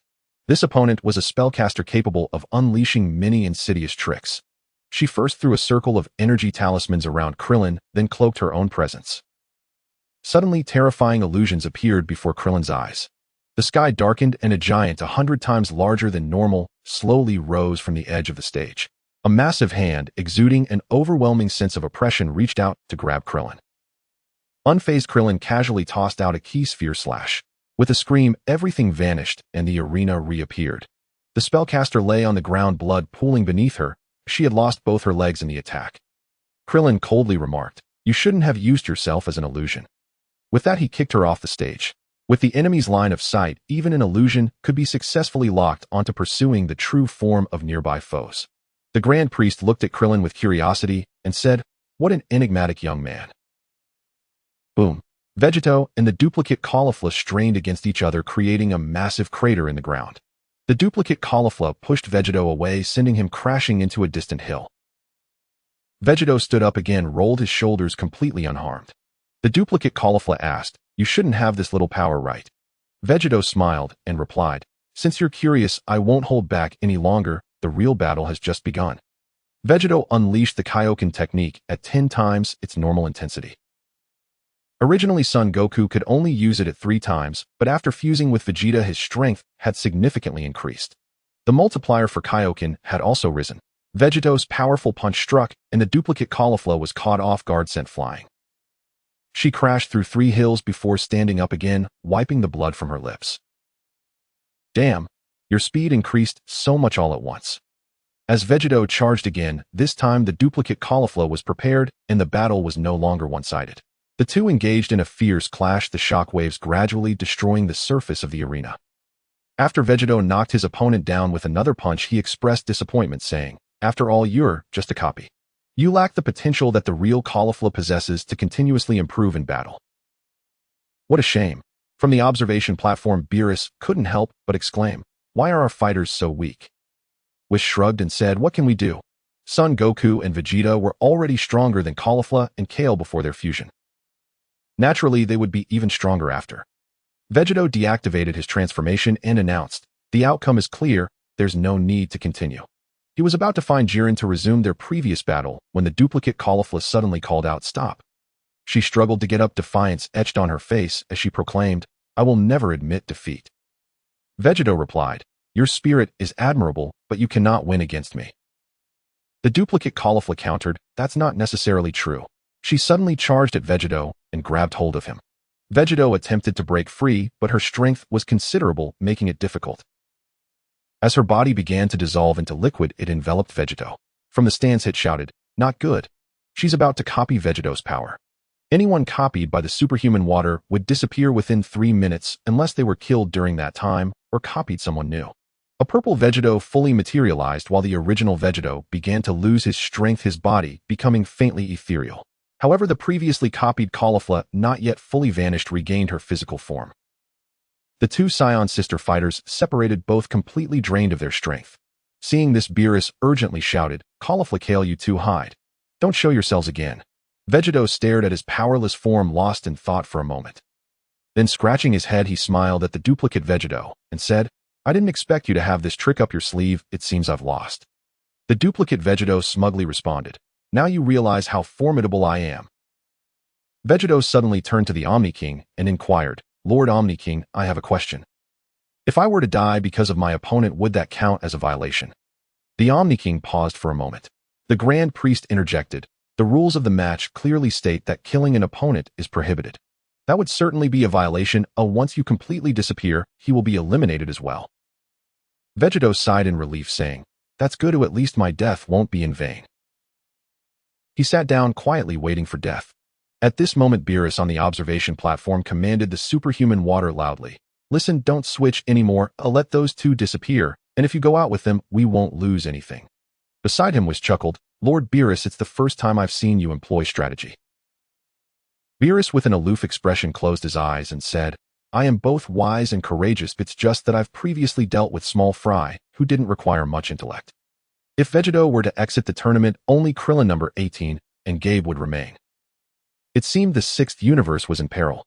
With only a few left on the field, we can finally unleash our ultimate trump card. The god of destruction from the third universe stood confidently, loudly proclaiming to the arena. Beside him, Beerus, who initially felt assured of victory, suddenly tensed at this declaration. Could there be hidden masters yet? The robotic contestants from the third universe gathered together, forming a colossal machine. Its limbs mirrored the proportions of a human body, yet its head was entirely different. Atop its head rested a massive gemstone that glowed with a deep crimson light. In the distance, Android 18, upon witnessing this unexpected giant, could not help but exclaim, "What the hell is that?" At that moment, the sound of heavy footsteps echoed. Gobai from the same team rushed over and was taken aback by the formidable robot. "This guy seems really powerful." Gobai expressed worry etched on his face. "How much energy do you have left?" Android 18 inquired. "Less than half." "What about you, N18? Gobai replied, "I'm a bit special. I have infinite stamina, but my body can still sustain injuries. I can't hold on for long against these increasingly terrifying foes." Before she could finish, Gobai suddenly flew uncontrollably into the air, headed straight for the edge of the arena. Reacting swiftly, Android 18 reached out to grab him, but immediately felt a force strike her at the waist, causing her to stagger. She could only watch helplessly as her teammate was eliminated. Android 18 quickly scanned her surroundings, but saw no sign of an opponent. Yet she had undeniably been attacked. A thought flashed through her mind: the enemy must be invisible. She stood still, vigilantly bracing herself for another strike. Suddenly, a sharp pain pierced her neck from behind. She erupted with fierce energy, the overwhelming force causing the ground around her to crack in countless places. Android 18 could not ascertain whether her earlier attack had even grazed her opponent. She felt no presence. Fortunately, her unseen adversary had not dared to unleash their full power and only relied on physical strength, which left her relatively unscathed. As Gobai fell, a look of concern crossed his face. How do we deal with an enemy we can't see? Android 18 pondered the same dilemma on the stage. With the enemy hidden and her team exposed, the only way to shift the odds was to disappear into the shadows. In a sudden burst of determination, Android 18 unleashed a flurry of energy blasts in all directions. Thick clouds of dust erupted around her, obscuring her position from the enemy. The god of destruction from the fourth universe muttered dismissively, "Do you think such trivial tricks can counter our invisibility?" In no time, Android 18 was struck again, sending her hurtling through the air. As she fell, she glanced back and unexpectedly spotted a distorted outline moving stealthily within the dust. Without hesitation, she hurled an energy sphere in that direction. The invisible adversary, caught off guard, had not realized they had been exposed. In a moment of carelessness, they failed to evade Android 18's attack. A deep gash opened on their body, dark green blood gushing forth. Rising to her feet, Android 18 smiled at the sight. "I'm sorry, but it seems our meeting must end so soon." With that, she appeared before the invisible foe and delivered a powerful kick, sending them flying. As the opponent tumbled back into the spectator area, the god of destruction from the fourth universe erupted in furious insults. "Fool, you couldn't even dodge that weak attack. Goodbye, watching from the stands, clenched his fists in excitement. Ant 18 is amazing. After defeating her opponent, Android 18 decided to regroup with Krillin. However, before she could make her move, she was struck once more. The assailant was the massive robot from afar. From a distance, it unleashed a punch. Yet the peculiar energy it wielded distorted space, transporting its punch directly toward her. That enormous fist carried an overwhelming power that was nearly impossible to fend off. This time, Android 18 could not evade. Caught completely off guard, she was sent crashing off the stage. Returning to the spectator area, Android 18 cast a defiant glance at the colossal robot formed by the contestants of the third universe. It relentlessly continued its assault, launching punches that traversed space towards other competitors. Those fortunate enough to evade were merely grazed by the force of the punches. Unlucky contestants were swept out of the ring entirely. Above the Grand Zeno stood and mimicked the giant robot's punches, exclaiming, "Hey, ha, so impressive. It has defeated so many." The god of destruction from the third universe laughed triumphantly. "It seems the competition will end early. A victory belongs to us of the third universe." However, in the next moment, his smile froze on his face. The robot's indiscriminate assault had finally met a formidable opponent. A tall, muscular figure leaped into the air and struck the robot's shoulder, forcing it to stagger back. This figure was Broly from the seventh universe. Broly, embodying the innate ferocity of a Saiyan, showed no fear of the massive opponent. He launched a relentless assault, delivering blow after blow to the giant robot's body. Whis, observing from the stands, chuckled, "Oh, this big metal contraption is quite sturdy. Broly's attacks seem ineffective." Beerus nonchalantly replied, "That's because Broly hasn't gotten angry yet. Just wait and see." Suddenly, the robot's mouth twisted into a wide grin as it sprouted a pair of enormous wings. It soared into the sky, launching an energy attack from a distance at Broly. Due to the vast area of the attack, Broly was unable to evade and was slammed into the ground. Seizing the opportunity, the robot followed up with a devastating punch that struck the ground with tremendous force.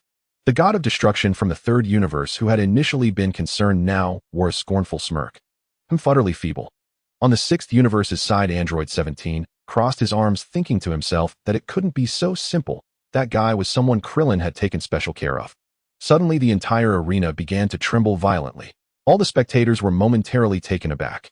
The giant robot hovering midair widened its eyes in disbelief, as if encountering something unfathomable. Its punch, which had pierced through space and struck the ground, seemed to want to retract, but could not. With a resounding bang, the ground around the fist crumbled away. Beneath, Broly was revealed calmly, holding onto the robot's arm, refusing to let it escape. His once jet-black hair now shone a vibrant green. With a sudden surge of strength, Broly yanked the giant robot through space, slamming it down onto the ground. Then, raising a fist the size of a sandbag, he concentrated energy and brought it crashing down. Boom! The giant robot shattered through the thick arena, tumbling out of the ring. Suddenly unleashed, Broly's terrifying power shocked everyone present. The god of destruction from Universe 3 exclaimed in disbelief, "How is this possible? Our meticulously prepared trump card has been crushed and defeated." With a smug expression, Beerus declared, "What do you think? This is our trump card from Universe 7, the truly controllable legendary Super Saiyan." Over in Universe 6, number 17 said, with difficulty, So strong. No wonder Krillin values him so much." Vegeta, whose body was becoming almost transparent, felt the presence of this new formidable foe. He could not help but open his eyes. "Another one has emerged. Unfortunately, I can no longer intervene." He stood up and hurried towards the scene. The assassin hit side helplessly. "Son Goku, your weakness is your mercy, and it has dragged us all down with you." Suddenly, number 18 shouted, "Who says we have failed? You must believe in Krillin." As if to validate her words, Krillin's figure rushed in from the distance. He had been searching for Broly and had finally found the greatest threat. Broly's expression was resolute as he looked at Krillin, his eyes sparkling with calm intensity. Krillin, having never witnessed the true power of this controllable superform, entered the state of double Kaioken just in case. Broly's keen combat instinct sensed the hidden power within Krillin. A powerful energy field began to flicker slowly between the two. "Go, Uncle Krillin!" shouted Gabe from the stands. Krillin turned and gave a slight smile towards the spectator area, his voice brimming with strength and conviction as if it could penetrate all hardships. "I will return victorious." His words flowed like a warm current into the hearts of those from Universe 6, bringing them immense comfort and encouragement. This was Broly's first time utilizing this transformation. Feeling a mighty force surging within him, he was both exhilarated and a bit frightened. But thinking of his friend Bob back in their homeland, Broly clenched his fists. If Universe 7 lost, he too would disappear. He would never allow such a thing to happen. Broly began to unleash his aura repeatedly, like a lightning bolt slicing through the dark night sky. He firmly believed that in this chaotic battle, the one who would ultimately reach the shores of victory would be himself. Krillin calmly spoke. "Come on, let me see your true strength." As soon as he finished speaking, an ethereal glow radiated from him. In this arena filled with violence and cunning, whether Super Saiyan or other wicked foes, everyone shared the same goal: to fight for survival. The sparks of battle ignited in the air without warning. The sound of fists colliding echoed clearly throughout the arena. The onlookers were stunned, unable to believe that Krillin and Broly, relying solely on their mortal forms, could rival deities. Initially, Broly's stunning display had instilled fear in the remaining competitors on the stage.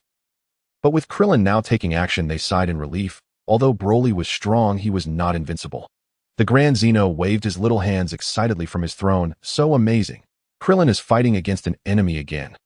The Grand Priest murmured thoughtfully, "Krillin, you are testing the enemy's physical strength while aiming to defeat him in one move and conserve your energy, aren't you?" Beerus' ears perked up as he overheard the Grand Priest's words. A sudden sense of unease crept over him. He quickly turned to search for his other fighters. He spotted the copy Vegeta engaged in battle with the insectoid from Universe 4. That creature was not only agile, but also small, making it hard to hit. Beerus commanded loudly, "Stop wasting time. Hurry and team up with Broly to defeat Krillin." The copy Vegeta smiled slightly at this. "All right, you said it. Just don't forget to honor your end of the bargain." Whis curiously asked, "What condition did you agree to, my lord?" Beerus replied, "To copy my body." This fool doesn't realize that a god of destruction is powerful because of the energy of the universe within. The copy Vegeta quickly joined the peak battle. He and Broly were among the strongest fighters on the field, and together they faced Krillin, intensifying the conflict.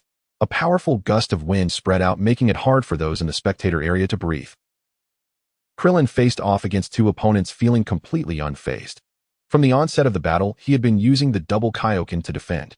Every punch thrown had not even required him to expend energy. He was merely absorbing the limits of Broly's physical capabilities. As Broly realized he could not defeat Krillin, his power continuously escalated. Yet Krillin remained unaffected. At that moment, the copy Vegeta, empowered by the super water transformation, entered the fray, catching Krillin off guard. With the looming presence of Jiren nearby, Krillin was reluctant to make a move. Defeating the two before him would exhaust all his strength, leaving him vulnerable to Jiren. Over in Universe 11, Topo and his companions deliberated their upcoming battle strategy. As the battlefield dynamics constantly shifted, their plans required adjustment. Currently, both Broly and the copy Vegeta posed a significant threat to Jiren. They had to consider a crucial question: if Krillin were to lose, Jiren would likely be eliminated due to the assault from those two. After thorough discussion, Topo decided that the three of them would intervene to help Krillin by holding off Broly, allowing him to eliminate the copy Vegeta first. Based on their observations of Krillin's performance against Caulifla, it was evident he had the strength to overcome the copy Vegeta. Then they would step back, letting Krillin and Broly engage in a fierce battle until both were worn out. This way, regardless of the outcome, Jiren could swoop in and claim an easy victory. The three approached the battlefield. Kefla unleashed a spatial bubble, trapping Broly inside. This sudden support momentarily stunned Krillin. From the spectator area, Beerus shouted in frustration, "Damn it! The Universe 11 scoundrels are ruining my plans." Beside him was chuckled softly. "I believe even without their interference, Broly and the copy Vegeta wouldn't be able to breach Krillin's defense." Beerus scoffed, "What good is a strong defense? The match has a time limit. If he does not defeat his opponents, he won't have the numerical advantage. How will he win in the end?" Krillin quickly deduced the intention of Topo and his allies. They were certainly not acting out of goodwill. They only sought to use him to secure their victory. Just then, Vegeta's figure appeared below, nearly completely transparent. However, he clearly did not want to miss witnessing this thrilling battle before his demise. Krillin thought, "So you haven't died yet," and immediately made a decision. Klin initiated a telepathic communication instructing Hit below. "Hit, this is Klin. Can you hear me?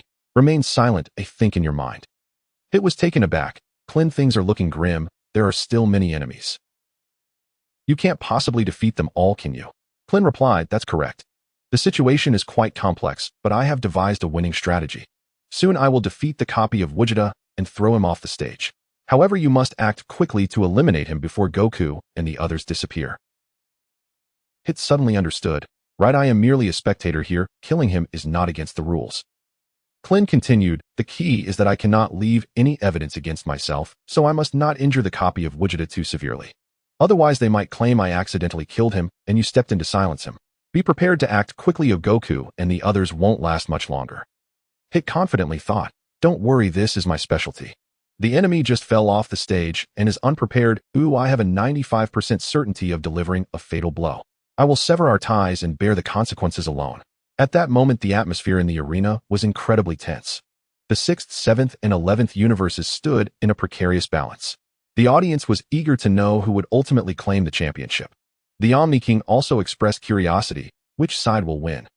With a loud bang, a bubble from an alternate space shattered and Broly emerged.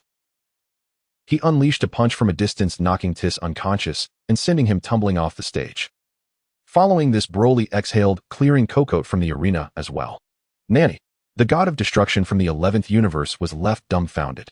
Broly's eyes were deep as the ocean as he slowly approached Topo. Klin suddenly communicated with Hit. Now is the time, prepare to act. Before Hit could react, Klin had already made his move. In a state of utmost freedom, Klin's attack was executed with unparalleled speed. The copy of Vegeta, caught off guard, received a powerful punch from Klin. Klin's fist struck like lightning against the copy's abdomen, resulting in a dull thud. The copy of Vegeta felt a surge of agony coursing through him, causing his purple form to fly backward. In midair, he attempted to halt his fall, but Klin's punch was overwhelmingly powerful, leaving him unable to muster any strength. Ultimately, the copy of Vegeta could only watch helplessly as he plummeted onto the spectator platform. Hit was astonished by Klin's lightning-fast strike, which had swiftly defeated a formidable opponent. He hurriedly activated his time skip ability, using the moment of time pause to swiftly approach the copy of Vegeta. With a swift knife hand strike, he struck the copy's heart. Time resumed. The copy of Vegeta felt as if he had transformed into a feather, uncontrollably drifting upwards. He then glimpsed his own form below, his purple body slowly dissolving back into pure Super Saiyan water. All memories he had retained since his inception vanished completely. The nearby Beerus finally reacted, his eyes wide with disbelief as he watched Hit retract his actions, unable to comprehend what had just transpired. What are you doing? Beerus yelled angrily at Hit. Hit coolly replied, I saved my teammate. He wanted to kill Vegeta, so I killed him. Is there a problem? Beerus turned his gaze back to the arena, noticing that Vegeta's body had regained its form. Yet due to exhaustion, it had separated back into Son Goku and Vegeta. Beerus complained to the Grand Minister. Grand Minister, this guy committed a foul. The Grand Minister responded, but he has already exited the stage. Oh, what more can be done? Beerus pointed at Son Goku and Vegeta, asserting they were both meant to disappear. Even if they survive, they shouldn't remain in the arena. At this moment, Bardoss from the 6th universe stepped forward to defend her team. While that is true, it was your teammate who committed the foul in the first place, attempting to kill Vegeta. Hit's intervention was justified. The Grand Minister reflected, both sides have valid points. How about this? Let's have a compromise. Vegeta will be disqualified, but Son Goku can remain. Bardoss sat down again, evidently in agreement with this decision. Beerus thought to himself that Vegeta, being both injured and exhausted, would have to exit anyway, making the ruling blatantly biased. Yet Beerus did not dare to express any dissatisfaction, knowing the Grand Minister was not someone he could provoke. Beerus wanted to ask, then, if I killed Hit outside the ring, that wouldn't count as a foul, right? At that moment, the Omni-King exclaimed, pointing at the arena, wow, a transformation. How impressive. Beerus was startled, grateful he had not spoken further. Disrupting the Omni-King during the match would have dire consequences. In the arena, Topo, pressured by Broly's approach, surprisingly managed to break through. Topo, the candidate god of destruction from the 11th universe, had begun to comprehend the power of destruction. Though this power was merely a small tool in a god of destruction's arsenal, it was an extraordinary skill for mortals. Topo's entire being was enveloped in a layer of purple light, significantly boosting his speed and strength. Broly felt a surge of intense unease, realizing he faced an opponent who defied logic. Destruction. Topo unleashed a heavy punch, launching an energy sphere that slammed into Broly's body. Broly was sent flying backward, crashing to the ground as his protective leather skirt was destroyed. Witnessing this, Broly's eyes ignited with rage, for it was the only bond he had in life. Topo's gaze was cold and resolute. He offered no respite to Broly. Quickly closing in on his opponent, he extended his hand and fired another sharp energy sphere. Just now you were lucky, the animal hide saved you. Let's see how you defend now. Suddenly, Broly vanished, reappearing behind Topo and delivering a powerful blow that knocked him down. Topo felt as if Broly's speed was akin to a flash of lightning, and fortunately his body was shielded by the power of destruction preventing injury. Broly's relentless barrage followed akin to a torrential storm. Topo felt as though he were trapped in hell, the overwhelming pressure making it nearly impossible to breathe. Soon his protective barrier shattered, and Topo could no longer withstand Broly's onslaught. After delivering dozens of punches, Broly finally ceased his attack, regaining his composure. Topo lay on the ground, his body motionless, only able to breathe weakly. He was not dead, but he had been thoroughly defeated. Krillin stood nearby, his eyes reflecting a cold intelligence. You thought you could use me, yet you were the one being used all along. Daring to exploit a time traveler familiar with the plot, this is the next challenge. Krillin turned the tables by leveraging Topo's latent strength, depleting a portion of Broly's energy for himself. Upon learning the truth, Topo was plunged into despair, realizing he was merely the fool in this game. Onlookers noticed Beerus suddenly burst into laughter. Despite Krillin's meticulous scheming, he still made a crucial mistake. If he hadn't intervened, once Gogeta vanished, Super Water would have been disqualified as well. Now he squandered his energy for nothing.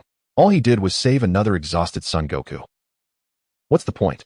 Whis chimed in. Even if he conserved energy, defeating Broly and Jiren would still be a daunting task. We have other contestants to consider. Beerus reminded of this, then recalled that they still had Black Goku in play. Ever since escaping Krillin's grasp, Black Goku had been lying low, making no further appearances. Krillin certainly remembered this adversary, which was why he chose to rescue Goku. An extra ally meant additional strength. After defeating Topo, Broly approached Krillin again. Now that there are no interruptions, let's continue, Broly declared confidently. What followed was a duel between Krillin and Broly. All eyes were riveted on the two of them, no one wishing to miss this monumental clash. Broly, a legendary Super Saiyan of his era, possessed boundless potential. Krillin, with his unrivaled divine fists, had never met anyone capable of withstanding his strikes since rising to fame. From the sidelines, Android 18 cheered loudly, "Go Krillin, you're the best." Krillin locked eyes with Broly and said with unwavering confidence, "You are indeed the strongest opponent I've faced thus far. But it won't matter, I will defeat you with my own hands." Broly laughed heartily. "On what grounds? You're at best operating at 30% of your capacity right now. Meanwhile, I've hardly exerted myself since the start." Krillin replied nonchalantly, "If sheer stamina guaranteed victory, then 17 would not have fallen so early. As a mark of respect for you, let me show you my true power." With that, Krillin unleashed a surge of energy, exponentially amplifying his Kaioken multiplier. Broly was taken aback by Krillin's astonishing strength, feeling the opponent's power and speed skyrocketing. In response, Broly gathered his own formidable energy, transforming his body into a blazing emerald fireball radiating boundless strength. After preparing for what seemed like an eternity, Broly unleashed an immense energy wave imbued with unprecedented destructive force, nearly impossible to resist. Broly's power astonished everyone present. At that moment, Krillin made his move. Radiating a powerful energy wave, he soared toward Broly's attack like lightning. Utilizing the invincible defense of his Kaioken state, Krillin effortlessly passed through the energy wave and stood before Broly. Broly was taken aback and quickly swung his fist again.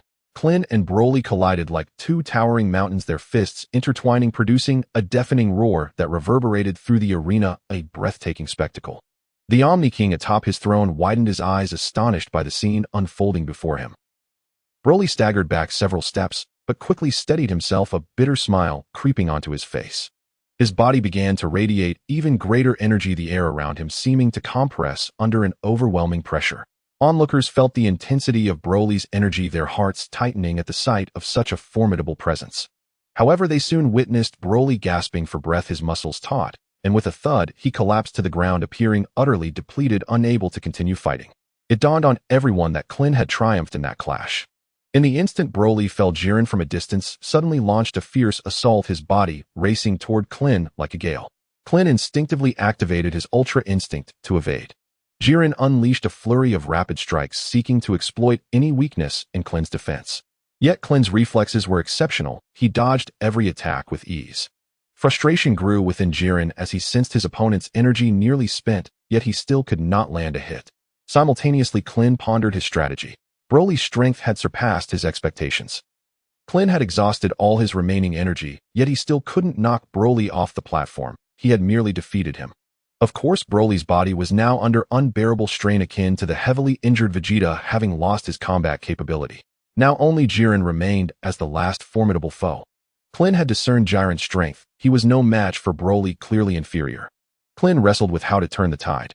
In this match, brute force was not the sole path to victory. Intellect held equal weight.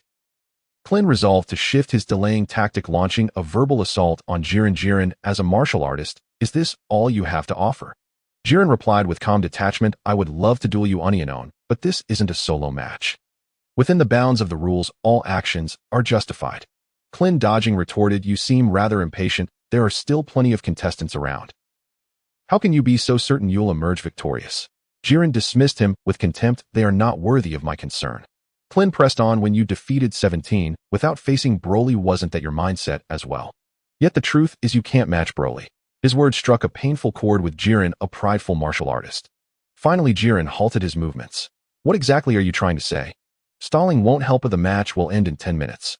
In such a short time, you can't possibly recover your strength. Klin, with stubborn resolve, replied, I simply refuse to be eliminated before those trashy contestants around me, that's all. Jiren, believing him, responded, in that case you are a worthy opponent. I concede that I have not truly bested you this time. We may not have another chance to face off again. As a small token of compensation before your exit, I'll clear the rest of those weaklings off the stage. With that, Jiren swiftly turned to confront the other contestants. The destroyer from Universe 11 shouted in frustration, Jiren, what are you doing? Throw your opponent off the stage. Jiren replied blandly, I know what I'm doing. There's no need for your reminders. This could be seen as his way of maintaining a strong inner resolve. In this situation, Jiren had little doubt that no one could threaten him. Klin, witnessing this, finally exhaled in relief. His body was utterly spent and his mind felt foggy. Yet Klin mustered the strength to approach Son Goku. How much energy have you regained? Son Goku replied helplessly, not much. That super water took too much from me. Klin said, I have a plan. At that moment, Jiren reappeared before the two. Alright, aside from Broly, I've dealt with the rest. Once I defeat you, I'll take care of him as well. Klin thought to himself, curses, this is happening too quickly, not giving me a moment's respite. Finished. Jiren slowly approached Krillin and Sun Wukong. The formidable foe Jiren was closing in once more. Meanwhile, Krillin and Sun Wukong had barely any combat power left. The great priest, believing the outcome was already decided, sighed regretfully, what a pity. Krillin was supposed to be the strongest, yet he is outnumbered. Before he could finish his sentence, a sudden twist in the situation occurred. A voice filled with mockery rang out abruptly, halting Jiren, who was about to strike. The speaker was none other than Black Wukong, who had been hiding all along. It was he who had previously rescued the severely injured Broly. Jiren glanced at Black Wukong and exclaimed, oh right, I almost forgot about you. However, a cowardly turtle missing an arm still dares to defy the heavens. How utterly laughable. In response, Black Wukong burst into wicked laughter. Sun Wukong, standing across from him, expressed his discontent. This guy really tarnishes my image. Black Wukong pointed forcefully at Jiren and declared, a mere mortal dares to oppose a deity. Your defeat stems from your ignorance. Allow me to demonstrate what true divine power looks like. After saying this, Black Wukong pulled out a pair of earrings. The sight of them shocked everyone present. Previously, Caulifla and Kale had made quite the impression by fusing with such earrings. Who would have thought that Black Wukong possessed a pair as well? Onlookers, including Beerus, couldn't help but dance with joy, haha. As expected, we are the ones laughing in the end. Thanks to my brilliant choice to let Black Wukong fight, after all he used to be a Kaioken, which is why he happens to have a pair of fusion earrings. Whis also looked on with anticipation. With Broly and Black Wukong fusing, I wonder what kind of monster will emerge. Jiren, as the opponent, sensed the gravity of the situation. He immediately launched an attack towards Black Wukong, attempting to interrupt his fusion. Jiren's agile movements were quick as lightning, his fists piercing towards Broly's vital points. Yet he was still a beat too late. As soon as Black Wukong finished his words, he swiftly donned the earrings on himself and Broly. In an instant, an unprecedented surge of energy erupted from the ground. The fused body of Broly and Black Wukong rose like a volcano standing tall. Endless purple-black flames surrounded him, complemented by his majestic purple hair, making him appear as though he had just escaped from the netherworld. A brand new ultimate warrior was born, and his name was Black Broly. Jiren's full-force punch struck Black Broly's face. However, it had no effect whatsoever. This was a familiar scenario for Jiren, as others had often attacked him in the same way, without causing any damage. But this moment the tables had turned. The immense power gap rendered Jiren as insignificant as an infant before Black Broly. Beside them, Krillin's expression grew serious. He realized that this new adversary was far more powerful than he had imagined. Black Broly's strength seemed limitless, and even his mere aura posed a life-threatening danger to Krillin. At that moment, Black Broly lightly threw a punch, striking Jiren. Jiren let out a cry of agony and was sent flying back into the spectator area, collapsing unconscious. Witnessing this terrifying scene, the audience felt a sense of suffocation. That was Jiren, not just any ordinary opponent. He had been defeated in an instant by a move devoid of any energy fluctuations. Krillin gasped, looking at the fallen Jiren, feeling no joy in his heart. He understood that at this moment the match had only just begun. Black Broly gazed at the remaining Krillin and Sun Wukong on the stage, not rushing to attack. With a smug expression he asked, "Did you not expect this?" Krillin nodded. "Indeed, this scene was not part of my plan." Black Broly spread his arms and replied languidly, "I told you before, the gap between mortals and gods is as vast as heaven and earth, forever insurmountable." His aura merely fluctuated slightly, yet it shattered the entire arena beneath him, reducing it to nothingness. However, the restrictions on flight became void, and the three soared into the air. The Grand Zeno, seated on his throne, exclaimed in astonishment, "Incredible! This is so much fun." Beerus, rendered speechless, murmured, How does this even work?" The Great Priest placed a finger to his lips. "Should do not disrupt the match." At this point, the rules had become irrelevant. A conclusion needed to be drawn. Suddenly, Krillin on the stage revealed a strange, enigmatic smile. "It seems this is indeed the final showdown. The champion can only emerge from our two universes." Black Broly's peculiar gaze suggested he was looking at a fool. "Krillin, I must admit I respect your confidence.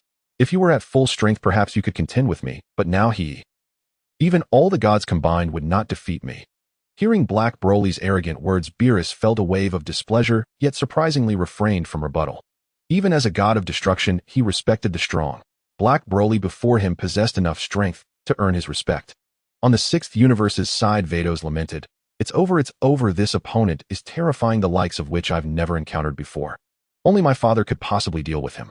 The young scion Kaba murmured in frustration, "Are we really going to lose?" Suddenly, having consumed a Senzu bean to restore his strength, Vegeta stood up, clenched his fist, and shouted excitedly, "Krillin, Kakarot, get up and defeat that guy. Earth never surrenders." Android 18 chimed in, "Go for it. I believe in you, Krillin." Above, Krillin, witnessing the support and trust of his comrades, couldn't help but smile. He turned to Black Broly and said, "You see, the outcome is still uncertain. Wukong, prepare the spirit bomb. Concentrate it within me." Sun Wukong was taken aback. "You'll explode from that." Krillin reassured him, "Don't worry, I can handle it." Thus, Sun Wukong began to gather energy. "Everyone, please lend me a bit of your energy." The people of the sixth universe immediately raised their hands, with Android 17 and 18 contributing the most power theoretically able to provide indefinitely. Beerus shouted, "Quick, stop them. Don't give them any chances." Black Broly calmly replied, "Of course I'm not like Jiren, that stubborn fool." He was about to make his move. Krillin suddenly activated the rare item gifted by the system, the Void Barrier. The entire arena dimmed. As darkness enveloped the arena, everyone was rendered blind. Krillin quickly grasped Sun Wukong's hand and moved from their original position. He communicated telepathically with Sun Wukong, urging, "Wukong, while he can't see our location, act swiftly." Sun Wukong concentrated fiercely, channeling vast amounts of energy into Krillin's body. In the moment they departed, a powerful energy wave soared toward their original spot. Although it missed, its strength shattered the very fabric of space. Hiburo, unable to sense his opponents, was at a loss and frantically unleashed energy blasts in all directions. Yet Krillin could still perceive his surroundings. Carrying Sun Wukong on his back, he executed the Zizai Ji Gong, deftly evading the attacks.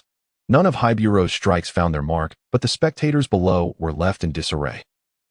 The Grand Priest hastily gathered his hands, creating a spherical shield that enveloped the arena, preventing any further attacks from escaping. The Omni-King, astonished, inquired, "What is happening?" The Grand Priest shook his head. "I'm not sure, but it seems Krillin has employed a special attack that obscures the enemy's vision." Within the arena, darkness appeared to stretch endlessly. The audience waited in anxious anticipation, clueless about the unfolding situation inside. At last, the Void Barrier's duration came to an end. The three figures re-emerged before the crowd. Krillin appeared unscathed, while Sun Wukong had successfully condensed his energy blast. Exhausted, he could no longer participate in the fight. Sun Wukong stepped aside, saying, "Krillin, it's all up to you now." With the energy blast replenishing him, Krillin regained some strength. Yet it still seemed insufficient to defeat the unprecedentedly powerful Hiburo before him. With a fierce grimace, Hiburo charged, bellowing, Any tricks you have will be ineffective against me. Prepare to fall. Krillin placed one hand behind his back, fervently gathering energy before delivering a powerful strike with his other hand. Bang!